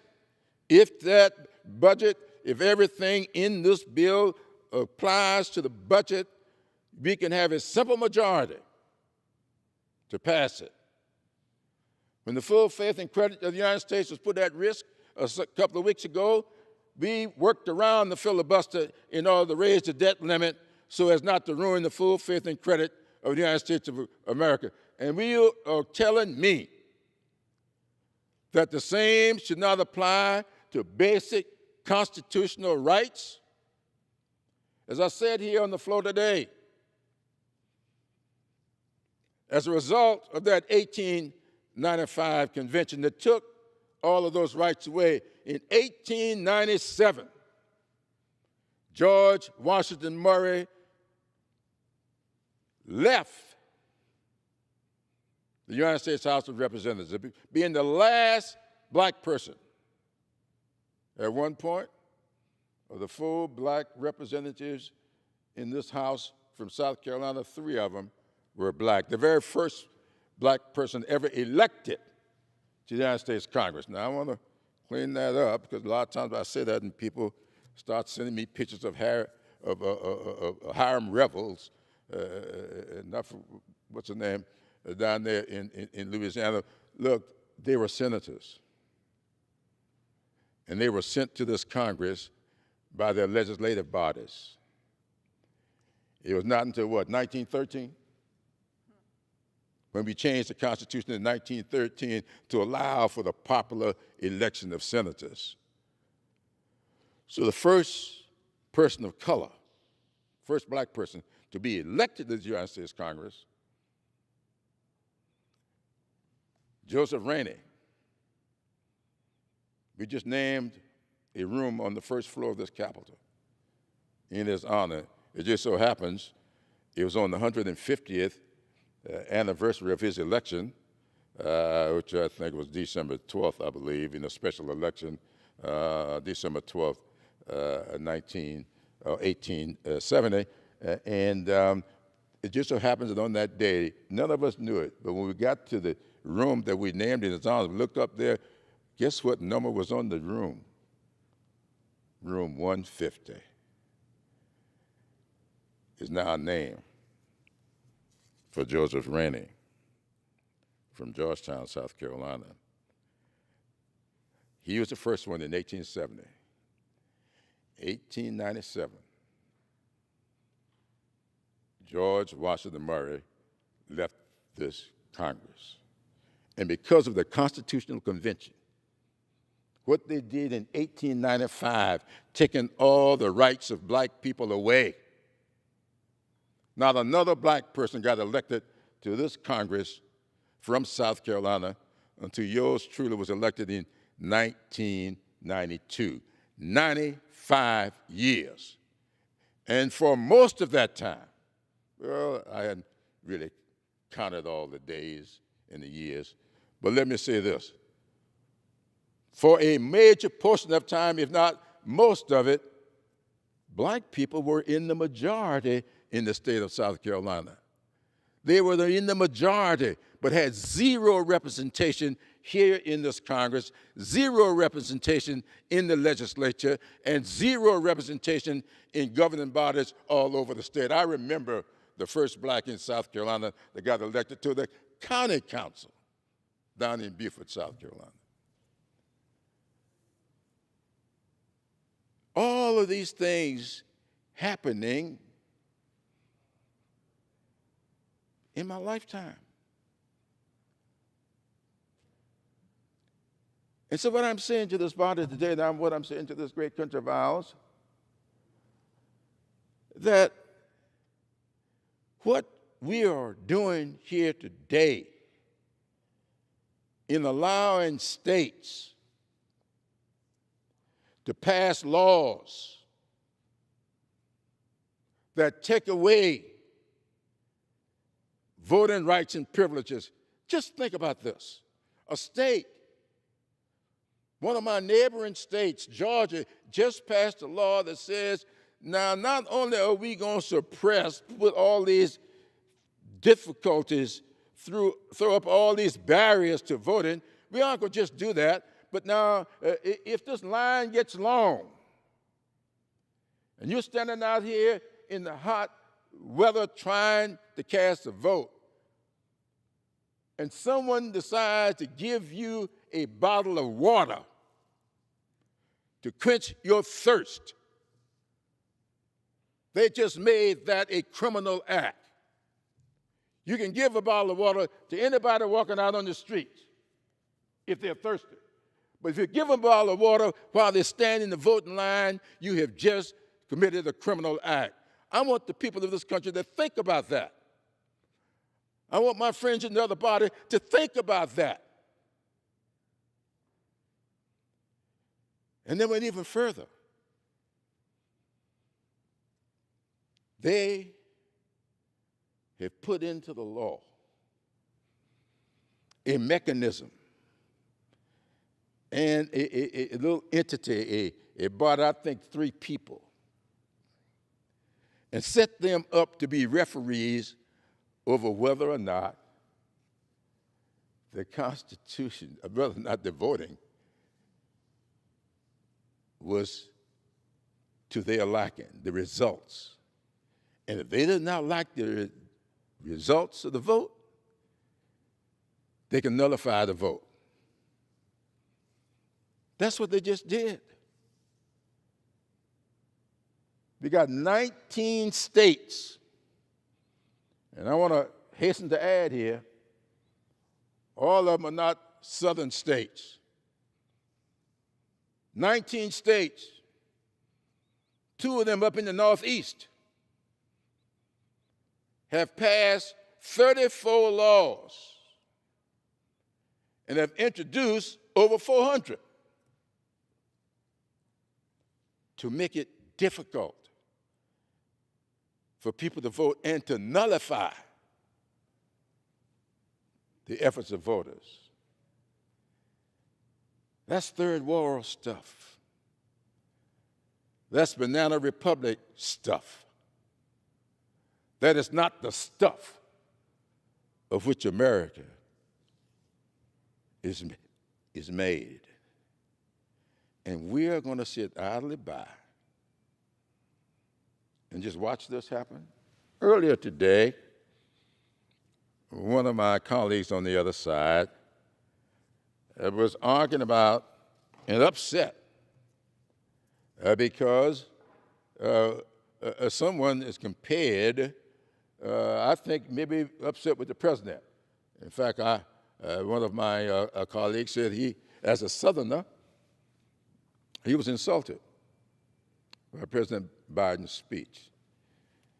And one of those, the basis I understand of the insult is the fact that he called what we're doing here with these new laws, these states are doing with these new laws, Jim Crow 2.0. Now, I ain't all into all of this IT stuff, so I don't know what that really means. But I know this. It sounds like I agree with him. I'm not insulted by that. Because Jim Crow was not Jim Crow until it became Jim Crow. Reconstruction, one of the reasons I sort of correct some of my friends sometimes when they say, because I don't want them to get things muddled. I hear people talk all the time about me being the first black congressman from South Carolina since Reconstruction. That is not true. All 9 of us, the 8 before me and me, we all since Reconstruction. Reconstruction didn't last but about 12 to 13 years, based upon which date you want to use. It didn't last. Reconstruction was over in 1876. So every black, Robert Smalls did not get elected until the 1880s. Robert Smalls got elected since Reconstruction. No. Reconstruction ended in 1876. And at the end of Reconstruction is when all these so-called Jim Crow laws went into place. The black codes went into place. Those things, those laws, starting with a Supreme Court decision in 1872, the Crusac decision coming out of Louisiana, kind of interesting, but that, Plessy versus Ferguson, came out of Louisiana. I want to thank the governor of Louisiana for having, after all these years, issuing a pardon to Homer Plessy, who was a man that was arrested and fined $25 for riding in a forbidden car on a train that he had paid a first-class ticket for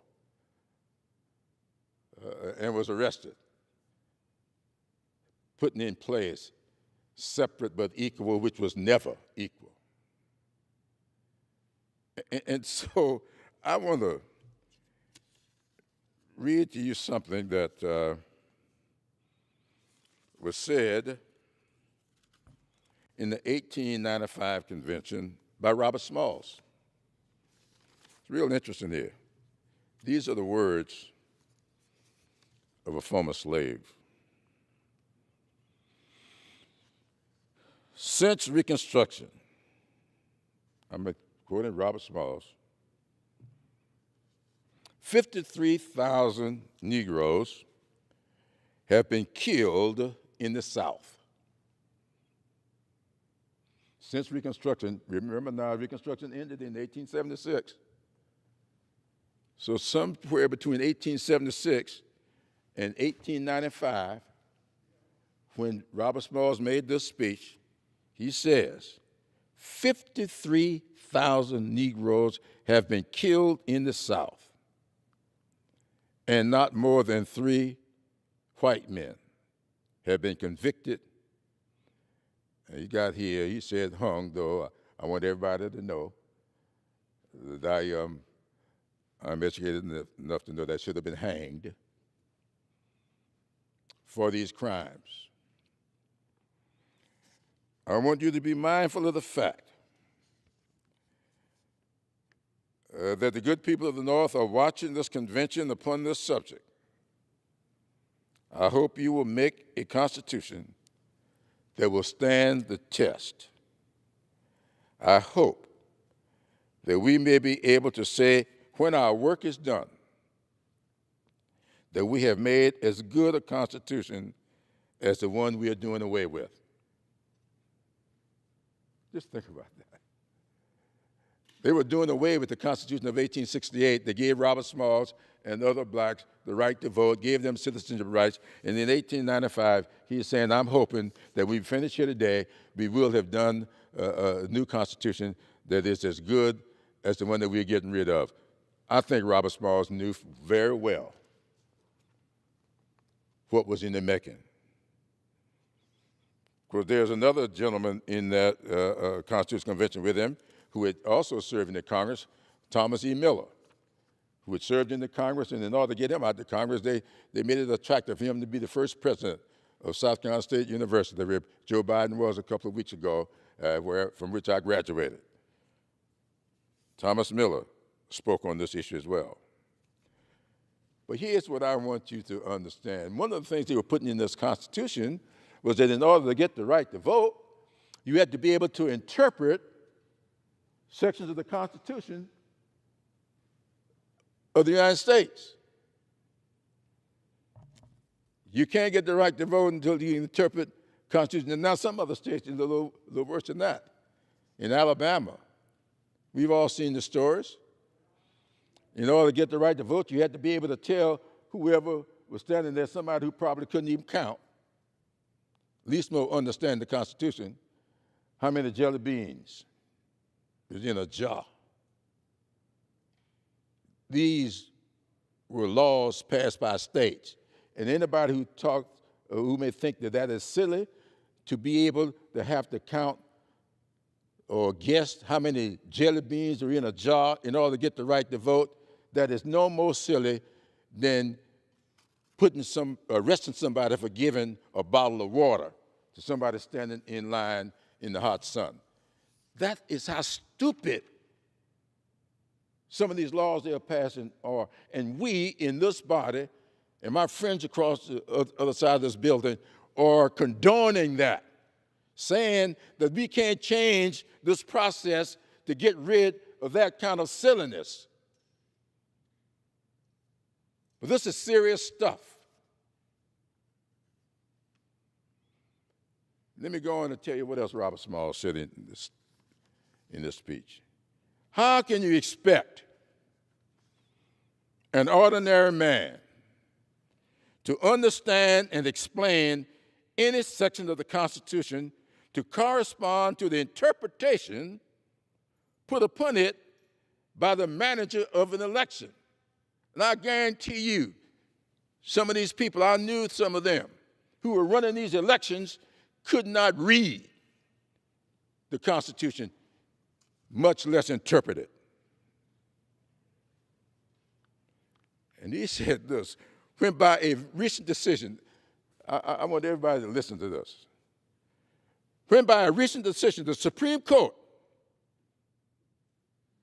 composed of the most learned men in the state, 2 of them put one construction upon a section of the Constitution, and the other justice put an entirely different construction upon it.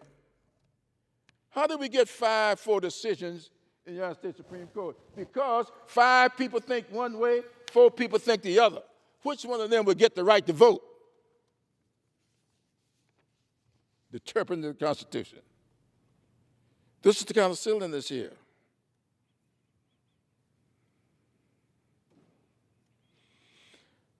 To embody such a provision in the election law would be to mean that every white man would interpret it all right and every Negro would interpret it wrong.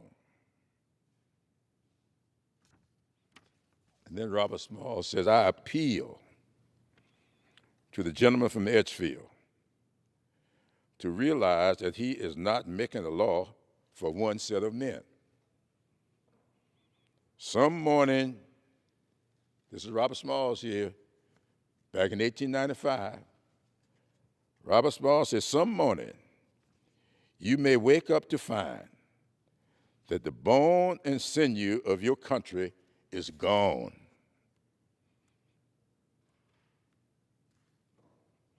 I tell you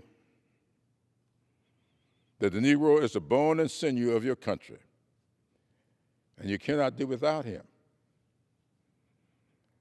I do not believe you want to get rid of the Negro, else why did you impose a high tax on immigration agents who might come to help them leave? That's very insightful. Very insightful. Now, Thomas Miller, who had also served in Congress, and I just said became the first president of South Carolina State, Thomas Miller was a free-born attorney. He was a college graduate. And as I said, he too had served in the Congress. And in the 1895 convention, as I told you earlier, in 1868, the majority of the delegates were black. In the 1895 convention, 6 blacks. Only 6. Thomas Miller was one of the 6. Thomas Miller told the convention, condemned Reconstruction political corruption, but had not found voice eloquent enough, nor pen exact enough to mention those imperishable gifts bestowed upon South Carolina by Negro legislators. That's what he said. He said that we were 8 years in power. We had built schoolhouses, established charitable institutions, built and maintained the penitentiary system, provided for the education of the deaf. That's a colloquial term that's not used in most times. So the deaf and mute. You can imagine what other words here. And rebuilt the jails and courthouses. In short, he says, we had reconstructed the state. Now, the reason I point this out to you is because it was a majority black legislature in South Carolina that passed the law that provided for free public education for everybody. The little old state of South Carolina was the first state in the Union to provide for free public education for everybody. Until that time, throughout the South, only the elite were provided education. And as I said here, the school,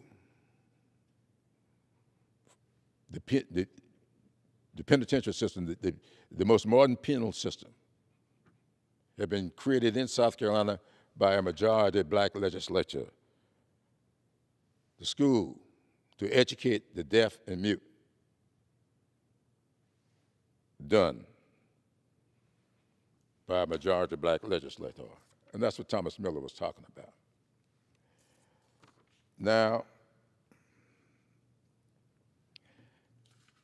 I want to say something about what Robert Smalls had to say about waking up and finding that the law you pass, this is what it meant for me, may one day apply to you. We just saw that last year. In January, when Georgia elected Senator Ossoff, Senator Ossoff ended up defeating an incumbent senator. Now, that incumbent senator was David Perdue. Now, let me tell you something interesting about that. And I think that people better start thinking. Georgia decided several years ago, I remember when it happened, that because there are so many black people voting, they decided to set up, and you can go back, I won't go through it today, and read the debate that took place in the legislature when Georgia decided that in order to win a general election in South Carolina, you had to have, in Georgia, you had to have 50% plus one. And the man who proposed it argued on the floor that he was doing that in order to dilute, to nullify the effect of the black vote, to make sure that you get to a one-on-one black versus white runoff requirement. He felt that if there were 3 or 4 people in the general election, and then the black people voted in unison, they could get a black person elected to the Senate. And that's not what he wanted to happen. So he wanted to make sure that if more than 2 people running and nobody gets 50%, then you got to have a runoff in the general election between those 2. And if one was black and the other was white, that the white person was sure to win. Well, that tells you how short-sighted he was. Because that's exactly what happened in that other election between Warnock and an incumbent senator. Now, Warnock got a smaller vote than the person he was in the runoff with. But he didn't get 50%, so they had to run off. David Perdue got 49.8% of the vote, but it was not 50%.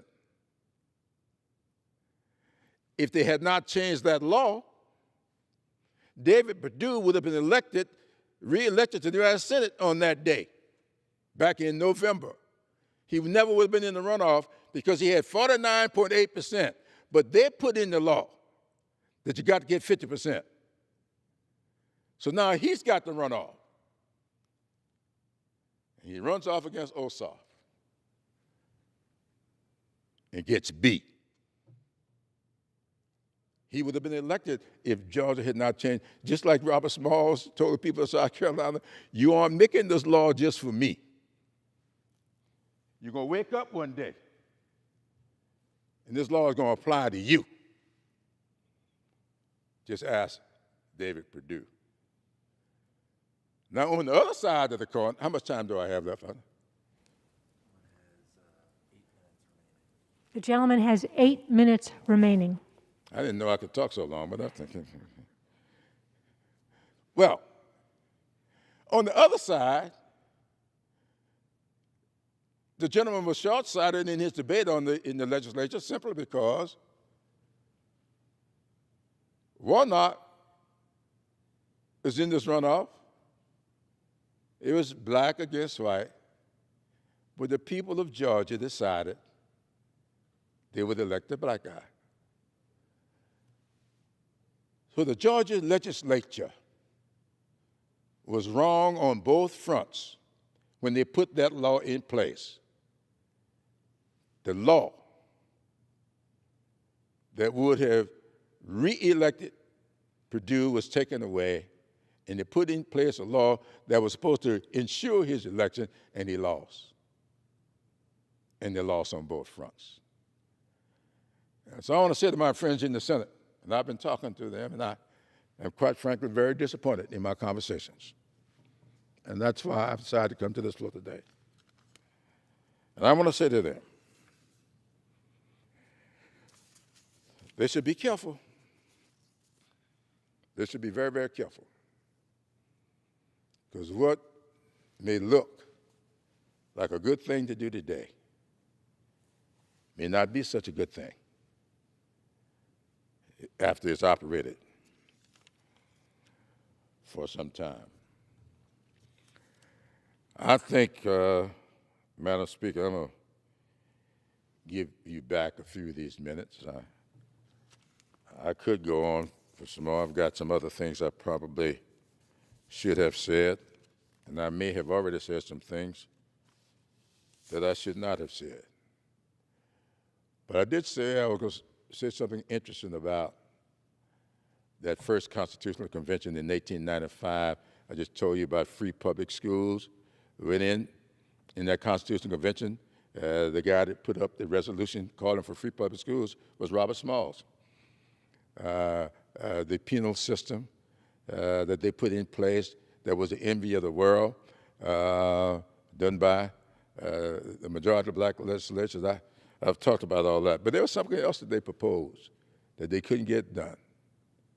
They proposed in 1868 at that convention, a majority of black people tried to give the vote to women in 1868. Something that did not happen until the 19th Amendment in the 1900s, whatever that was, 1920-something. Just to let you know that skin color has nothing to do with the extent of progressive ideas, of what we might call enlightened thought.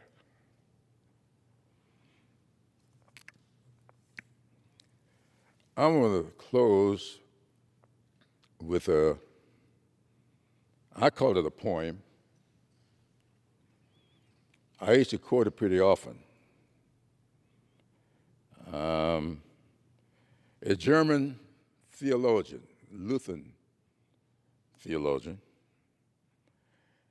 named Martin, I think I pronounced his last name right, Niemöller. Doesn't quite spell that way, but I'm not that equipped in the German language, but I think that's the way it's pronounced. And I close with his words. First, they came for the socialists, and I did not speak out because I was not a socialist. Then they came for the trade unionists,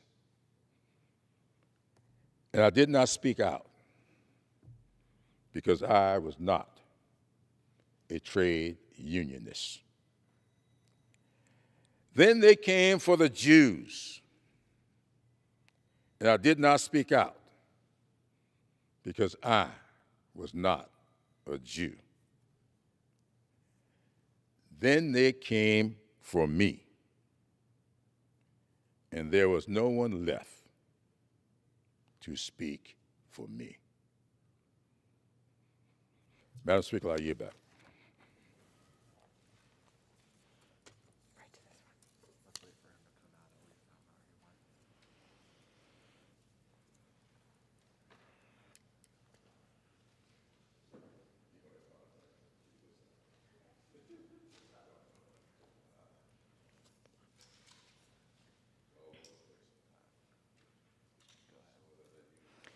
Under the Speaker's announced policy of January 4th, 2021, the gentleman from Arizona, Mr. Schweikert, is recognized for 60 minutes as the designee of the Minority Leader. Thank you, Madam Speaker. To Whip Clyburn, it's always impressive getting to hear you speak. Madam Speaker, I'm going to try something because we talked about this when we were over our Christmas break, that the first floor speech should be one that was a bit more positive. And as we started to work through a number of what the story we wanted to tell and show of some of the good things happening in the country, I came to a conclusion. I'm going to have to, on a number of these, walk through how I believe the left's policies, and maybe not intentionally, but are actually really causing harm to things that are really good for America, good for the world, good for everyone here. And so one of the things I'm going to do is sort of walk through some really neat technologies and things that accomplish much of the good we want. And then sort of talk through a little bit of the policies that are being adopted here or promoted here that actually will screw it up. So let's actually talk through, just before the Christmas break, we did a floor presentation because there was an article out that there's substantially been a cure. It was only one individual, but it was a proof of concept cure for type 1 diabetes. They basically took a stem cell, turned it into an isolate cell, re-injected the isolate cells produced insulin, and it was a cure. It worked. Now, obviously, we've all had our heart broken over the years when we think that there's a medical breakthrough, but this one's been being worked on for a decade. Found another article, another research team, which actually took a blood and then using some hormones, took those blood cells, drove them back to functionally being a T cell, and then took the T cell and directed it back to being an islet cell, an insulin-producing cell. Why is this important? Well, that first article we talked about saying this is a miracle. We now know how to cure type 1 diabetes. The problem was that one was going to require anti-rejection drugs. This methodology doesn't. You can cure type 1 diabetes and the individual because you did it from their blood. So this is wonderful. But my reason for starting with this is if you dig through the paper and some of the comments and some of the smart people that fixate on this, they start to say this is also a path for many of our brothers and sisters who suffer type 2 diabetes. And why do we care so much about ultimately curing type 2 diabetes? Is first off, this is actually a separation, and I think it's more because no one has really presented this to my brothers and sisters on the left.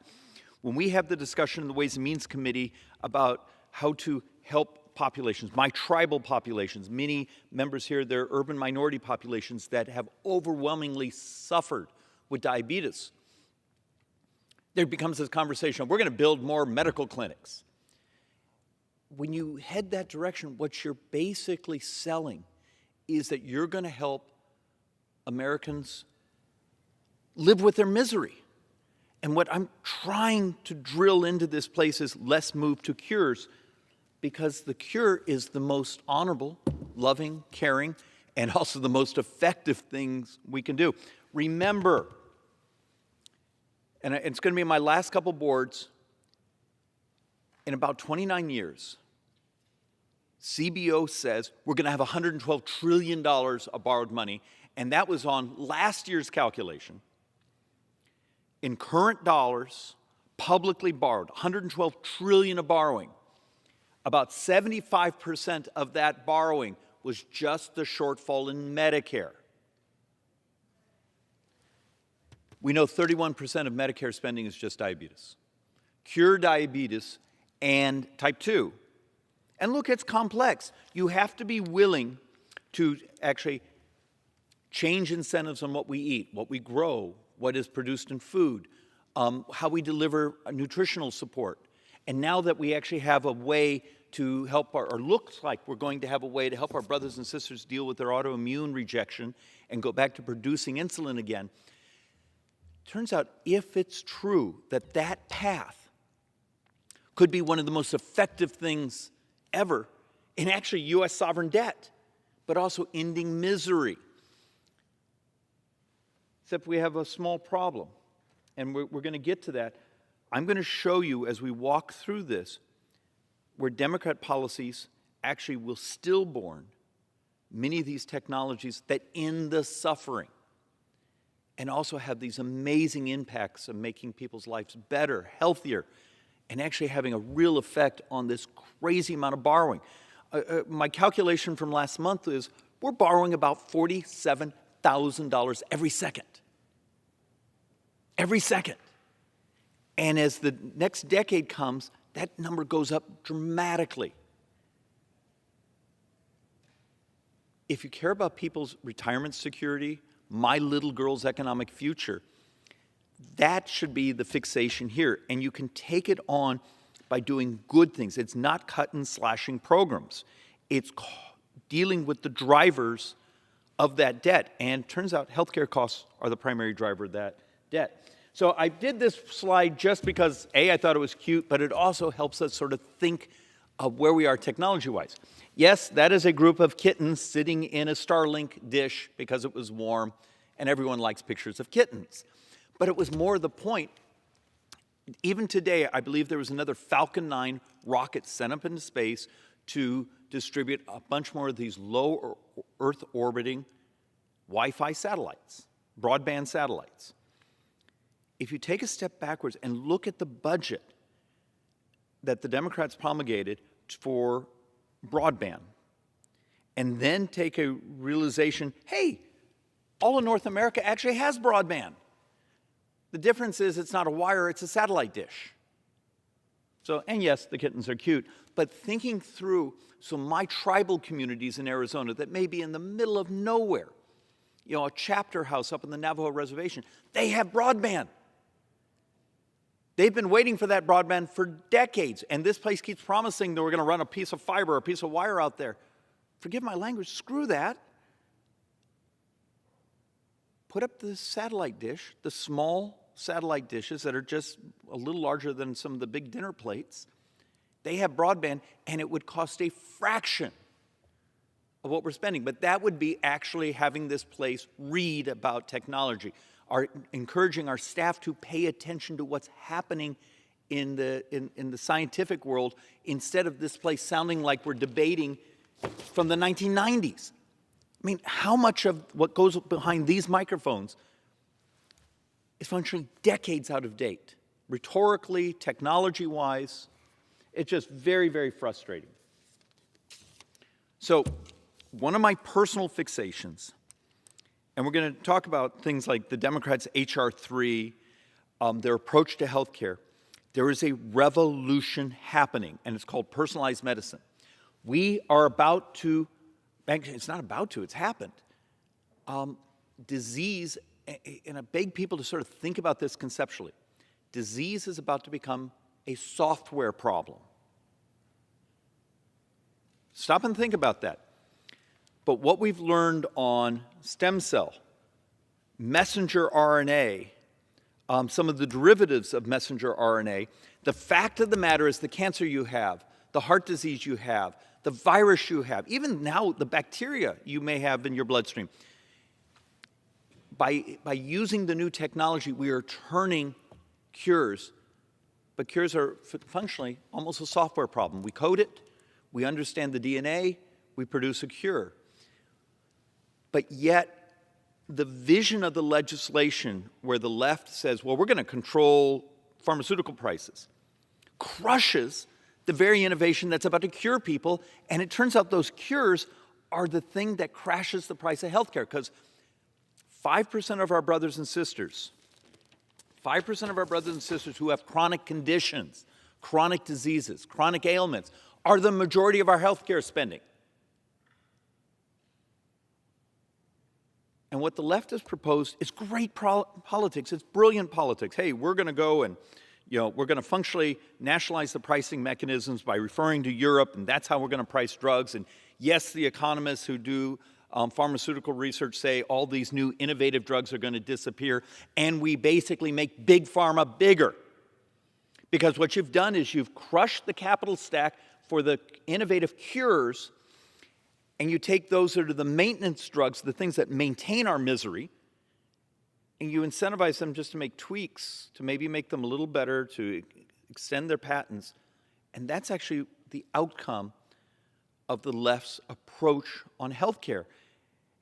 And I don't think it's done maliciously. I think it's just one of those occasions that you're going to see multiple times in these boards.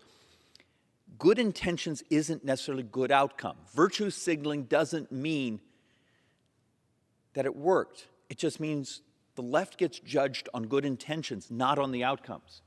So we actually have even the new papers that are out in the last month or two talking about CAR-T, which is a derivative of, functionally, messenger RNA, being used on heart disease. Remember, heart disease, #1 killer as we get through this pandemic time. What happens if that back to health care disease is substantially a software problem? We actually have the way to have an incredible impact on the #1 killer in our nation. This is a wonderful thing. This is a really good thing.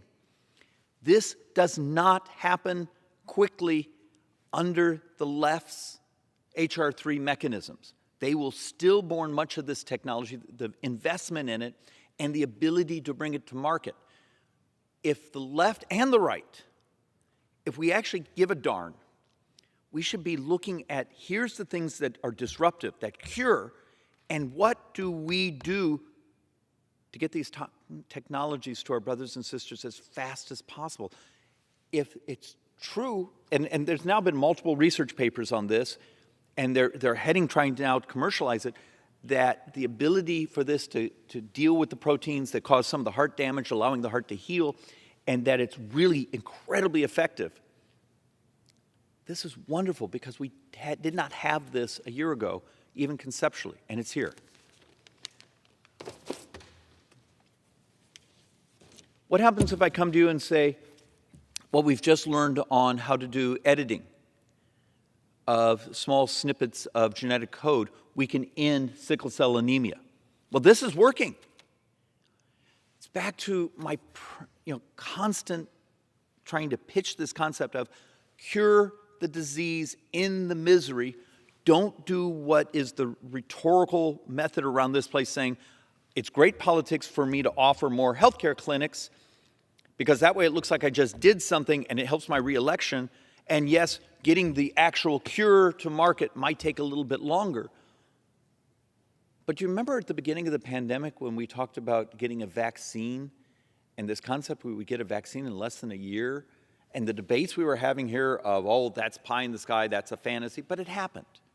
No, it took a bunch of money. It took unleashing a lot of resources and freaky smart people and pushing the bureaucracy to become more efficient, but it happened. Could you imagine if we did that same type of passion to cure diseases? Because we know how to cure now sickle cell anemia. How do we get this to our brothers and sisters who are suffering?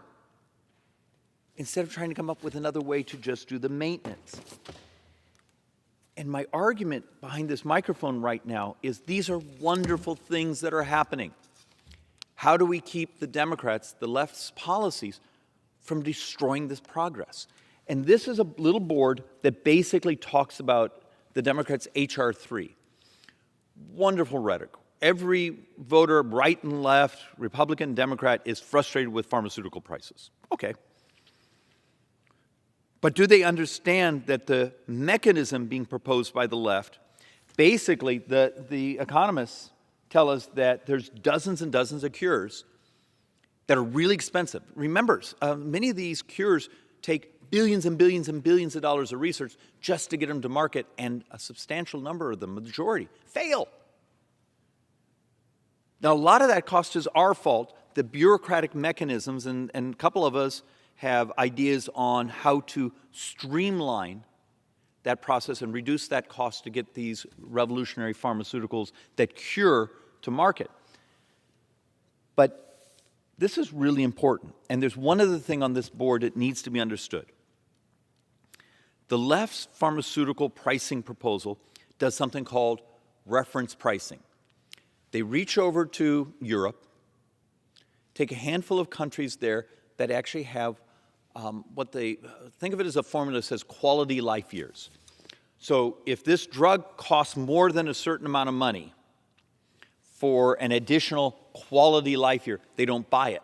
And there's countries over there that have pricing like, I think what Great Britain was 38,000, equivalent to $38,000 US dollars, that if the drug costs more than that, you can't get it. That will reduce drug prices. It'll also kill a whole bunch of people. And it will end the resources for the cures that come in the future. There's other ways to get there without crushing small pharma. That's basically the way that you make big pharma less big, because you cure the very disease that the book of business over here makes money on by maintaining. This isn't hard economics, it's just math. And I accept this place is a math-free zone. But the math is the math. There are good things happening. We just have to stop much of the Democrats' policies, which are crushing these opportunities because, look, it's great politics. The rhetoric is great politics. It's crappy economics. And I want to give you another simple example, and this one's more maybe closer to home from being from Arizona. A couple of weeks ago, a big rig tractor trailer drove, I believe it was on I-10 in Arizona, and drove a fairly substantial distance completely autonomously. No driver at all, completely autonomously. Well, think about that. Let's take a step. Didn't we hear President Biden, what was it, a few weeks ago, talk about the supply chain? We don't have enough truck drivers. We're going to fix this. We're going to make it so goods can make it to the warehouses where they can be value added, the manufacturing, the store shelves. And this was part of it because the United States, one of our greatest difficulties is our demographics. The reality, we're getting much older very fast. I mean, it's just, what is it? The mean truck driver is somewhere in the mid-50s. This is part of the solution. Okay, this is wonderful.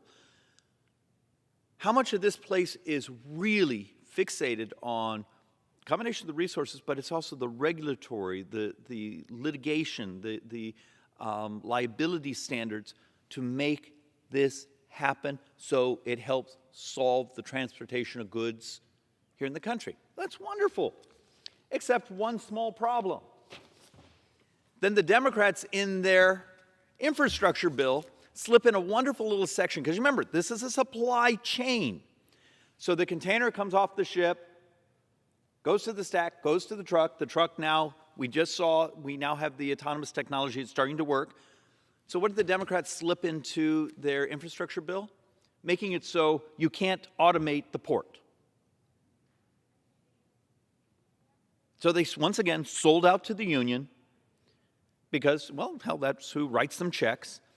But you can't have it both ways. You can't say, have a president get behind the microphone and say, I'm working on this. I'm going to help solve the supply chain problem. Wink, wink, nod, nod. I'm going to hide into our infrastructure legislation that vast majority of the money did not go to actually infrastructure. And then put in things that they're saying, but we're going to also make sure you can't automate the ports. These special interest legislations, because Congress has become a protection racket. You're this union, you come in, you have enough friends here, they'll actually do something that protects that book of business against what was good for the entire country. And so all this technology, it's about to help us deal with our worker shortage, our supply chain shortage, actually gets stymied because the left basically says, the union's more important than the rest of the country. Let's make sure we make it so you can't make our ports more efficient. It's just, that's a classic example of good things were happening. And the technology isn't Republican or Democrat. But you got to make it so it comes together. And the left constantly selling out to their special interests basically crushes what is the very things that create the productivity that we desperately need for the future of this country. Because remember, growth is moral. Growth makes the poor a lot less poor. And then to do these backdoor little deals that actually crush the efficiencies, the productivity that make the society wealthier. It's a wink, wink, nod, nod. It may be great politics. It's really crappy economics. So let's actually talk about another thing it's happening. Okay, so let's all, how many speeches have we been given about global warming here?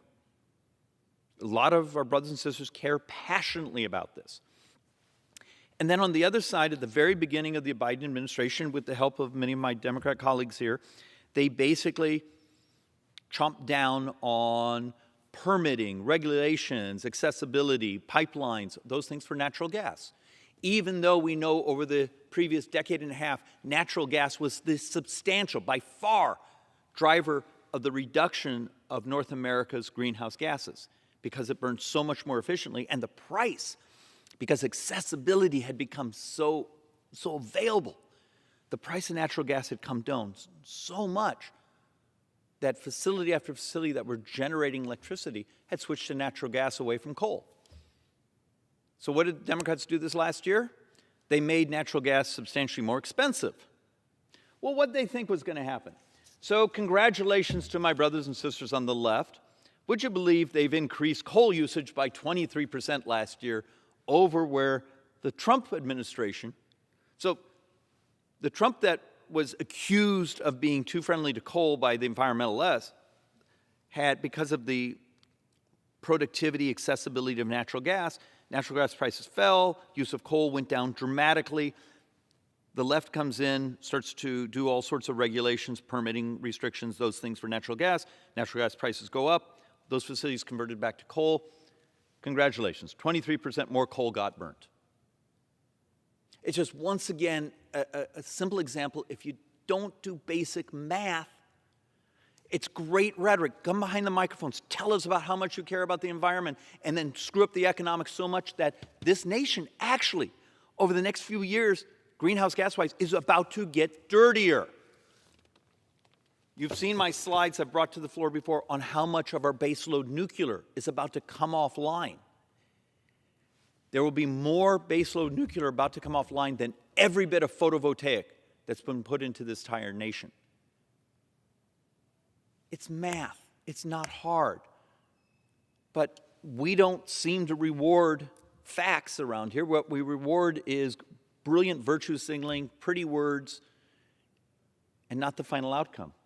So, having had a conversation with a couple of my friends who, they're good people, they're on the left, they care passionately about greenhouse gases, and I asked them about this why'd you go so anti-natural gas even though it was responsible for the vast majority of the reduction of U.S. greenhouse gases? Well, I don't like methane. Okay, that's fair. May I suggest actually purchasing a scientific journal subscription or two and read, because a couple weeks ago, some of these articles came out that a dramatically less expensive way to capture methane. It's functionally clay with a slight alteration. I think it's called copper oxide added. It's functionally kitty litter. See a theme, kitties in the Starlink satellite, but this is functionally MIT paper saying, hey, we found a really inexpensive way to capture the methane. So if you're worried about wellhead bleed off or interconnection bleed off or these things, and apparently the model even works for ambient capture. So instead of going anti-natural gas and making everyone's life more miserable and more expensive, and then pushing manufacturers of ions, electric generation, back to coal, get your head right. Learn the economics and say, there's technology out there that we can capture the thing you were saying you were worried about very inexpensively. Put your resources, put the regulatory push behind a solution. It's a little harder to explain in front of your environmentalist town hall, but it's facts. There are wonderful things happening. There are solutions, and solutions that don't bankrupt the American people. It just requires this place stop sounding like it's the 1990s policy-wise. And understand, this is one of my biggest frustrations around here.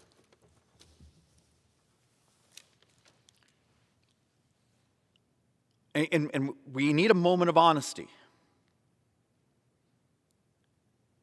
The policies pushed by the administration and my brothers and sisters on the left here have made America poor.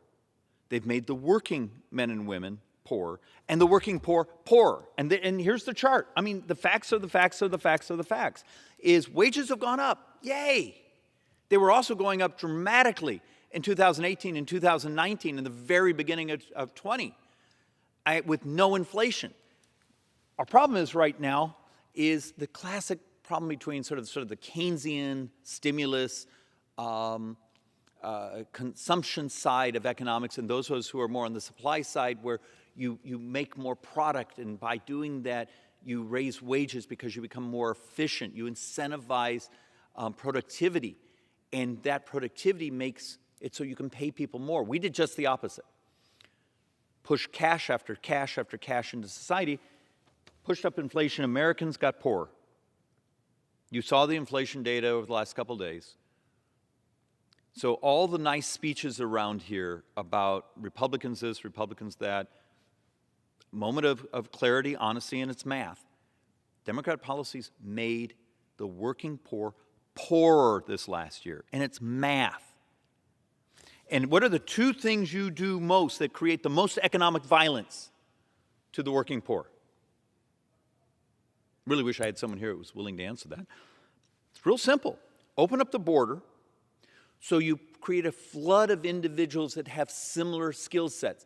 My drywaller or my gardener or whoever these people are, they sell their labors. They sell their willingness to work their hearts out. And when you flood the market with people with similar skill sets, you crush their wages. And then at the same time, create inflation on top of that. From an economic standpoint, if you want to commit economic violence on the poor, do exactly what the left is doing right now. Open up the borders and incentivize inflation. And the tough part with both of these is it's not a switch you just turn off.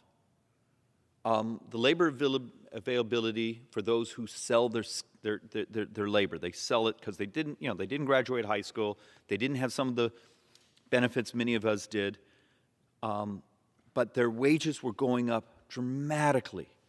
In 18, 19, the beginning of 20, new regime comes in, borders opened up, and you see, and look, we're in the middle of the pandemic, there's lots of other things going on, and there's numbers out there that are really difficult because you have to adjust for the amount of cash that was pushed into society.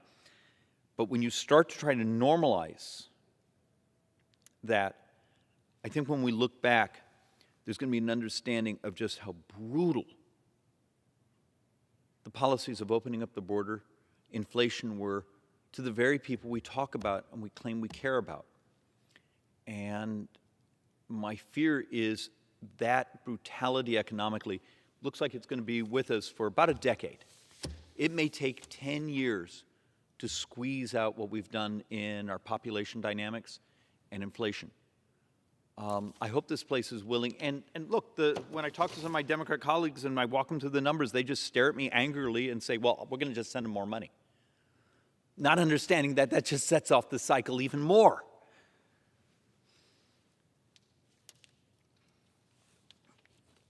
I threw this one in because I think this is actually something we should all just be hopeful. We now have actually an antiviral in the pandemic. We have the Pfizer pill that I believe Merck has one, but the Pfizer is remarkably effective. So if you have a home COVID test and can actually take an antiviral pill at home, you got to take a number of them, should you still have a declaration of a pandemic? And my reason is go back to the discussions we had when this began, when the pandemic was declared. This has been a miserable thing for everyone to go through. But it was always, we're doing this because our emergency rooms are going to be full. We won't have enough ventilators. We don't have therapeutics. Well, now we have therapeutics where you can take it at home. You can identify the virus at home. Is it time for us to actually step in and say, this is something we're going to live with. We now have the tools to take care of it. If you happen to be in one of where you have a compromised immune system, you have other sorts of comorbidities, which I still hate that word. Yes, there's different protocols. For the vast majority of our nation, this is what we had said a couple of years ago. When we get this, we don't need to have a declaration of pandemic because you can test at home and you can take a pill at home. Well, a number of pills, and it's an antiviral that's incredibly effective. Is it time we start having the conversation that the declaration of a pandemic has outlived its welcome, and we start now figuring out we have methods to help our brothers and sisters who are suffering take care of themselves, do it from home. They don't have to be in the urgent care center. They don't have to be in our emergency rooms, our hospitals. It's just, this is hopeful, and it's here. Now, of course, you already saw an earlier debate, I believe, between our leaders discussing about the Biden administration's failure to properly pre-order and those things.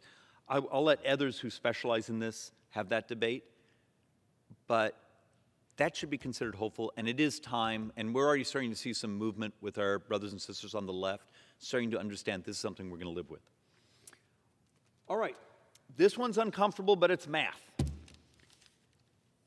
University of Chicago, 4 PhD economists. We're looking at parts of the Build Back Better, the social entitlement spending bill, and the child care tax credit. And it turns out, because the left insists on delinking the money from getting job training, from learning skills, from actually pursuing work, from taking work, the economists basically say, once again, the left's great rhetoric of how they're going to help working men and women who have children, actually, the data says they're going to make them poorer. So we've proposed over and over and over and over to the left is, okay, if you intend to do this, could we put a component that says, we need you to gain skills. We want you to be part of the economy. We want you to be part of society. We'd like you to work. And the reaction, we actually had testimony in the Joint Economic Committee from a leftist Democrat witness who basically said, why should people have to work? And even a couple of the Democrats on the dais, you know, their jaws are dropping saying, well, that's your witness. But when the economists turn to you and say, the way you're designing your legislation, you are hurting working poor people. You've already done it with opening the border. You've already done it, you know, with inflation. Now you're going to make sure it sticks. These are just crappy economics. And they know better. It's the politics of this craziness right now. So let's actually go on to something else that I'm hoping will make some sense. I did this board specifically for someone who will probably never see this moment of the speech. So last week, we sent out, you know, the postcard saying that it's about to become a new year. Tell us what issues you care about. And someone on the left stuck one in my mailbox, and the first thing said, rich people need to pay more. Okay. It would have been nice if this individual had actually had the fortitude to actually give me their name or phone number so I could talk to them, walk them through the numbers. Because you hear the left's folklore all the time. Well, the tax reform, it was for rich people. No, it wasn't. Once again, the data makes it very clear the wealthy, after tax reform, are paying a higher percentage of the federal income tax. Understand, one more time, the tax code got more progressive after tax reform. It's the math, it's the truth. How many times do you hear it? I remember last year, I did a presentation, Speaker Pelosi came in off and then Speaker Pelosi talks in the mic and says, 82% of the benefits went to the rich people. And or even the Democrats who are in Ways and Means, their jaws are dropping and they're looking down at the floor. But this place makes math up, makes crap up, because we're about virtue signaling, not the facts. Tax code we're under today is more progressive. The rich pay a higher percentage of the federal income tax burden than before tax reform. But back to the rhetoric and that postcard that was in my mailbox saying rich people need to pay more taxes. Okay, maybe the left should stop trying to subsidize them. In the left's Build Back Better, their social entitlement spending plan, the amount of tax cuts that are functionally designed into that, tax credits, money transfer, you do understand 2/3 of millionaires get a tax cut under the Democrats' Build Back Better. It's, once again, the rhetoric versus the math, the virtue signaling versus owning a calculator. The analysis says the Democrats are once again talk a great game. The wealthy need to pay their fair share. And then they turn around and do legislation that actually subsidizes the rich.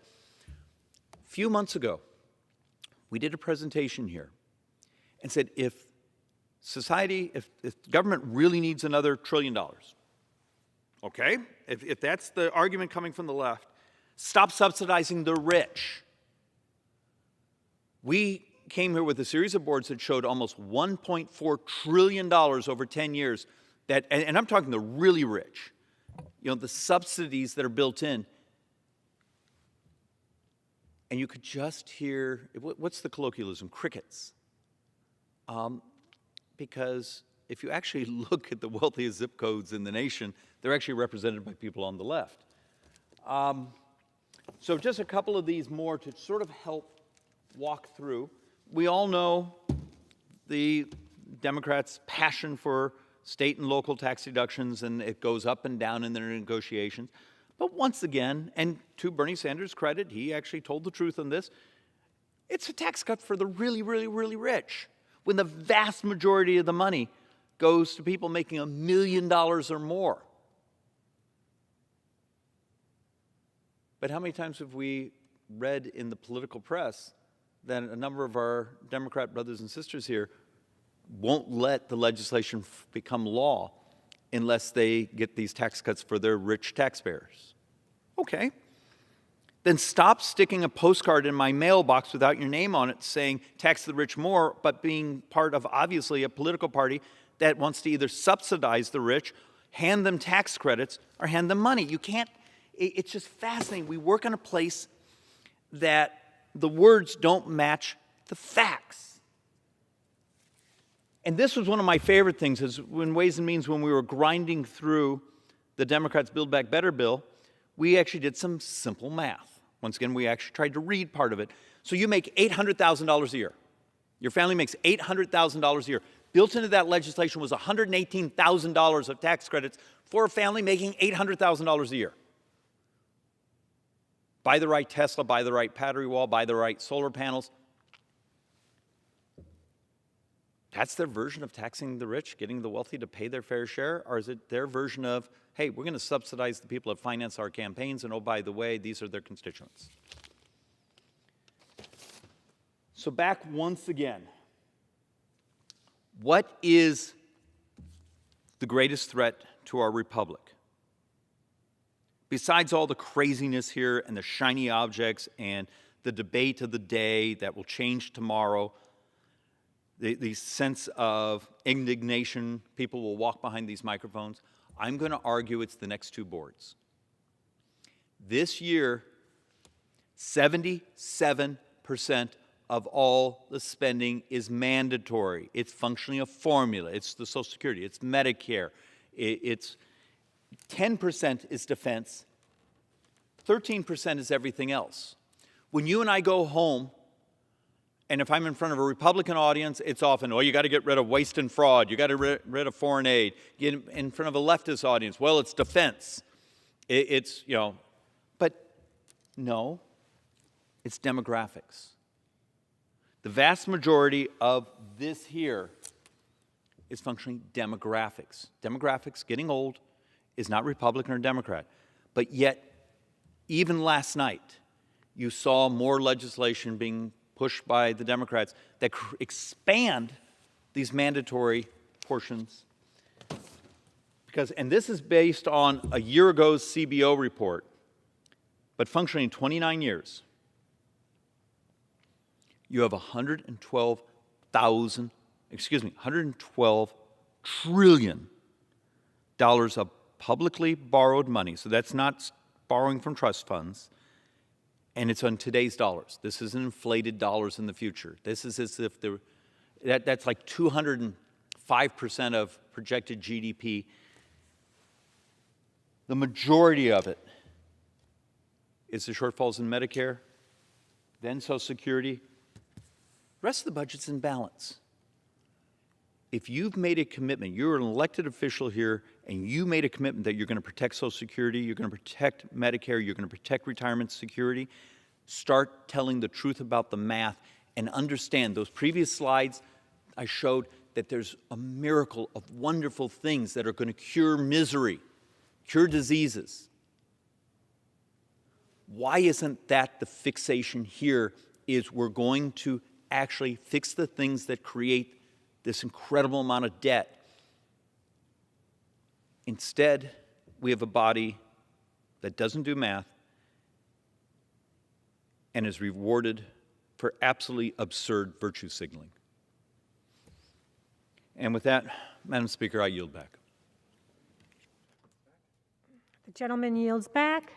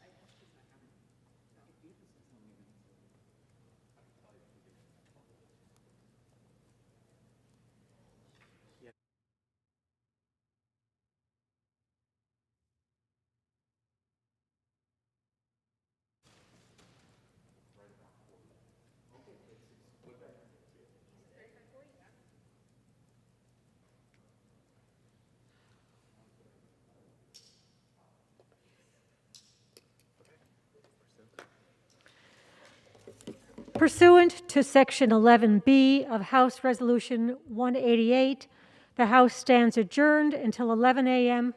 tomorrow.